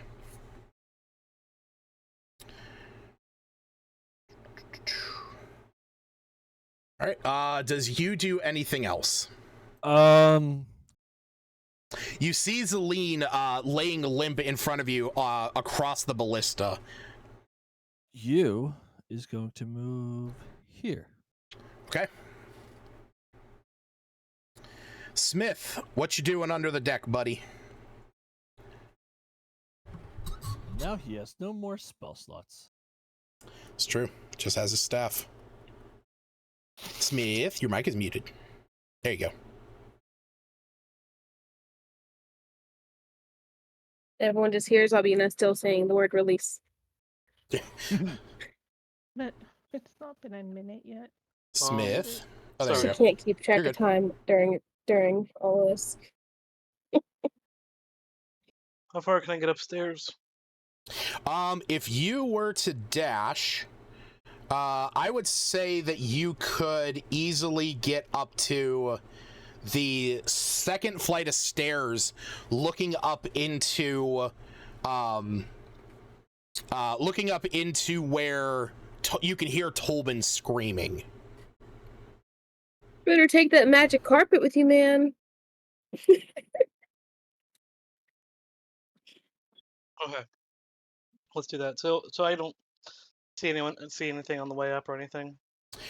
When you look up that flight. Oh, I guess technically he should have been over here. I forget how that shit works. Yeah, you hear him, but you don't see anything because right now you're kind of looking up into this area.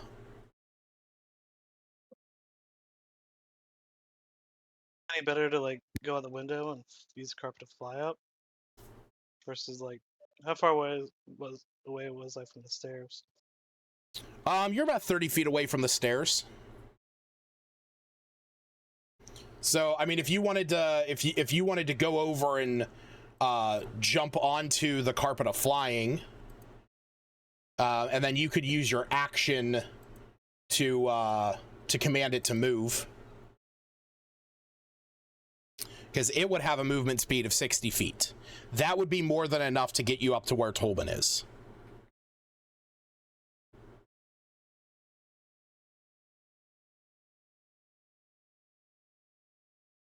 Oh, I don't know. Let's take the safer approach and just dash up there. Okay. Do you want your skeletons behind you or ahead of you?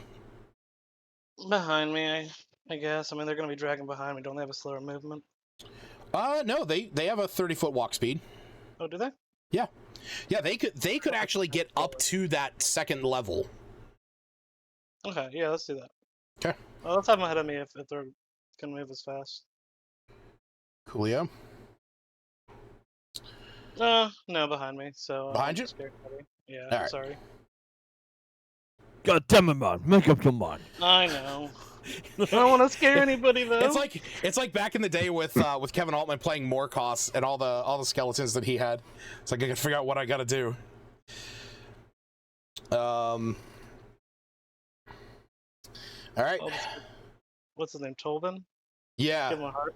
He's already like practically dead. I'd give him a heart attack. Yeah. Yeah. Just for reference, Tolbin has 3 hit points. Yeah. So that is definitely a thing to consider. All right, you.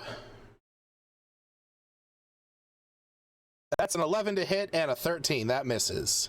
Uh-huh. Shit, what the fuck? Stop doing that. I don't want. Iluna, it is your turn. You watched that crab folk explode, and you standing in his place, who then rushes forward on the front of the deck. Did I see Zelene fall or assume? Yes, I would say you saw that. You saw that before you were thrown overboard.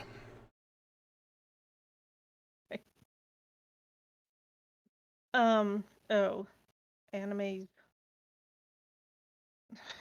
One around for a second. Anime is currently prone. Oh, I thought you just had her. No. She was definitely thrown over onto the deck. Hit the mast. Why would that make her prone? Because she doesn't have hover. I was say, let me throw you. Let you hit a pole. Go outside. Go outside. Grab a blue jay, and then throw him against a tree, and see if he stays flying. But maybe she flew before she hit the mask. Anyhow, I didn't know that would cause her to be prone. I thought prone you had to. There were certain. Prone just means that she is flat out on the ground. Okay.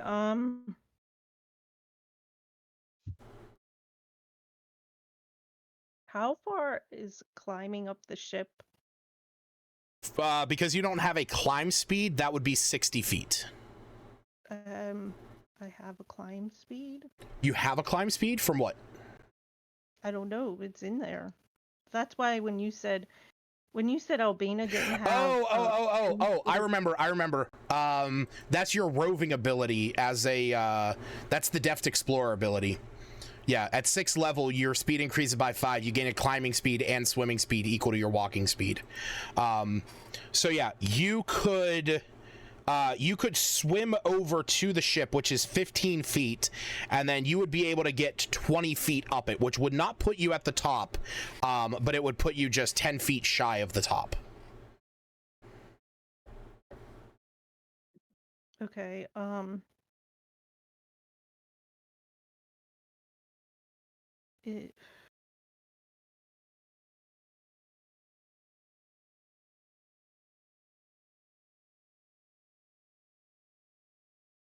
And that's just my movement. Is it an action to recall anime?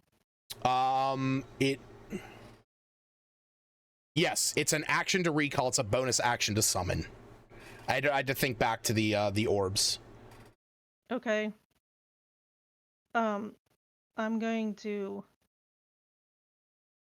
recall anime and then use a bonus action cast healing word. Wait, is it healing word? No, healing spirit is the one I wanted. To hover right over Zeline. But that's also a bonus action. Mm-hmm. I don't know which one's better. 1d4. Okay. Healing spirit over Zeline. Like right there. So you are too far down. You can't see that space. Because it is you call it appears in a 5-foot space that you can see. Oh. So neither healing spirit nor healing word, because you would need to be able to see them. You can't see her from where you're at.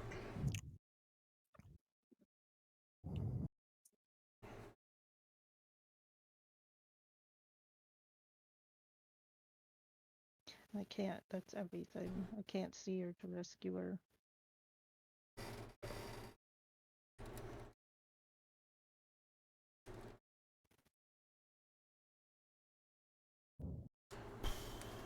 Okay. What would you like to do? I was just reading rescue.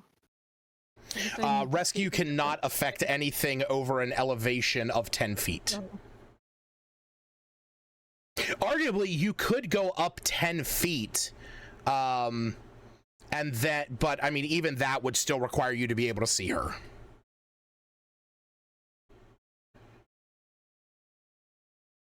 Huh? I thought I used all my movement and I'm just like hanging off the edge. You are. That's what I'm saying. Like you are just like on the side of the ship. You can't see her.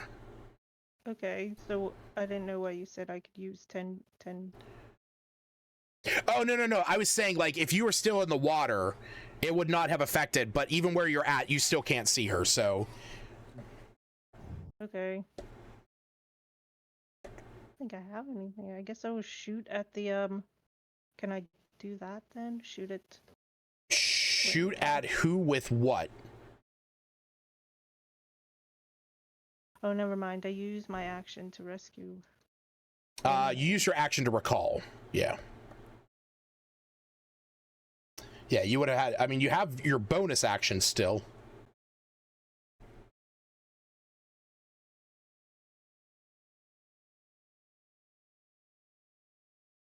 I don't think I can do any of them.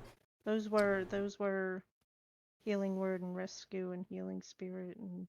Okay. All right. Looks like that's. Showing short sword under as a. That's because that's if you're dual wielding your short sword, Okay, which you are like, climbing a ship, so you're definitely not dual wielding. I'm just out of choices. I think that is about it. I think in your current situation, that's about it. I didn't realize I'd have to rescue anime. I just thought I didn't realize she was pro. So I had a different plan. Anyhow, just stare at Zelene and hope I can help her. Iggy's making his way up the ship with Smith. And Smith, you can still hear the I don't know why this skeleton's still there. You can still hear the shouts from Tolbin just a level above you, as you see that as you can hear like the sound of him scrambling. All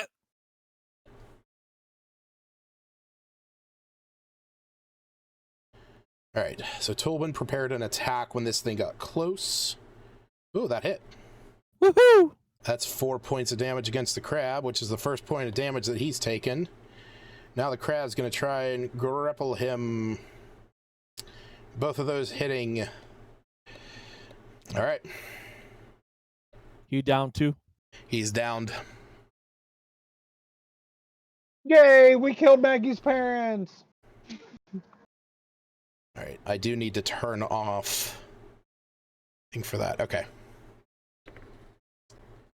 Death saves for the downed and weakless.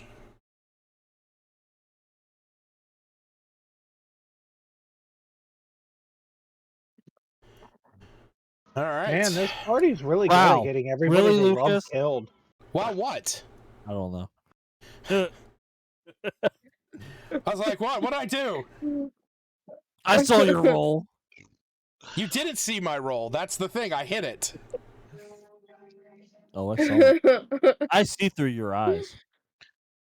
Oh, that hidden camera you put you can there. see this. The razorback crab in front of you on the stairs, it pushes up against you, and you're going to take 10 points of slashing damage. What did it hit me with? It threw itself at you. It has these giant, like, razor-sharp protrusions from its back. That's why it's called a razorback. I get that, but what did you roll to hit?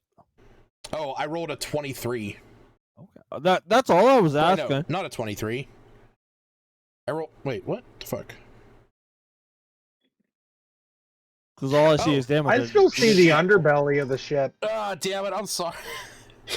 I don't know why I did that. Yeah, that I still see Smith. Let me refresh. Oh, my bad. I don't have you guys up on the top. My apologies. You know what? I was looking at the old roll. Or no, that was right. Yeah, no, that was right. I rolled a 19 to hit you. That's what I hit you with. I was looking at the wrong thing, but no. I rolled a 16 for the claw and a 19 for the shell bash. So, and the shell bash does 1d4 plus 1d6 plus 3. So 10 points to you. And it is going to be me's turn. Me.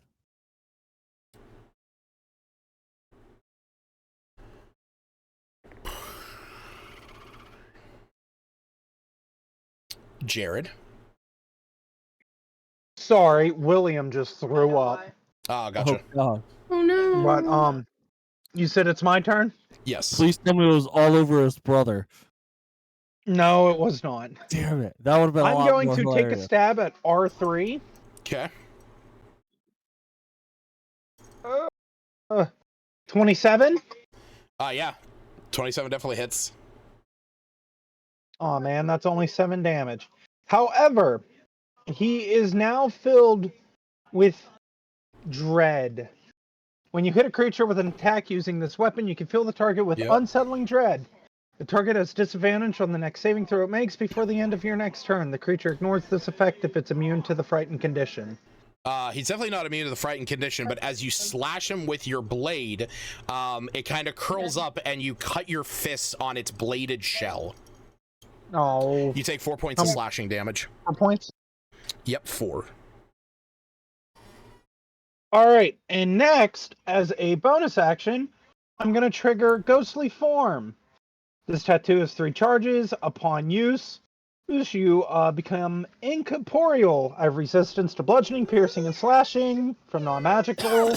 I cannot be grappled or restrained. I can move through creatures and solid objects as if they were difficult terrain and so forth. Okay. So I'm no longer grappled. Correct. And I'm gonna go into the ship. Okay. You walk into the belly of the beast. You can see that there is there's a little bit of chaos in here as you get down into the hull of the ship. And then whatever movement speed I have left, I do want to start to slowly go up.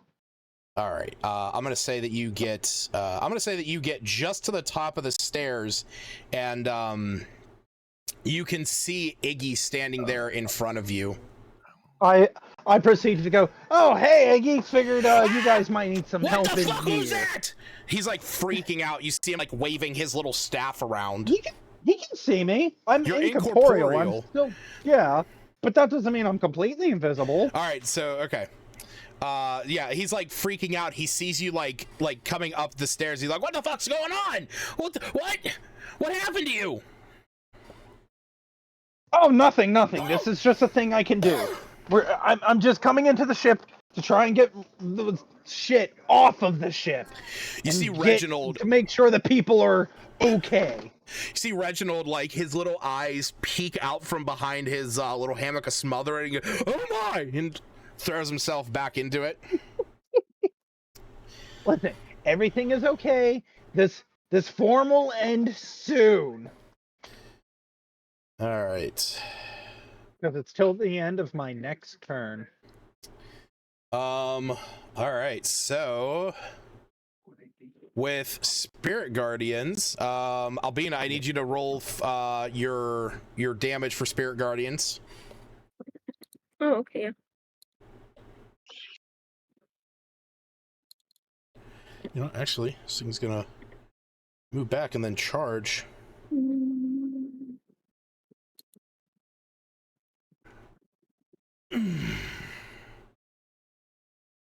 Finally. It's going. That was the one I wanted. In addition to that, I need you to make a strength saving throw once that comes through. Google. Oh man. All right, 15 points of damage. That's fine. I can tank that. Now, with the strength saving throw, I could use my inspiration, or I can't. I can't remember. Yeah, you can use inspiration to get advantage. It would be okay. So remember, you can use it preemptively to give yourself advantage, or you can use it to re-roll a check or save or attack, but you have to take the new one. Gotcha. It's just I didn't know how to roll twice. Unless I double click on it. No. Oh yeah, I do. Okay, with advantage. Yeah. So you are rolling with advantage? Again? Yeah. Okay, so just roll it normally, yeah. So you will get the higher of these two if you're rolling it preemptively. And let me take my inspiration off. Just to be on the safe side. I have a plan.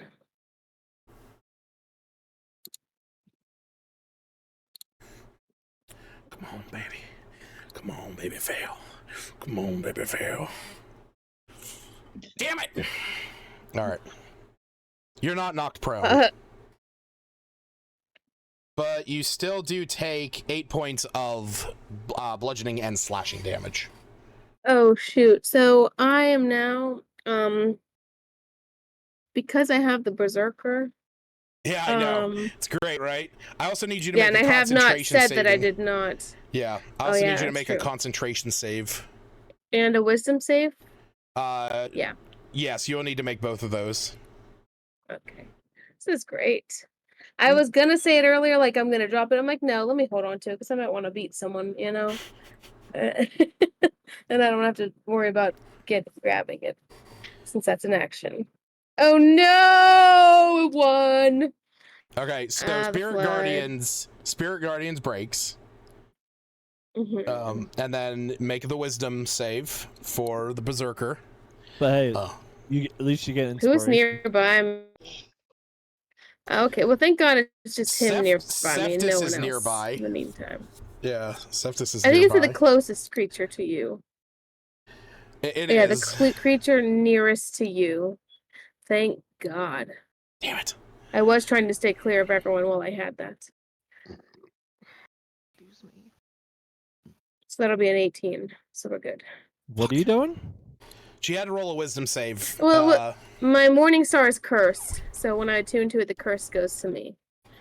She is. And if I don't. When she gets hit, she has to make a wisdom save or go berserk, meaning that she uses all of her action and all of her attacks to attack the nearest creature to her. And if there's multiple creatures near her, it's made at random. So. Thankfully, it's only when a hostile creature damages me. So. Sure. Yeah, I don't think a friendly's gonna be hitting you too soon. Excuse me? No, just because like Iggy, because I was worried about Iggy when he attacked. That I hit her with a fireball. Berserk and hurt and killing me. True. Yeah, but you're not hostile. I mean, maybe you're hostile toward me, but I don't know it. I still hit you with a fireball. Yeah, but it says when you take damage from a hostile creature. It's fine. Septus, it's your turn. Okay.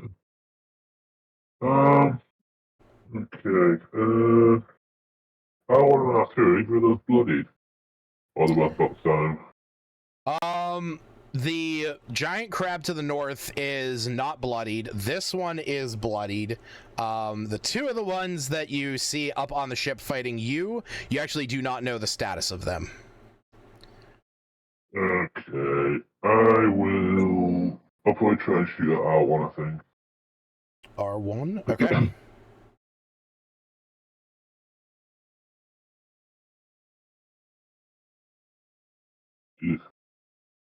That's a hearty miss, unfortunately.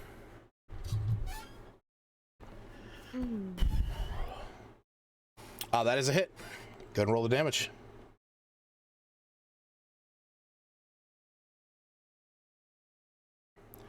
Right, 17. Do you want to move or do you want to stay where you're at? I think I'll stay here for a bit. Okay. Good advantage of everything for me. So seeing Albina kind of going crazy, seeing Cephas coming up the beach, this giant crab up here, and also seeing its, dead crab folk, this one is going to make a break for the water.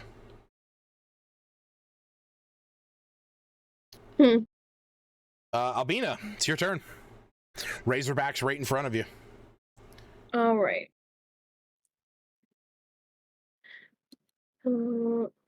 Now the bonus action for the rapier, that can move and attack, or yes, within 30 feet. Is that how I understand it? Okay. Yeah. So it can move up to 30 feet and make an attack as part of your bonus action. I'll have it move right above the R3 and attack it. And while it's doing that, I'm probably just going to attack it with my berserker.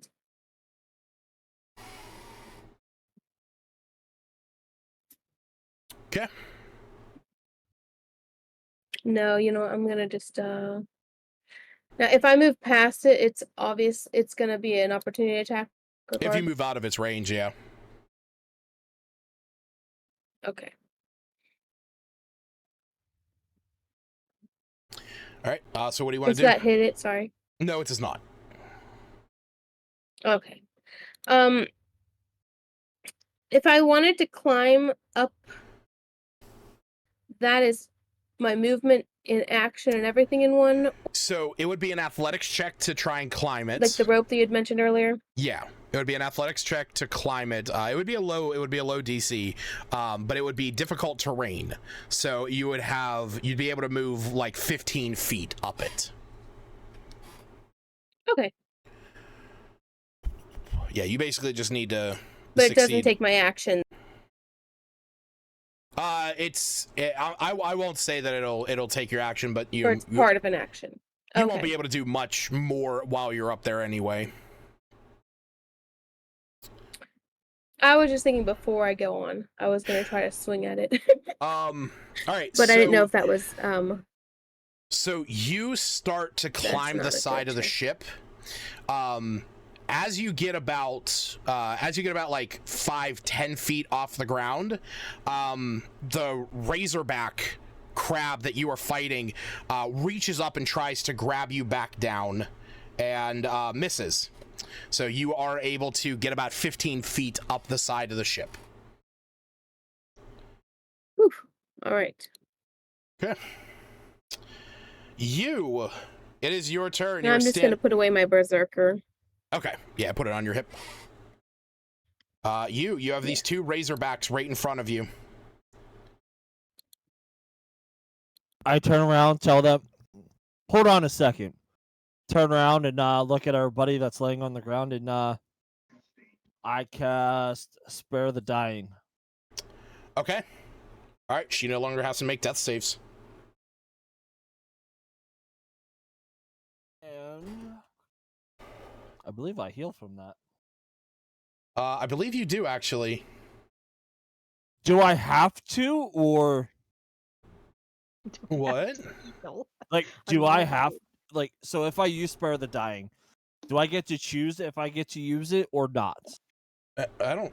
Fuck, dude. I don't know. It does once per long rest. What's the ability called? Defy Death. Long rest. Once per long rest, you can regain. Not that you do regain. Okay. Yeah, I'll wait for that. I'll use that for my death saving throws. Okay, cool. I'm like, all right. So Zelene is stabilized. You still have your bonus action if you wanted to do anything. It's mostly just a misty step. Yeah, I'm currently the only one on top of the ship that's healthy. Right. So right. I'll stay here. Cleo. I'm only on top of the Smith. You're continuing up the stairs? Yep. Cool. As you reach the top and you round the corner, you get to this point. Your skeleton's following up behind you. You hear Iggy quickly trying to make his way up the steps. After making a blood-curdling scream. Yeah. And as you look around, you can hear this thump, thump, thump noise as you see a lifeless Tolbin being battered up against the side of the ship by this crab. I should say a limp Tolbin. Is the crab bloodied by chance? The crab is not bloodied. Okay. You can see that there is there's a crunch in its shell, but it's not bloodied. Is it just the one crab next to him? Just the one crab. Yep. I will use. Should have zoomed in.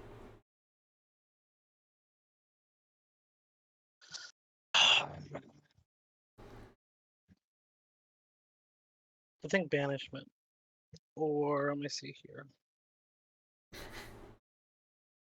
Damn, going 4th level spell.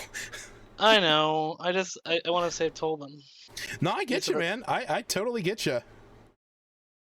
Well, I want to use hold person, but it's not. It's a crab, right? Yeah, it's not a person. Yeah, it'd be hold monster. Yeah.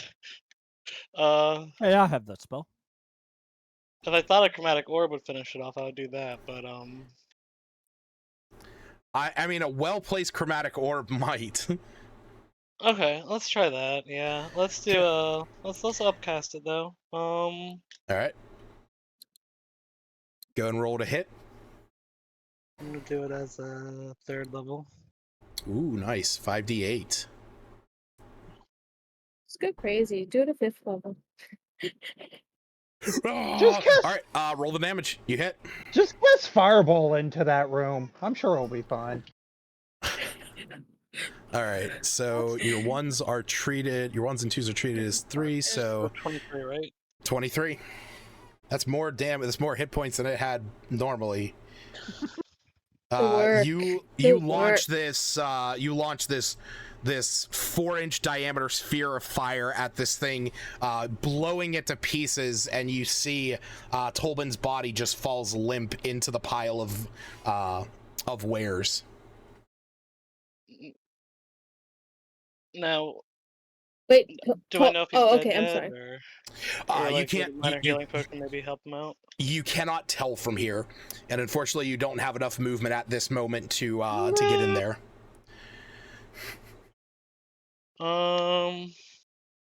Send your undead army. Well, they're behind him, so.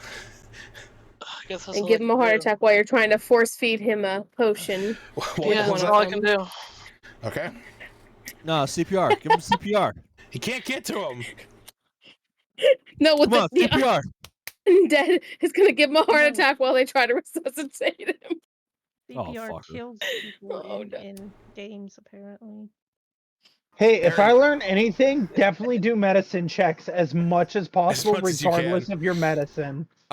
Jared, Aaron, you is gonna take 8 points of bludgeoning and slashing as this razorback bashes into you. Okay. Iluna, it is your turn. So, I saw Zelene come back up. As you climb up to the top, you can see that Zelene is laying there, but her breathing is labored, but you can tell that she is at least like you can tell that she's not like bleeding out or anything like that. Okay, I'm gonna attack these two. Well, bonus action is healing spirit. God, why did I lose it?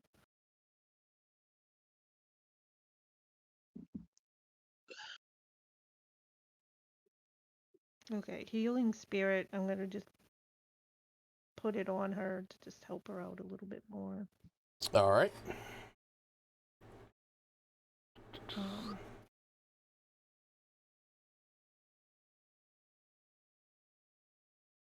Wow, 9.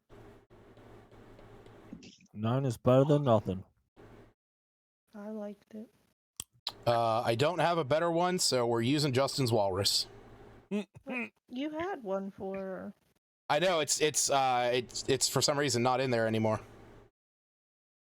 Oh. No, not the walrus. The eye of the walrus. Oh, here we go. You know what? We'll just use winter anime. That's fine. That's fine. I feel like I did. I don't know what I said would be. No, I did at one time have a transparent anime, and I still have it somewhere in a folder. I don't have it on here. That's all. And then shoot at whatever, R1. Shoot at R1. 15, is that a hit? 15 is not a hit. Well, that sucks, because I was going to shoot the other one if I hit them. Okay, go ahead and roll your second attack. Try again. That one does hit.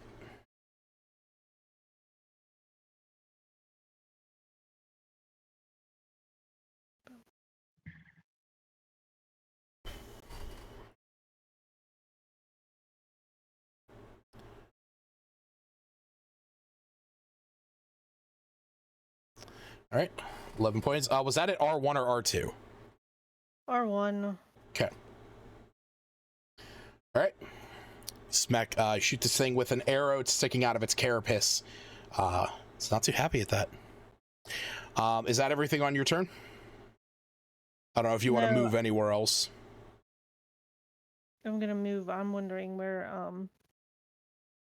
she rescued Tobin twice, and she doesn't know where he's at.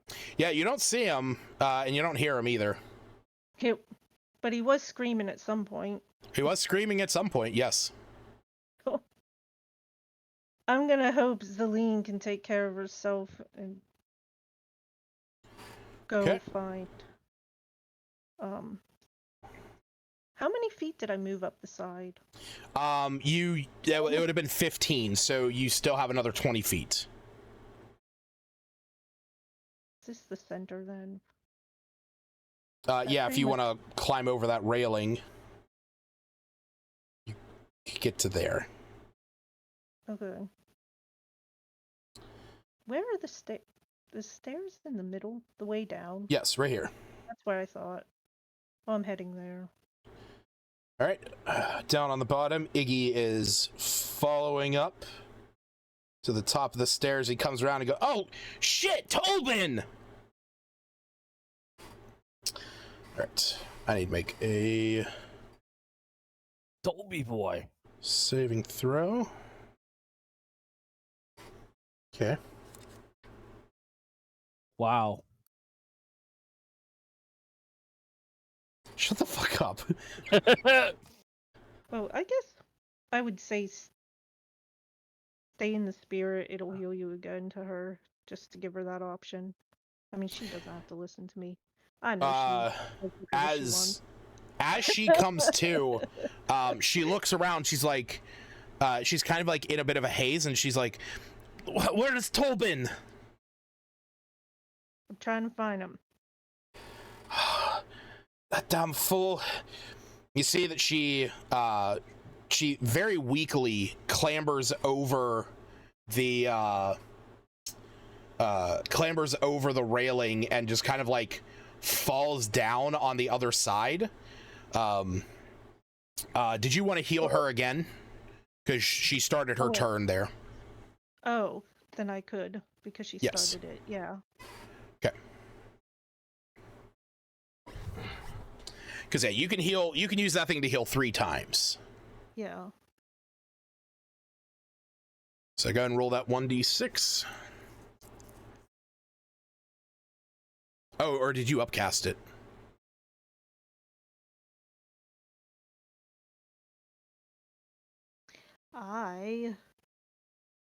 Because I see you rolled 2d6 before, so you upcasted that at 3rd level. I clicked the wrong one. I meant to only, so I don't know. Okay, so then she would have only been up to she would have only been up to 3 hit points then. Because she would have been up to 4 because she had 1. Or no, it would have been 3. Yeah. So it would have been 3. So you just healed her for another 2. All right, so she's up to 5. Like I said, you see, she kind of like pulls herself up over the railing, flops down to the other side, and then is like weakly dragging herself over. And she's like, "If he went anywhere, he would have gone under the deck."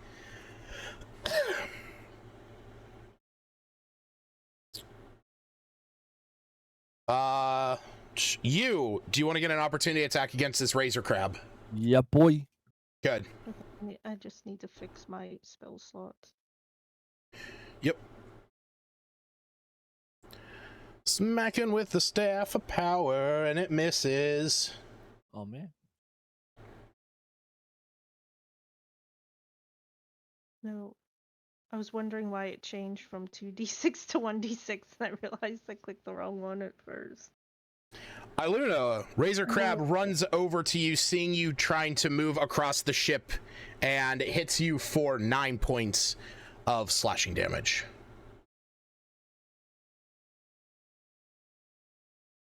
Me, on the underside of the ship, you watch as Iggy makes his way up, and you can hear him shouting about Tolbin. I'm gonna make my way up as well. Okay. Do I have enough movement speed to get to Tolbin? Do you have extra movement speed with that thing? It's basically I can just you could technically, because you can move through the wall, you could like not have to go the whole way around. It counts as difficult terrain, but that's up to you. And that's just moving. That's like moving through the wall, though.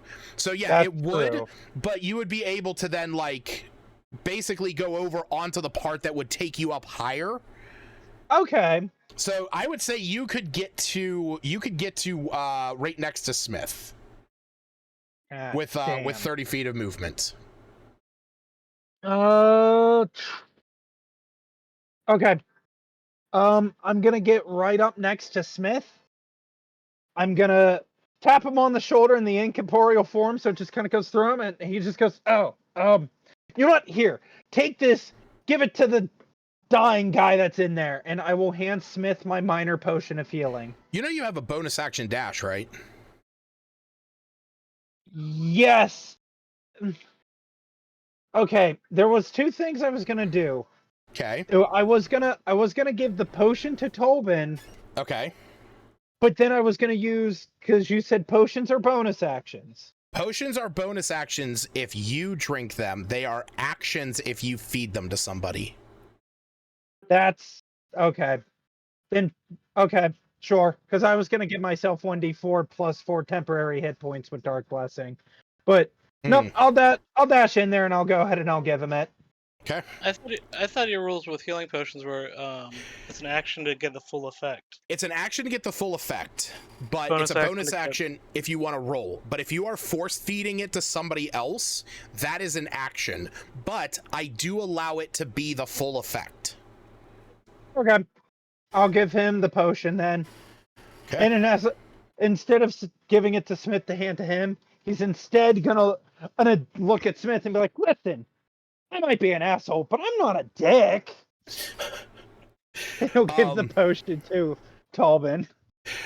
So as you adjust him and kind of take him in your hands and you force it down his throat, a moment later, oh, where?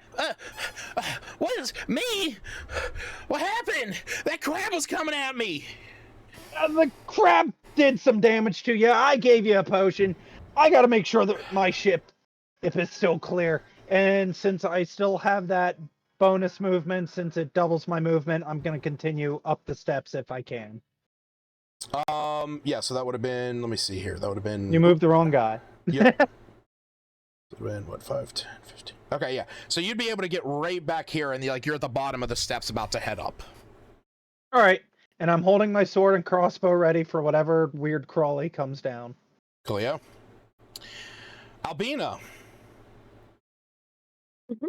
The crab next to you that was down on the ground begins to climb up the side of the ship.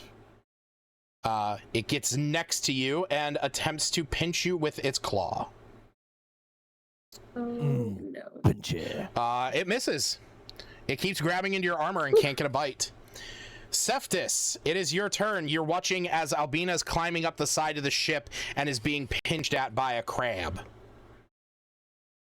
That one's bloodied, yeah? That one is bloodied, yes. Alright, I'll see if I can take a shot at that one. Okay.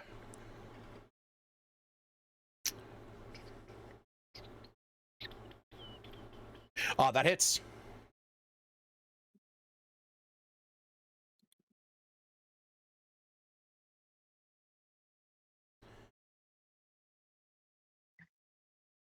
All right. It's just hanging in. You think another shot might take it down. Alright. Yeah, you know. That's the DM telling you, take another shot, you'll kill it.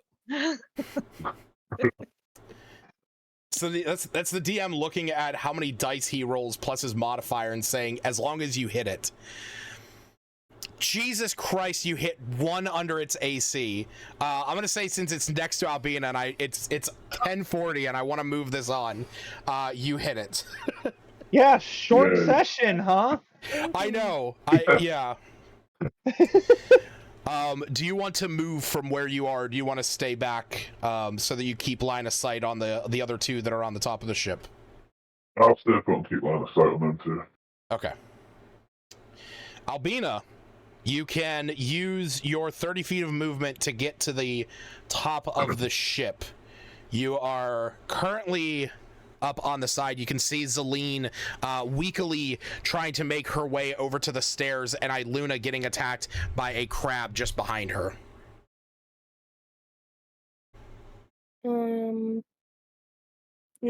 I see Zelene on the floor, or...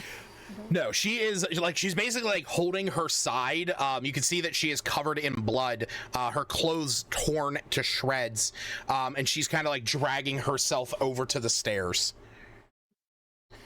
How far is she? Let me see again. She is right in front of you. She's near me, she's about 10 feet in front.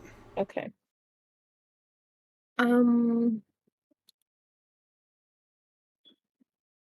Let's see.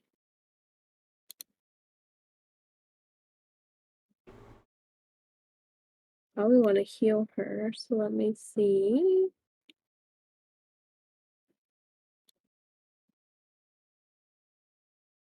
Let's do a mass healing word. How many people are nearby? Just me, Iluna. I'm gonna say from where you're at, you'd be able to see Seftis, Iluna, and I'll give you the credit for you and Zelene. Okay. Wait, there's a mass cure ones. I know you don't want me healing you, but Zelene looks pretty bad. Release. And I will just cast it at 3rd level. All right.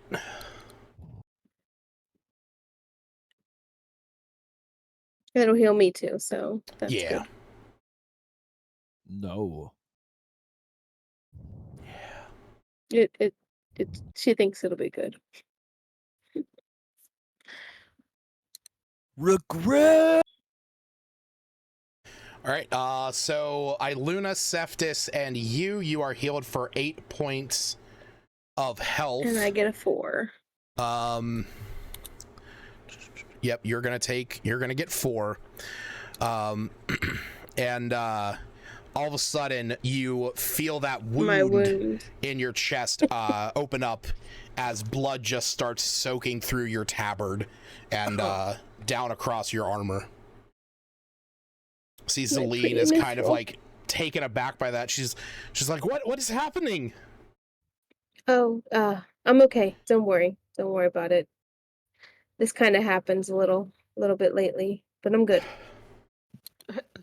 I feel like Iluna isn't quite aware that's happening either. Not in the way. Right. Yeah, you just watch as like blood is starting to like coat her. I think I would just note it, especially since Celine was like saying something. Okay. It is your turn. But I would also recognize the fact that I feel better at the same time. Who's more bloodied, R1 or R2? Oh, and then I didn't realize. Oh no, it's casting. Nothing. We're good. Okay. Have they both taken damage? Yes. I am going to have R2 make a wisdom saving throw. Toll of the Dead. Toll of the Dead. It fails. Cool. And R2 has taken damage, correct? R2 has taken damage, yes. 2d12.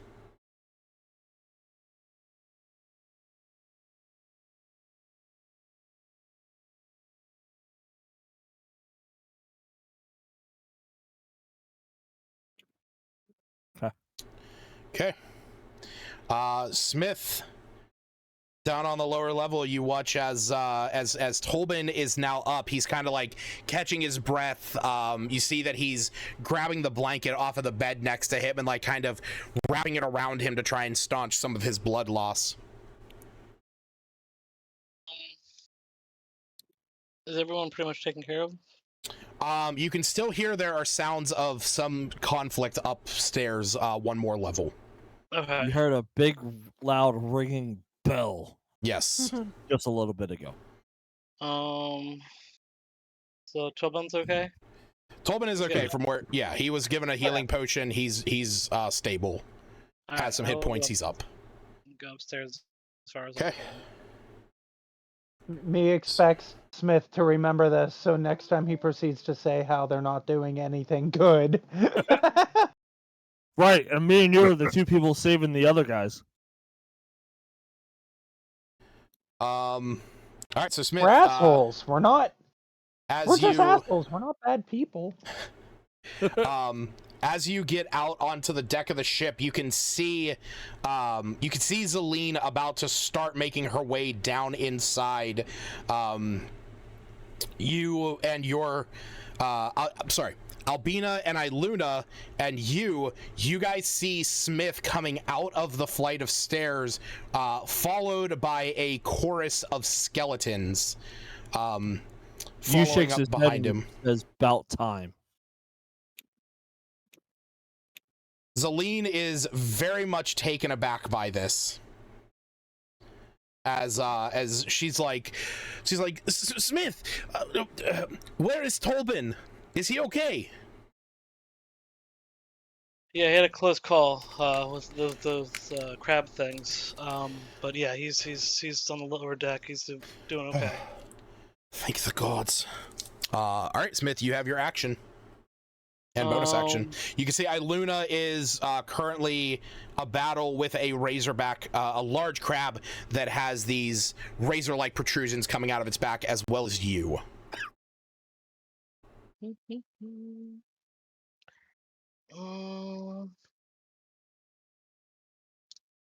do I want to do? Probably let's just do a chromatic orb.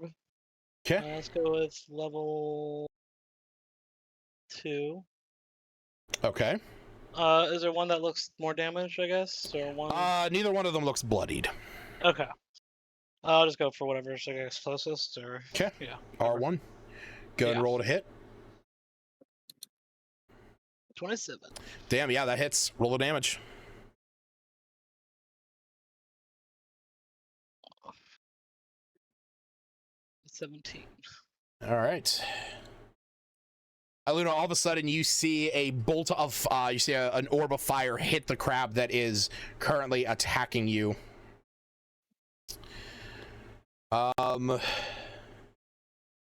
You.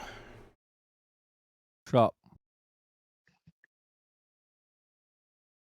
Crab tries to pinch you twice with its claws. And then you see that as it looks up and it sees the cavalry coming from over the edge, it starts to scuttle over the side. You get an opportunity attack if you wish.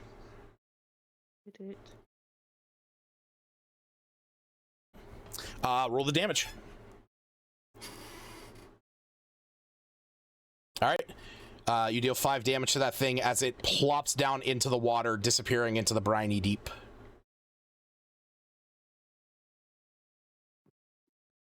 If I have dark vision, can I still see it? No. It is beyond the scope. If I jump in the water and I have dark Jesus vision, Christ, can I see it? maybe yes, actually, on your turn you could. Okay. Iluna, it is your turn. Oh shit, I'm sorry. You know what? Actually, they wouldn't have been able to do anything, because they can't move further than Smith. Never mind. Iluna, go ahead. I was thinking of Smith's skeletons, but since he had them behind him, they can't move past him. Okay. I'm gonna cast Zephyr Strike. Okay. Did I click it? Oh, Bonus action. And then advantage on one weapon attack. Yeah, I'm gonna shoot with my bow. It gives the automatic advantage, so. So you would neutralize. Are you moving? Yeah, but neutral. No, you can move and not provoke opportunity attacks when you cast Zephyr Strike, so you can get away from this thing. Okay. So do you want to move? Yeah, I'll move Okay. then. And then From there, you would get your advantage. I thought my.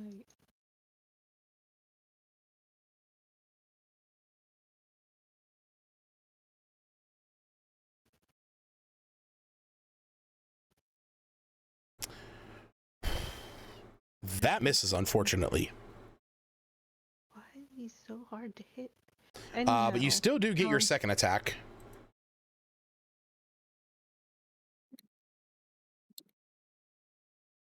That hits. Go ahead and roll the damage.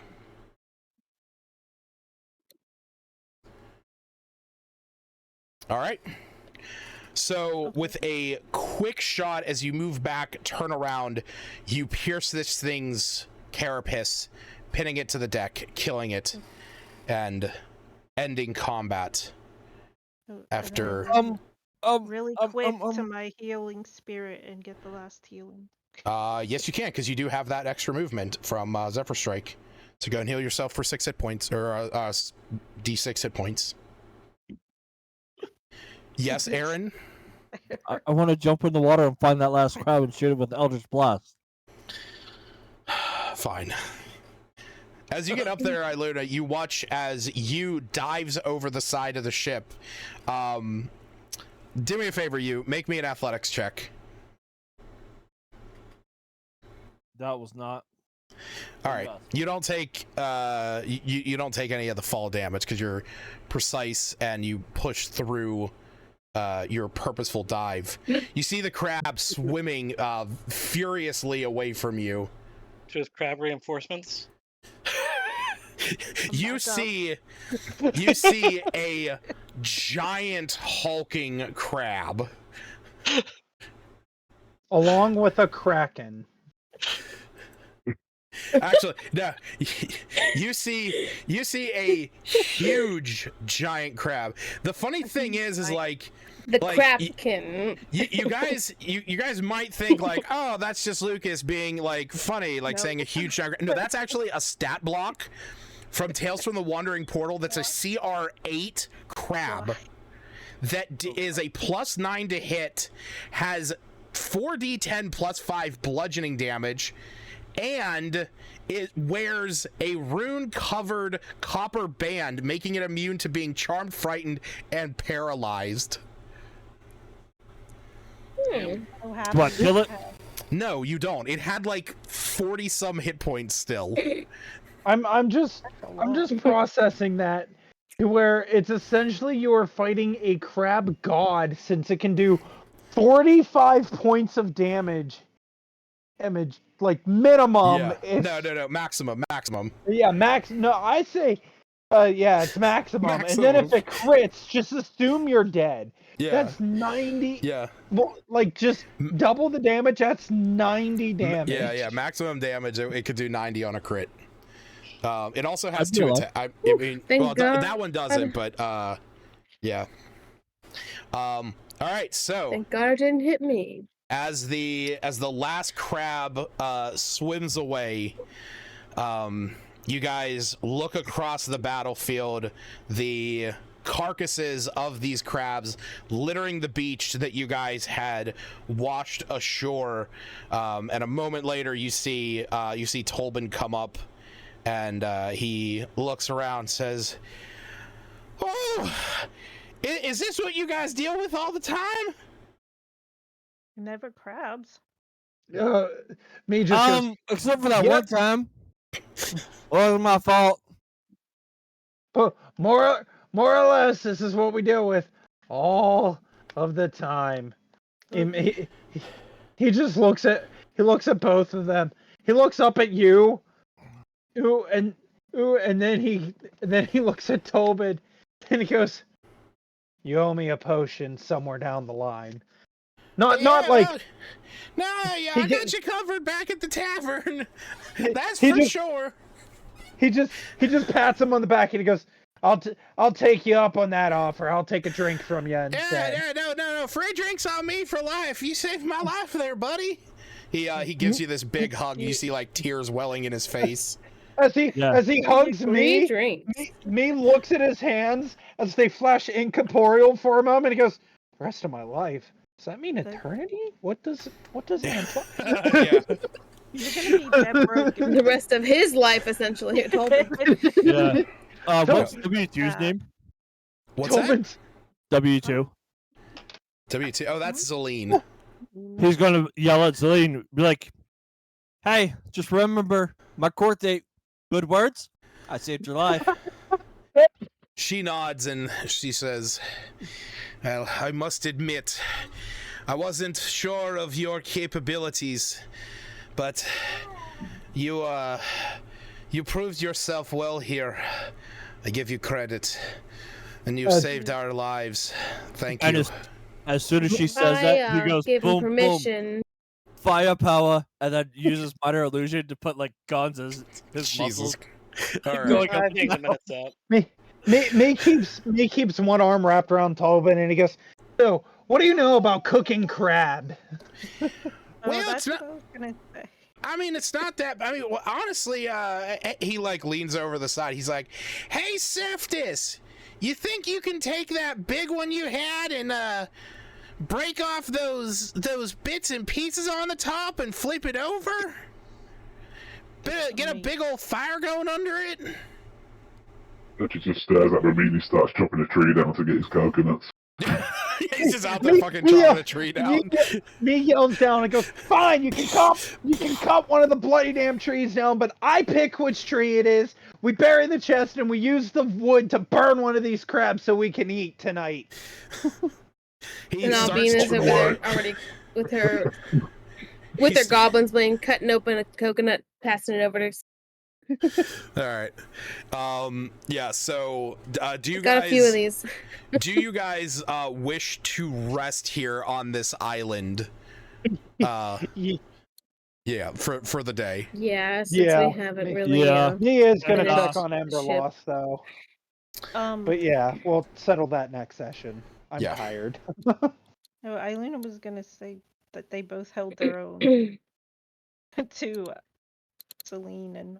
Oh, Tolbin and Celine. Where while the fire's going, I'm gonna have Albina use release so he can identify his new robe.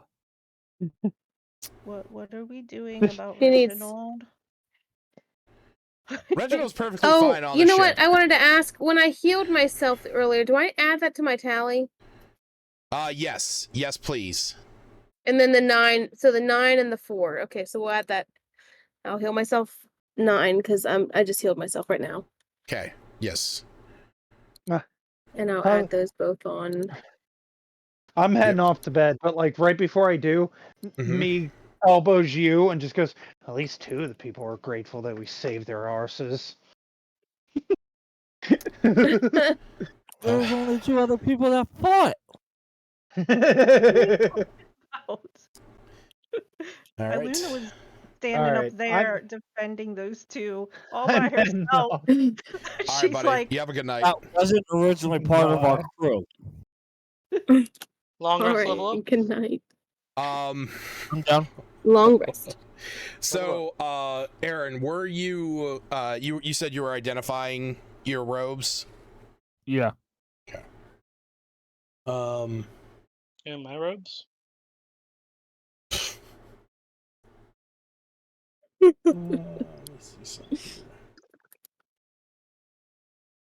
I have Smith identify that horn as well, as we're resting?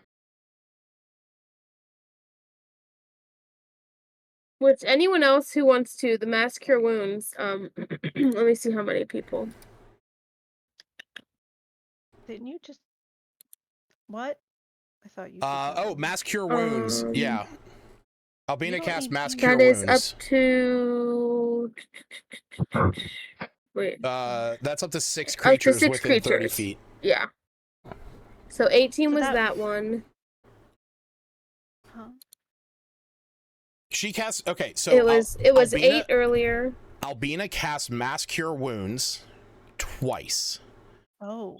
Sure, she cast mass cure wounds, and is now currently casting mass healing word. So whoever she decides gets 18 hit points. You don't need to use a spell slot if it uses one.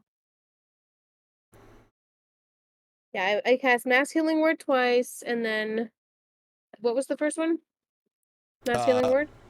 The first one was mass healing word, then you cast mass cure wounds, and now you're casting mass healing word. Because you cast mass healing word before to heal yourself and Celine.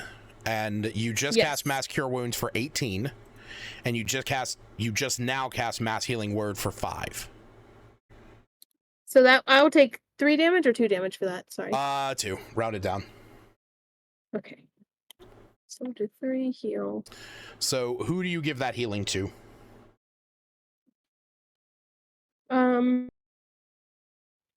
Oh yeah, because there's how many of us here? I'm gonna say arguably you could give it to if you give it to yourself, you could give it to Seftis, Iluna, me. I know you is kind of like against being healed by everybody.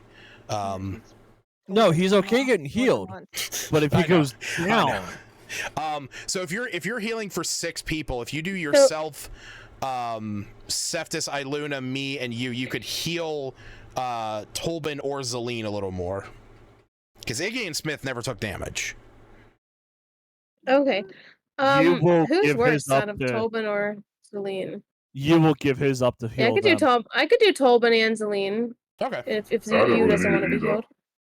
Yeah, That Seftis. should be fine. Well, Fucking hell. Seftis and his yeah. high AC. Seftis ain't got no high AC. Yeah, he does. He got that damage reduction. Yeah, Yeah, I meant to do double mass cure wounds. Plus, he Silly also has me. a really high AC. What All is right, it? so I'm just trying to remember. Do I? Mhm. Sorry, go ahead.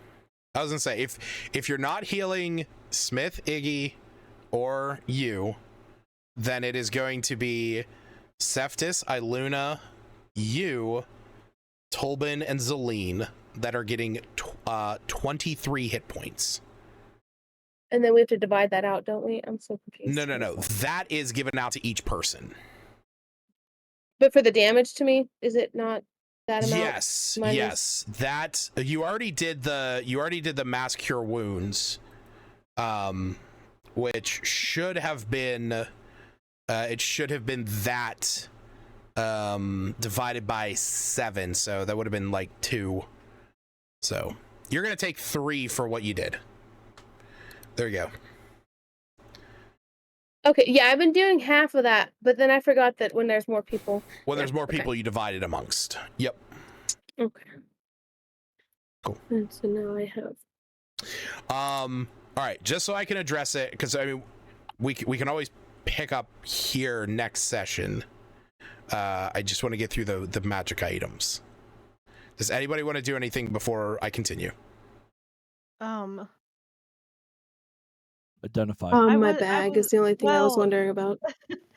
I typically do healing kits, but I'm not sure where we're at with that since Albina did a bunch of spells. So I can do 23 healing from whatever she last You did. got Seftis, Albina, Iluna, and me got 23 points of healing. I can still use some healing. Do I heal overnight with my? I can't remember if I do with the temporary. You do. You heal overnight. Oh, okay. Well, never mind then. Yeah, I don't see if we're going to long rest. I don't see why we would. Oh, I thought I wasn't gonna heal. I'm still remembering. No, you're good. The I'm just temporary thing here. Yeah. Your thing is that you like. I take up to 86. Yeah. Well, that's it. Like anytime that you recover hit points, then you bleed. Like, so that doesn't matter if you long rest, get a feature, have a spell, nothing. But the only time that you take damage is if you cast a spell that heals. Oh, okay. Then I should be asking other people to heal and not be healing anyone until I get the. Well, I still have to get the 86 regardless. You still got to get through that. That's the whole thing. You got to pay your penance. Yeah, I thought that's why she was saying I'm healing everyone so she could get through the numbers faster. That's it. The faster you get through it, the better. I thought she was running, mechanics. Well, I pretty much feel like she's just trying to heal because she's like, I'm not healing. Like, what's going on? And then inevitably, at some point, she's gonna end up being like, okay, well, it stopped. I don't know why, but it did. Yeah. Stop. But yeah, I could. Well, I don't know if we're resting. Like. You guys, that's up to you. You guys can long rest. I know it was brought up about wanting to long rest here, having a big crab cookout. Yeah, I was definitely going to suggest we cook up some crabs because Iluna is really pissed off that while they're on this bank, so she was going to cook them up anyhow. And I'll be showing Smith my bag. But I did want to check on Reginald because he seems absolutely terrified. Yeah, he's pretty terrified under there. I forgot about him. And ask if Hassa could help with something calming. Like if he's absolutely terrified. Well, you already know. You've made a calming tincture before already, so that's not even something you'd have to ask him about. Sedative? You want to make him a sedative? All right, make me a medicine check with advantage, getting Hass's bonus. Where?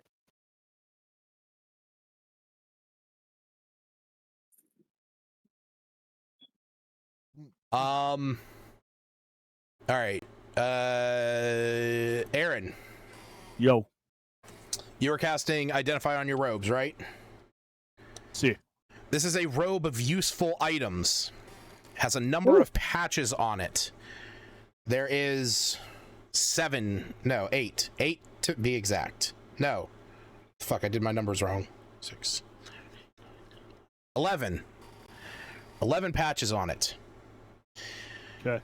There are 2 rowboats, 4 potions of healing, a wooden ladder, a pit that you are able to manifest that is a 10-foot cube on either side, an iron door 10 foot wide, 10 foot high, a window 2 foot by 4 foot and 2 feet deep that can be placed on a vertical surface. And there is a scroll on there that would allow you to cast Enlarge Reduce. That's pretty cool. These are all patches on there. It is an action to detach one, causing it to become the object that it represents. Once the patch is removed, or once the last patch on the robe is removed, the robe just becomes an ordinary robe with a bunch of stitchings removed from it. Gotcha. That's nice. I will post this in the P5 chat with what is on there. Sweet. Woo! Alvina's just showing her bag off and like, check my next. Tell me what it is. Are you asking you or are you going to Smith? I thought Oh no, you I had was an just showing it to alphabetical. Smith, but I was gonna have you identify them. Oh. If it I'm just looks like, look what I like got. You didn't one get any that- treasure. I thought you said it looks just like one Iluna is carrying around. Yeah. It looks exactly like a bag of holding. I will also identify albinos.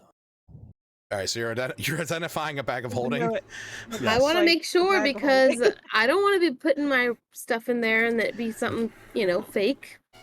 How do I know if it has any spells or curses on it? It could be cursed, buried in the sand. All right. So while he's doing that, Smith, were you going to identify Cephas's horn? Sure. Okay. Cephas, this is a horn of frost. Once per day, you can use an action to speak its command word and blow into the horn to emit a chilling dirge. When you do, each creature within 30 feet of you that can hear the horn has the spell Armor of Agathis cast upon them. Armor of Agathis, if you do not know, is a first level spell that covers you in a protective magical force of ice. You gain 5 temporary hit points, and if a creature hits you with a melee attack while you have those temporary hit points, it takes 5 cold damage. Hey, sweet. I'm just gonna say, because it'll probably come up, Jared's mug is a Sylvian chalice. It is, while attuned to the goblet, he can speak, read, and understand Sylvan, and Fey creatures have advantage on charisma checks made against him. Additionally, he can cast Find Familiar once per day, and it is always a Fey Dryad. Nice. So that is what Jared has, and I'm going to send him a message so that he is aware of that. I'm gonna ask you if he can if I can borrow his pen to write my name on my bag. He Make will it all write your pretty name and on the back flowery. of Goblin. He spells it wrong. Puts AVBINA. Iluna's wondering if it's empty or not. But she does. Let me just stick my head in it real quick. No, I'm just kidding. I'll reach in it and see if there's anything in it. You reach into it, see if there's anything in it while he's identifying it. And I lose my arm. Yes. Make me a DC 15 strength check. Oh dear.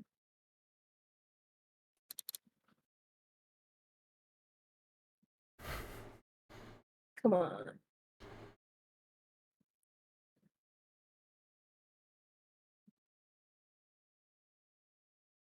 No, it went from 18 to 5. All right. Well, Don't you have inspiration? I used it earlier to give myself I thought you advantage. rolled a nat 1 on something. I did, but I had got the. Oh, I'm scrolling back up. I'm not seeing it. there was one nat 1, but that was, I think that's the only time. But I took the You rolled a inspiration. nat 1 on your con save. Wasn't that after her advantage? Yes. Yes. Oh, yeah, that's right. Yeah, that wasn't. Yeah, so because your strength save you made with advantage, and then you got your con save, which gave you back That's your inspiration. right. That's right. Okay, I'll roll again. Yeah, I was like, pretty sure you have inspiration. And I get a 1. Did you really? I could roll again, right? No, that's not how that works. You have to take the new roll. Okay. As you guys are having a bit of fun, your Tolbin, Zelene are starting to gather some of the crabs. Seftis chopping down his tree to get his coconuts. Spells are being cast to identify.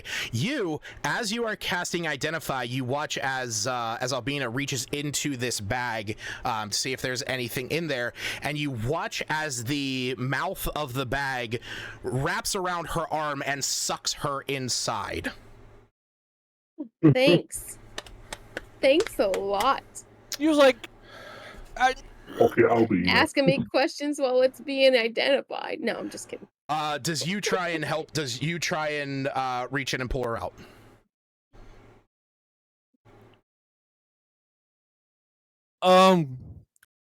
No, he's gonna yell at Septis. Okay. Like Septis, I need tree. Don't cut down his tree. Yeah, I understand that, but Albina's been sucked into this bag. I need to get her. Alright, so we'll go over and try and get her out. Okay. Leave her. I need you to make a DC 15 strength save. I get back from those, don't I? You do if you want to rage. Rage into it, buddy. Alright, I'll be raging and doing it. Okay. The ground starts to vulcanize, flames licking up and around. Roll this with advantage. Okay, you feel this bag wrap around your giant steely arm. You are able to resist the pull into it. Make another strength saving throw, DC 20.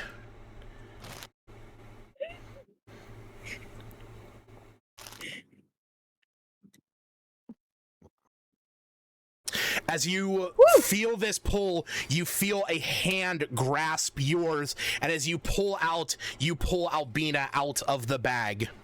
Missing both of her legs. No, sorry. A moment after this, your mind pings to realization, a bag of devouring. That is where we're going to end today's session. Long rest, level up. You had me Ooh, level up. Hell yeah. What, Stacy? You had me roll for Oh, yeah, I'm sorry. My apologies. Yes, you are able to make a sedative for Reginald.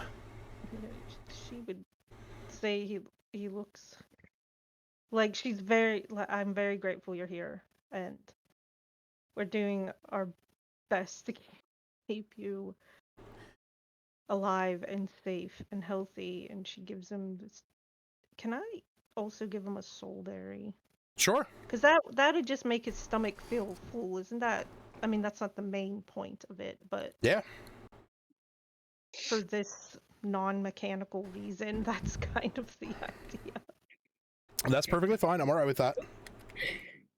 Okay, so he can get some sleep and calm down. All right. To those watching at home, thanks. Thanks for sticking out for the long session. It's supposed to be a short one. I was having a bad day today, but I'm not gonna lie. Samurai Crab really turned it around. That was it. Yeah. That was it. Samurai Crab and almost accidentally, or not almost accidentally, almost killing Nearly Hannah's devoured. character. Was the best. Again. Almost killing it. Yeah.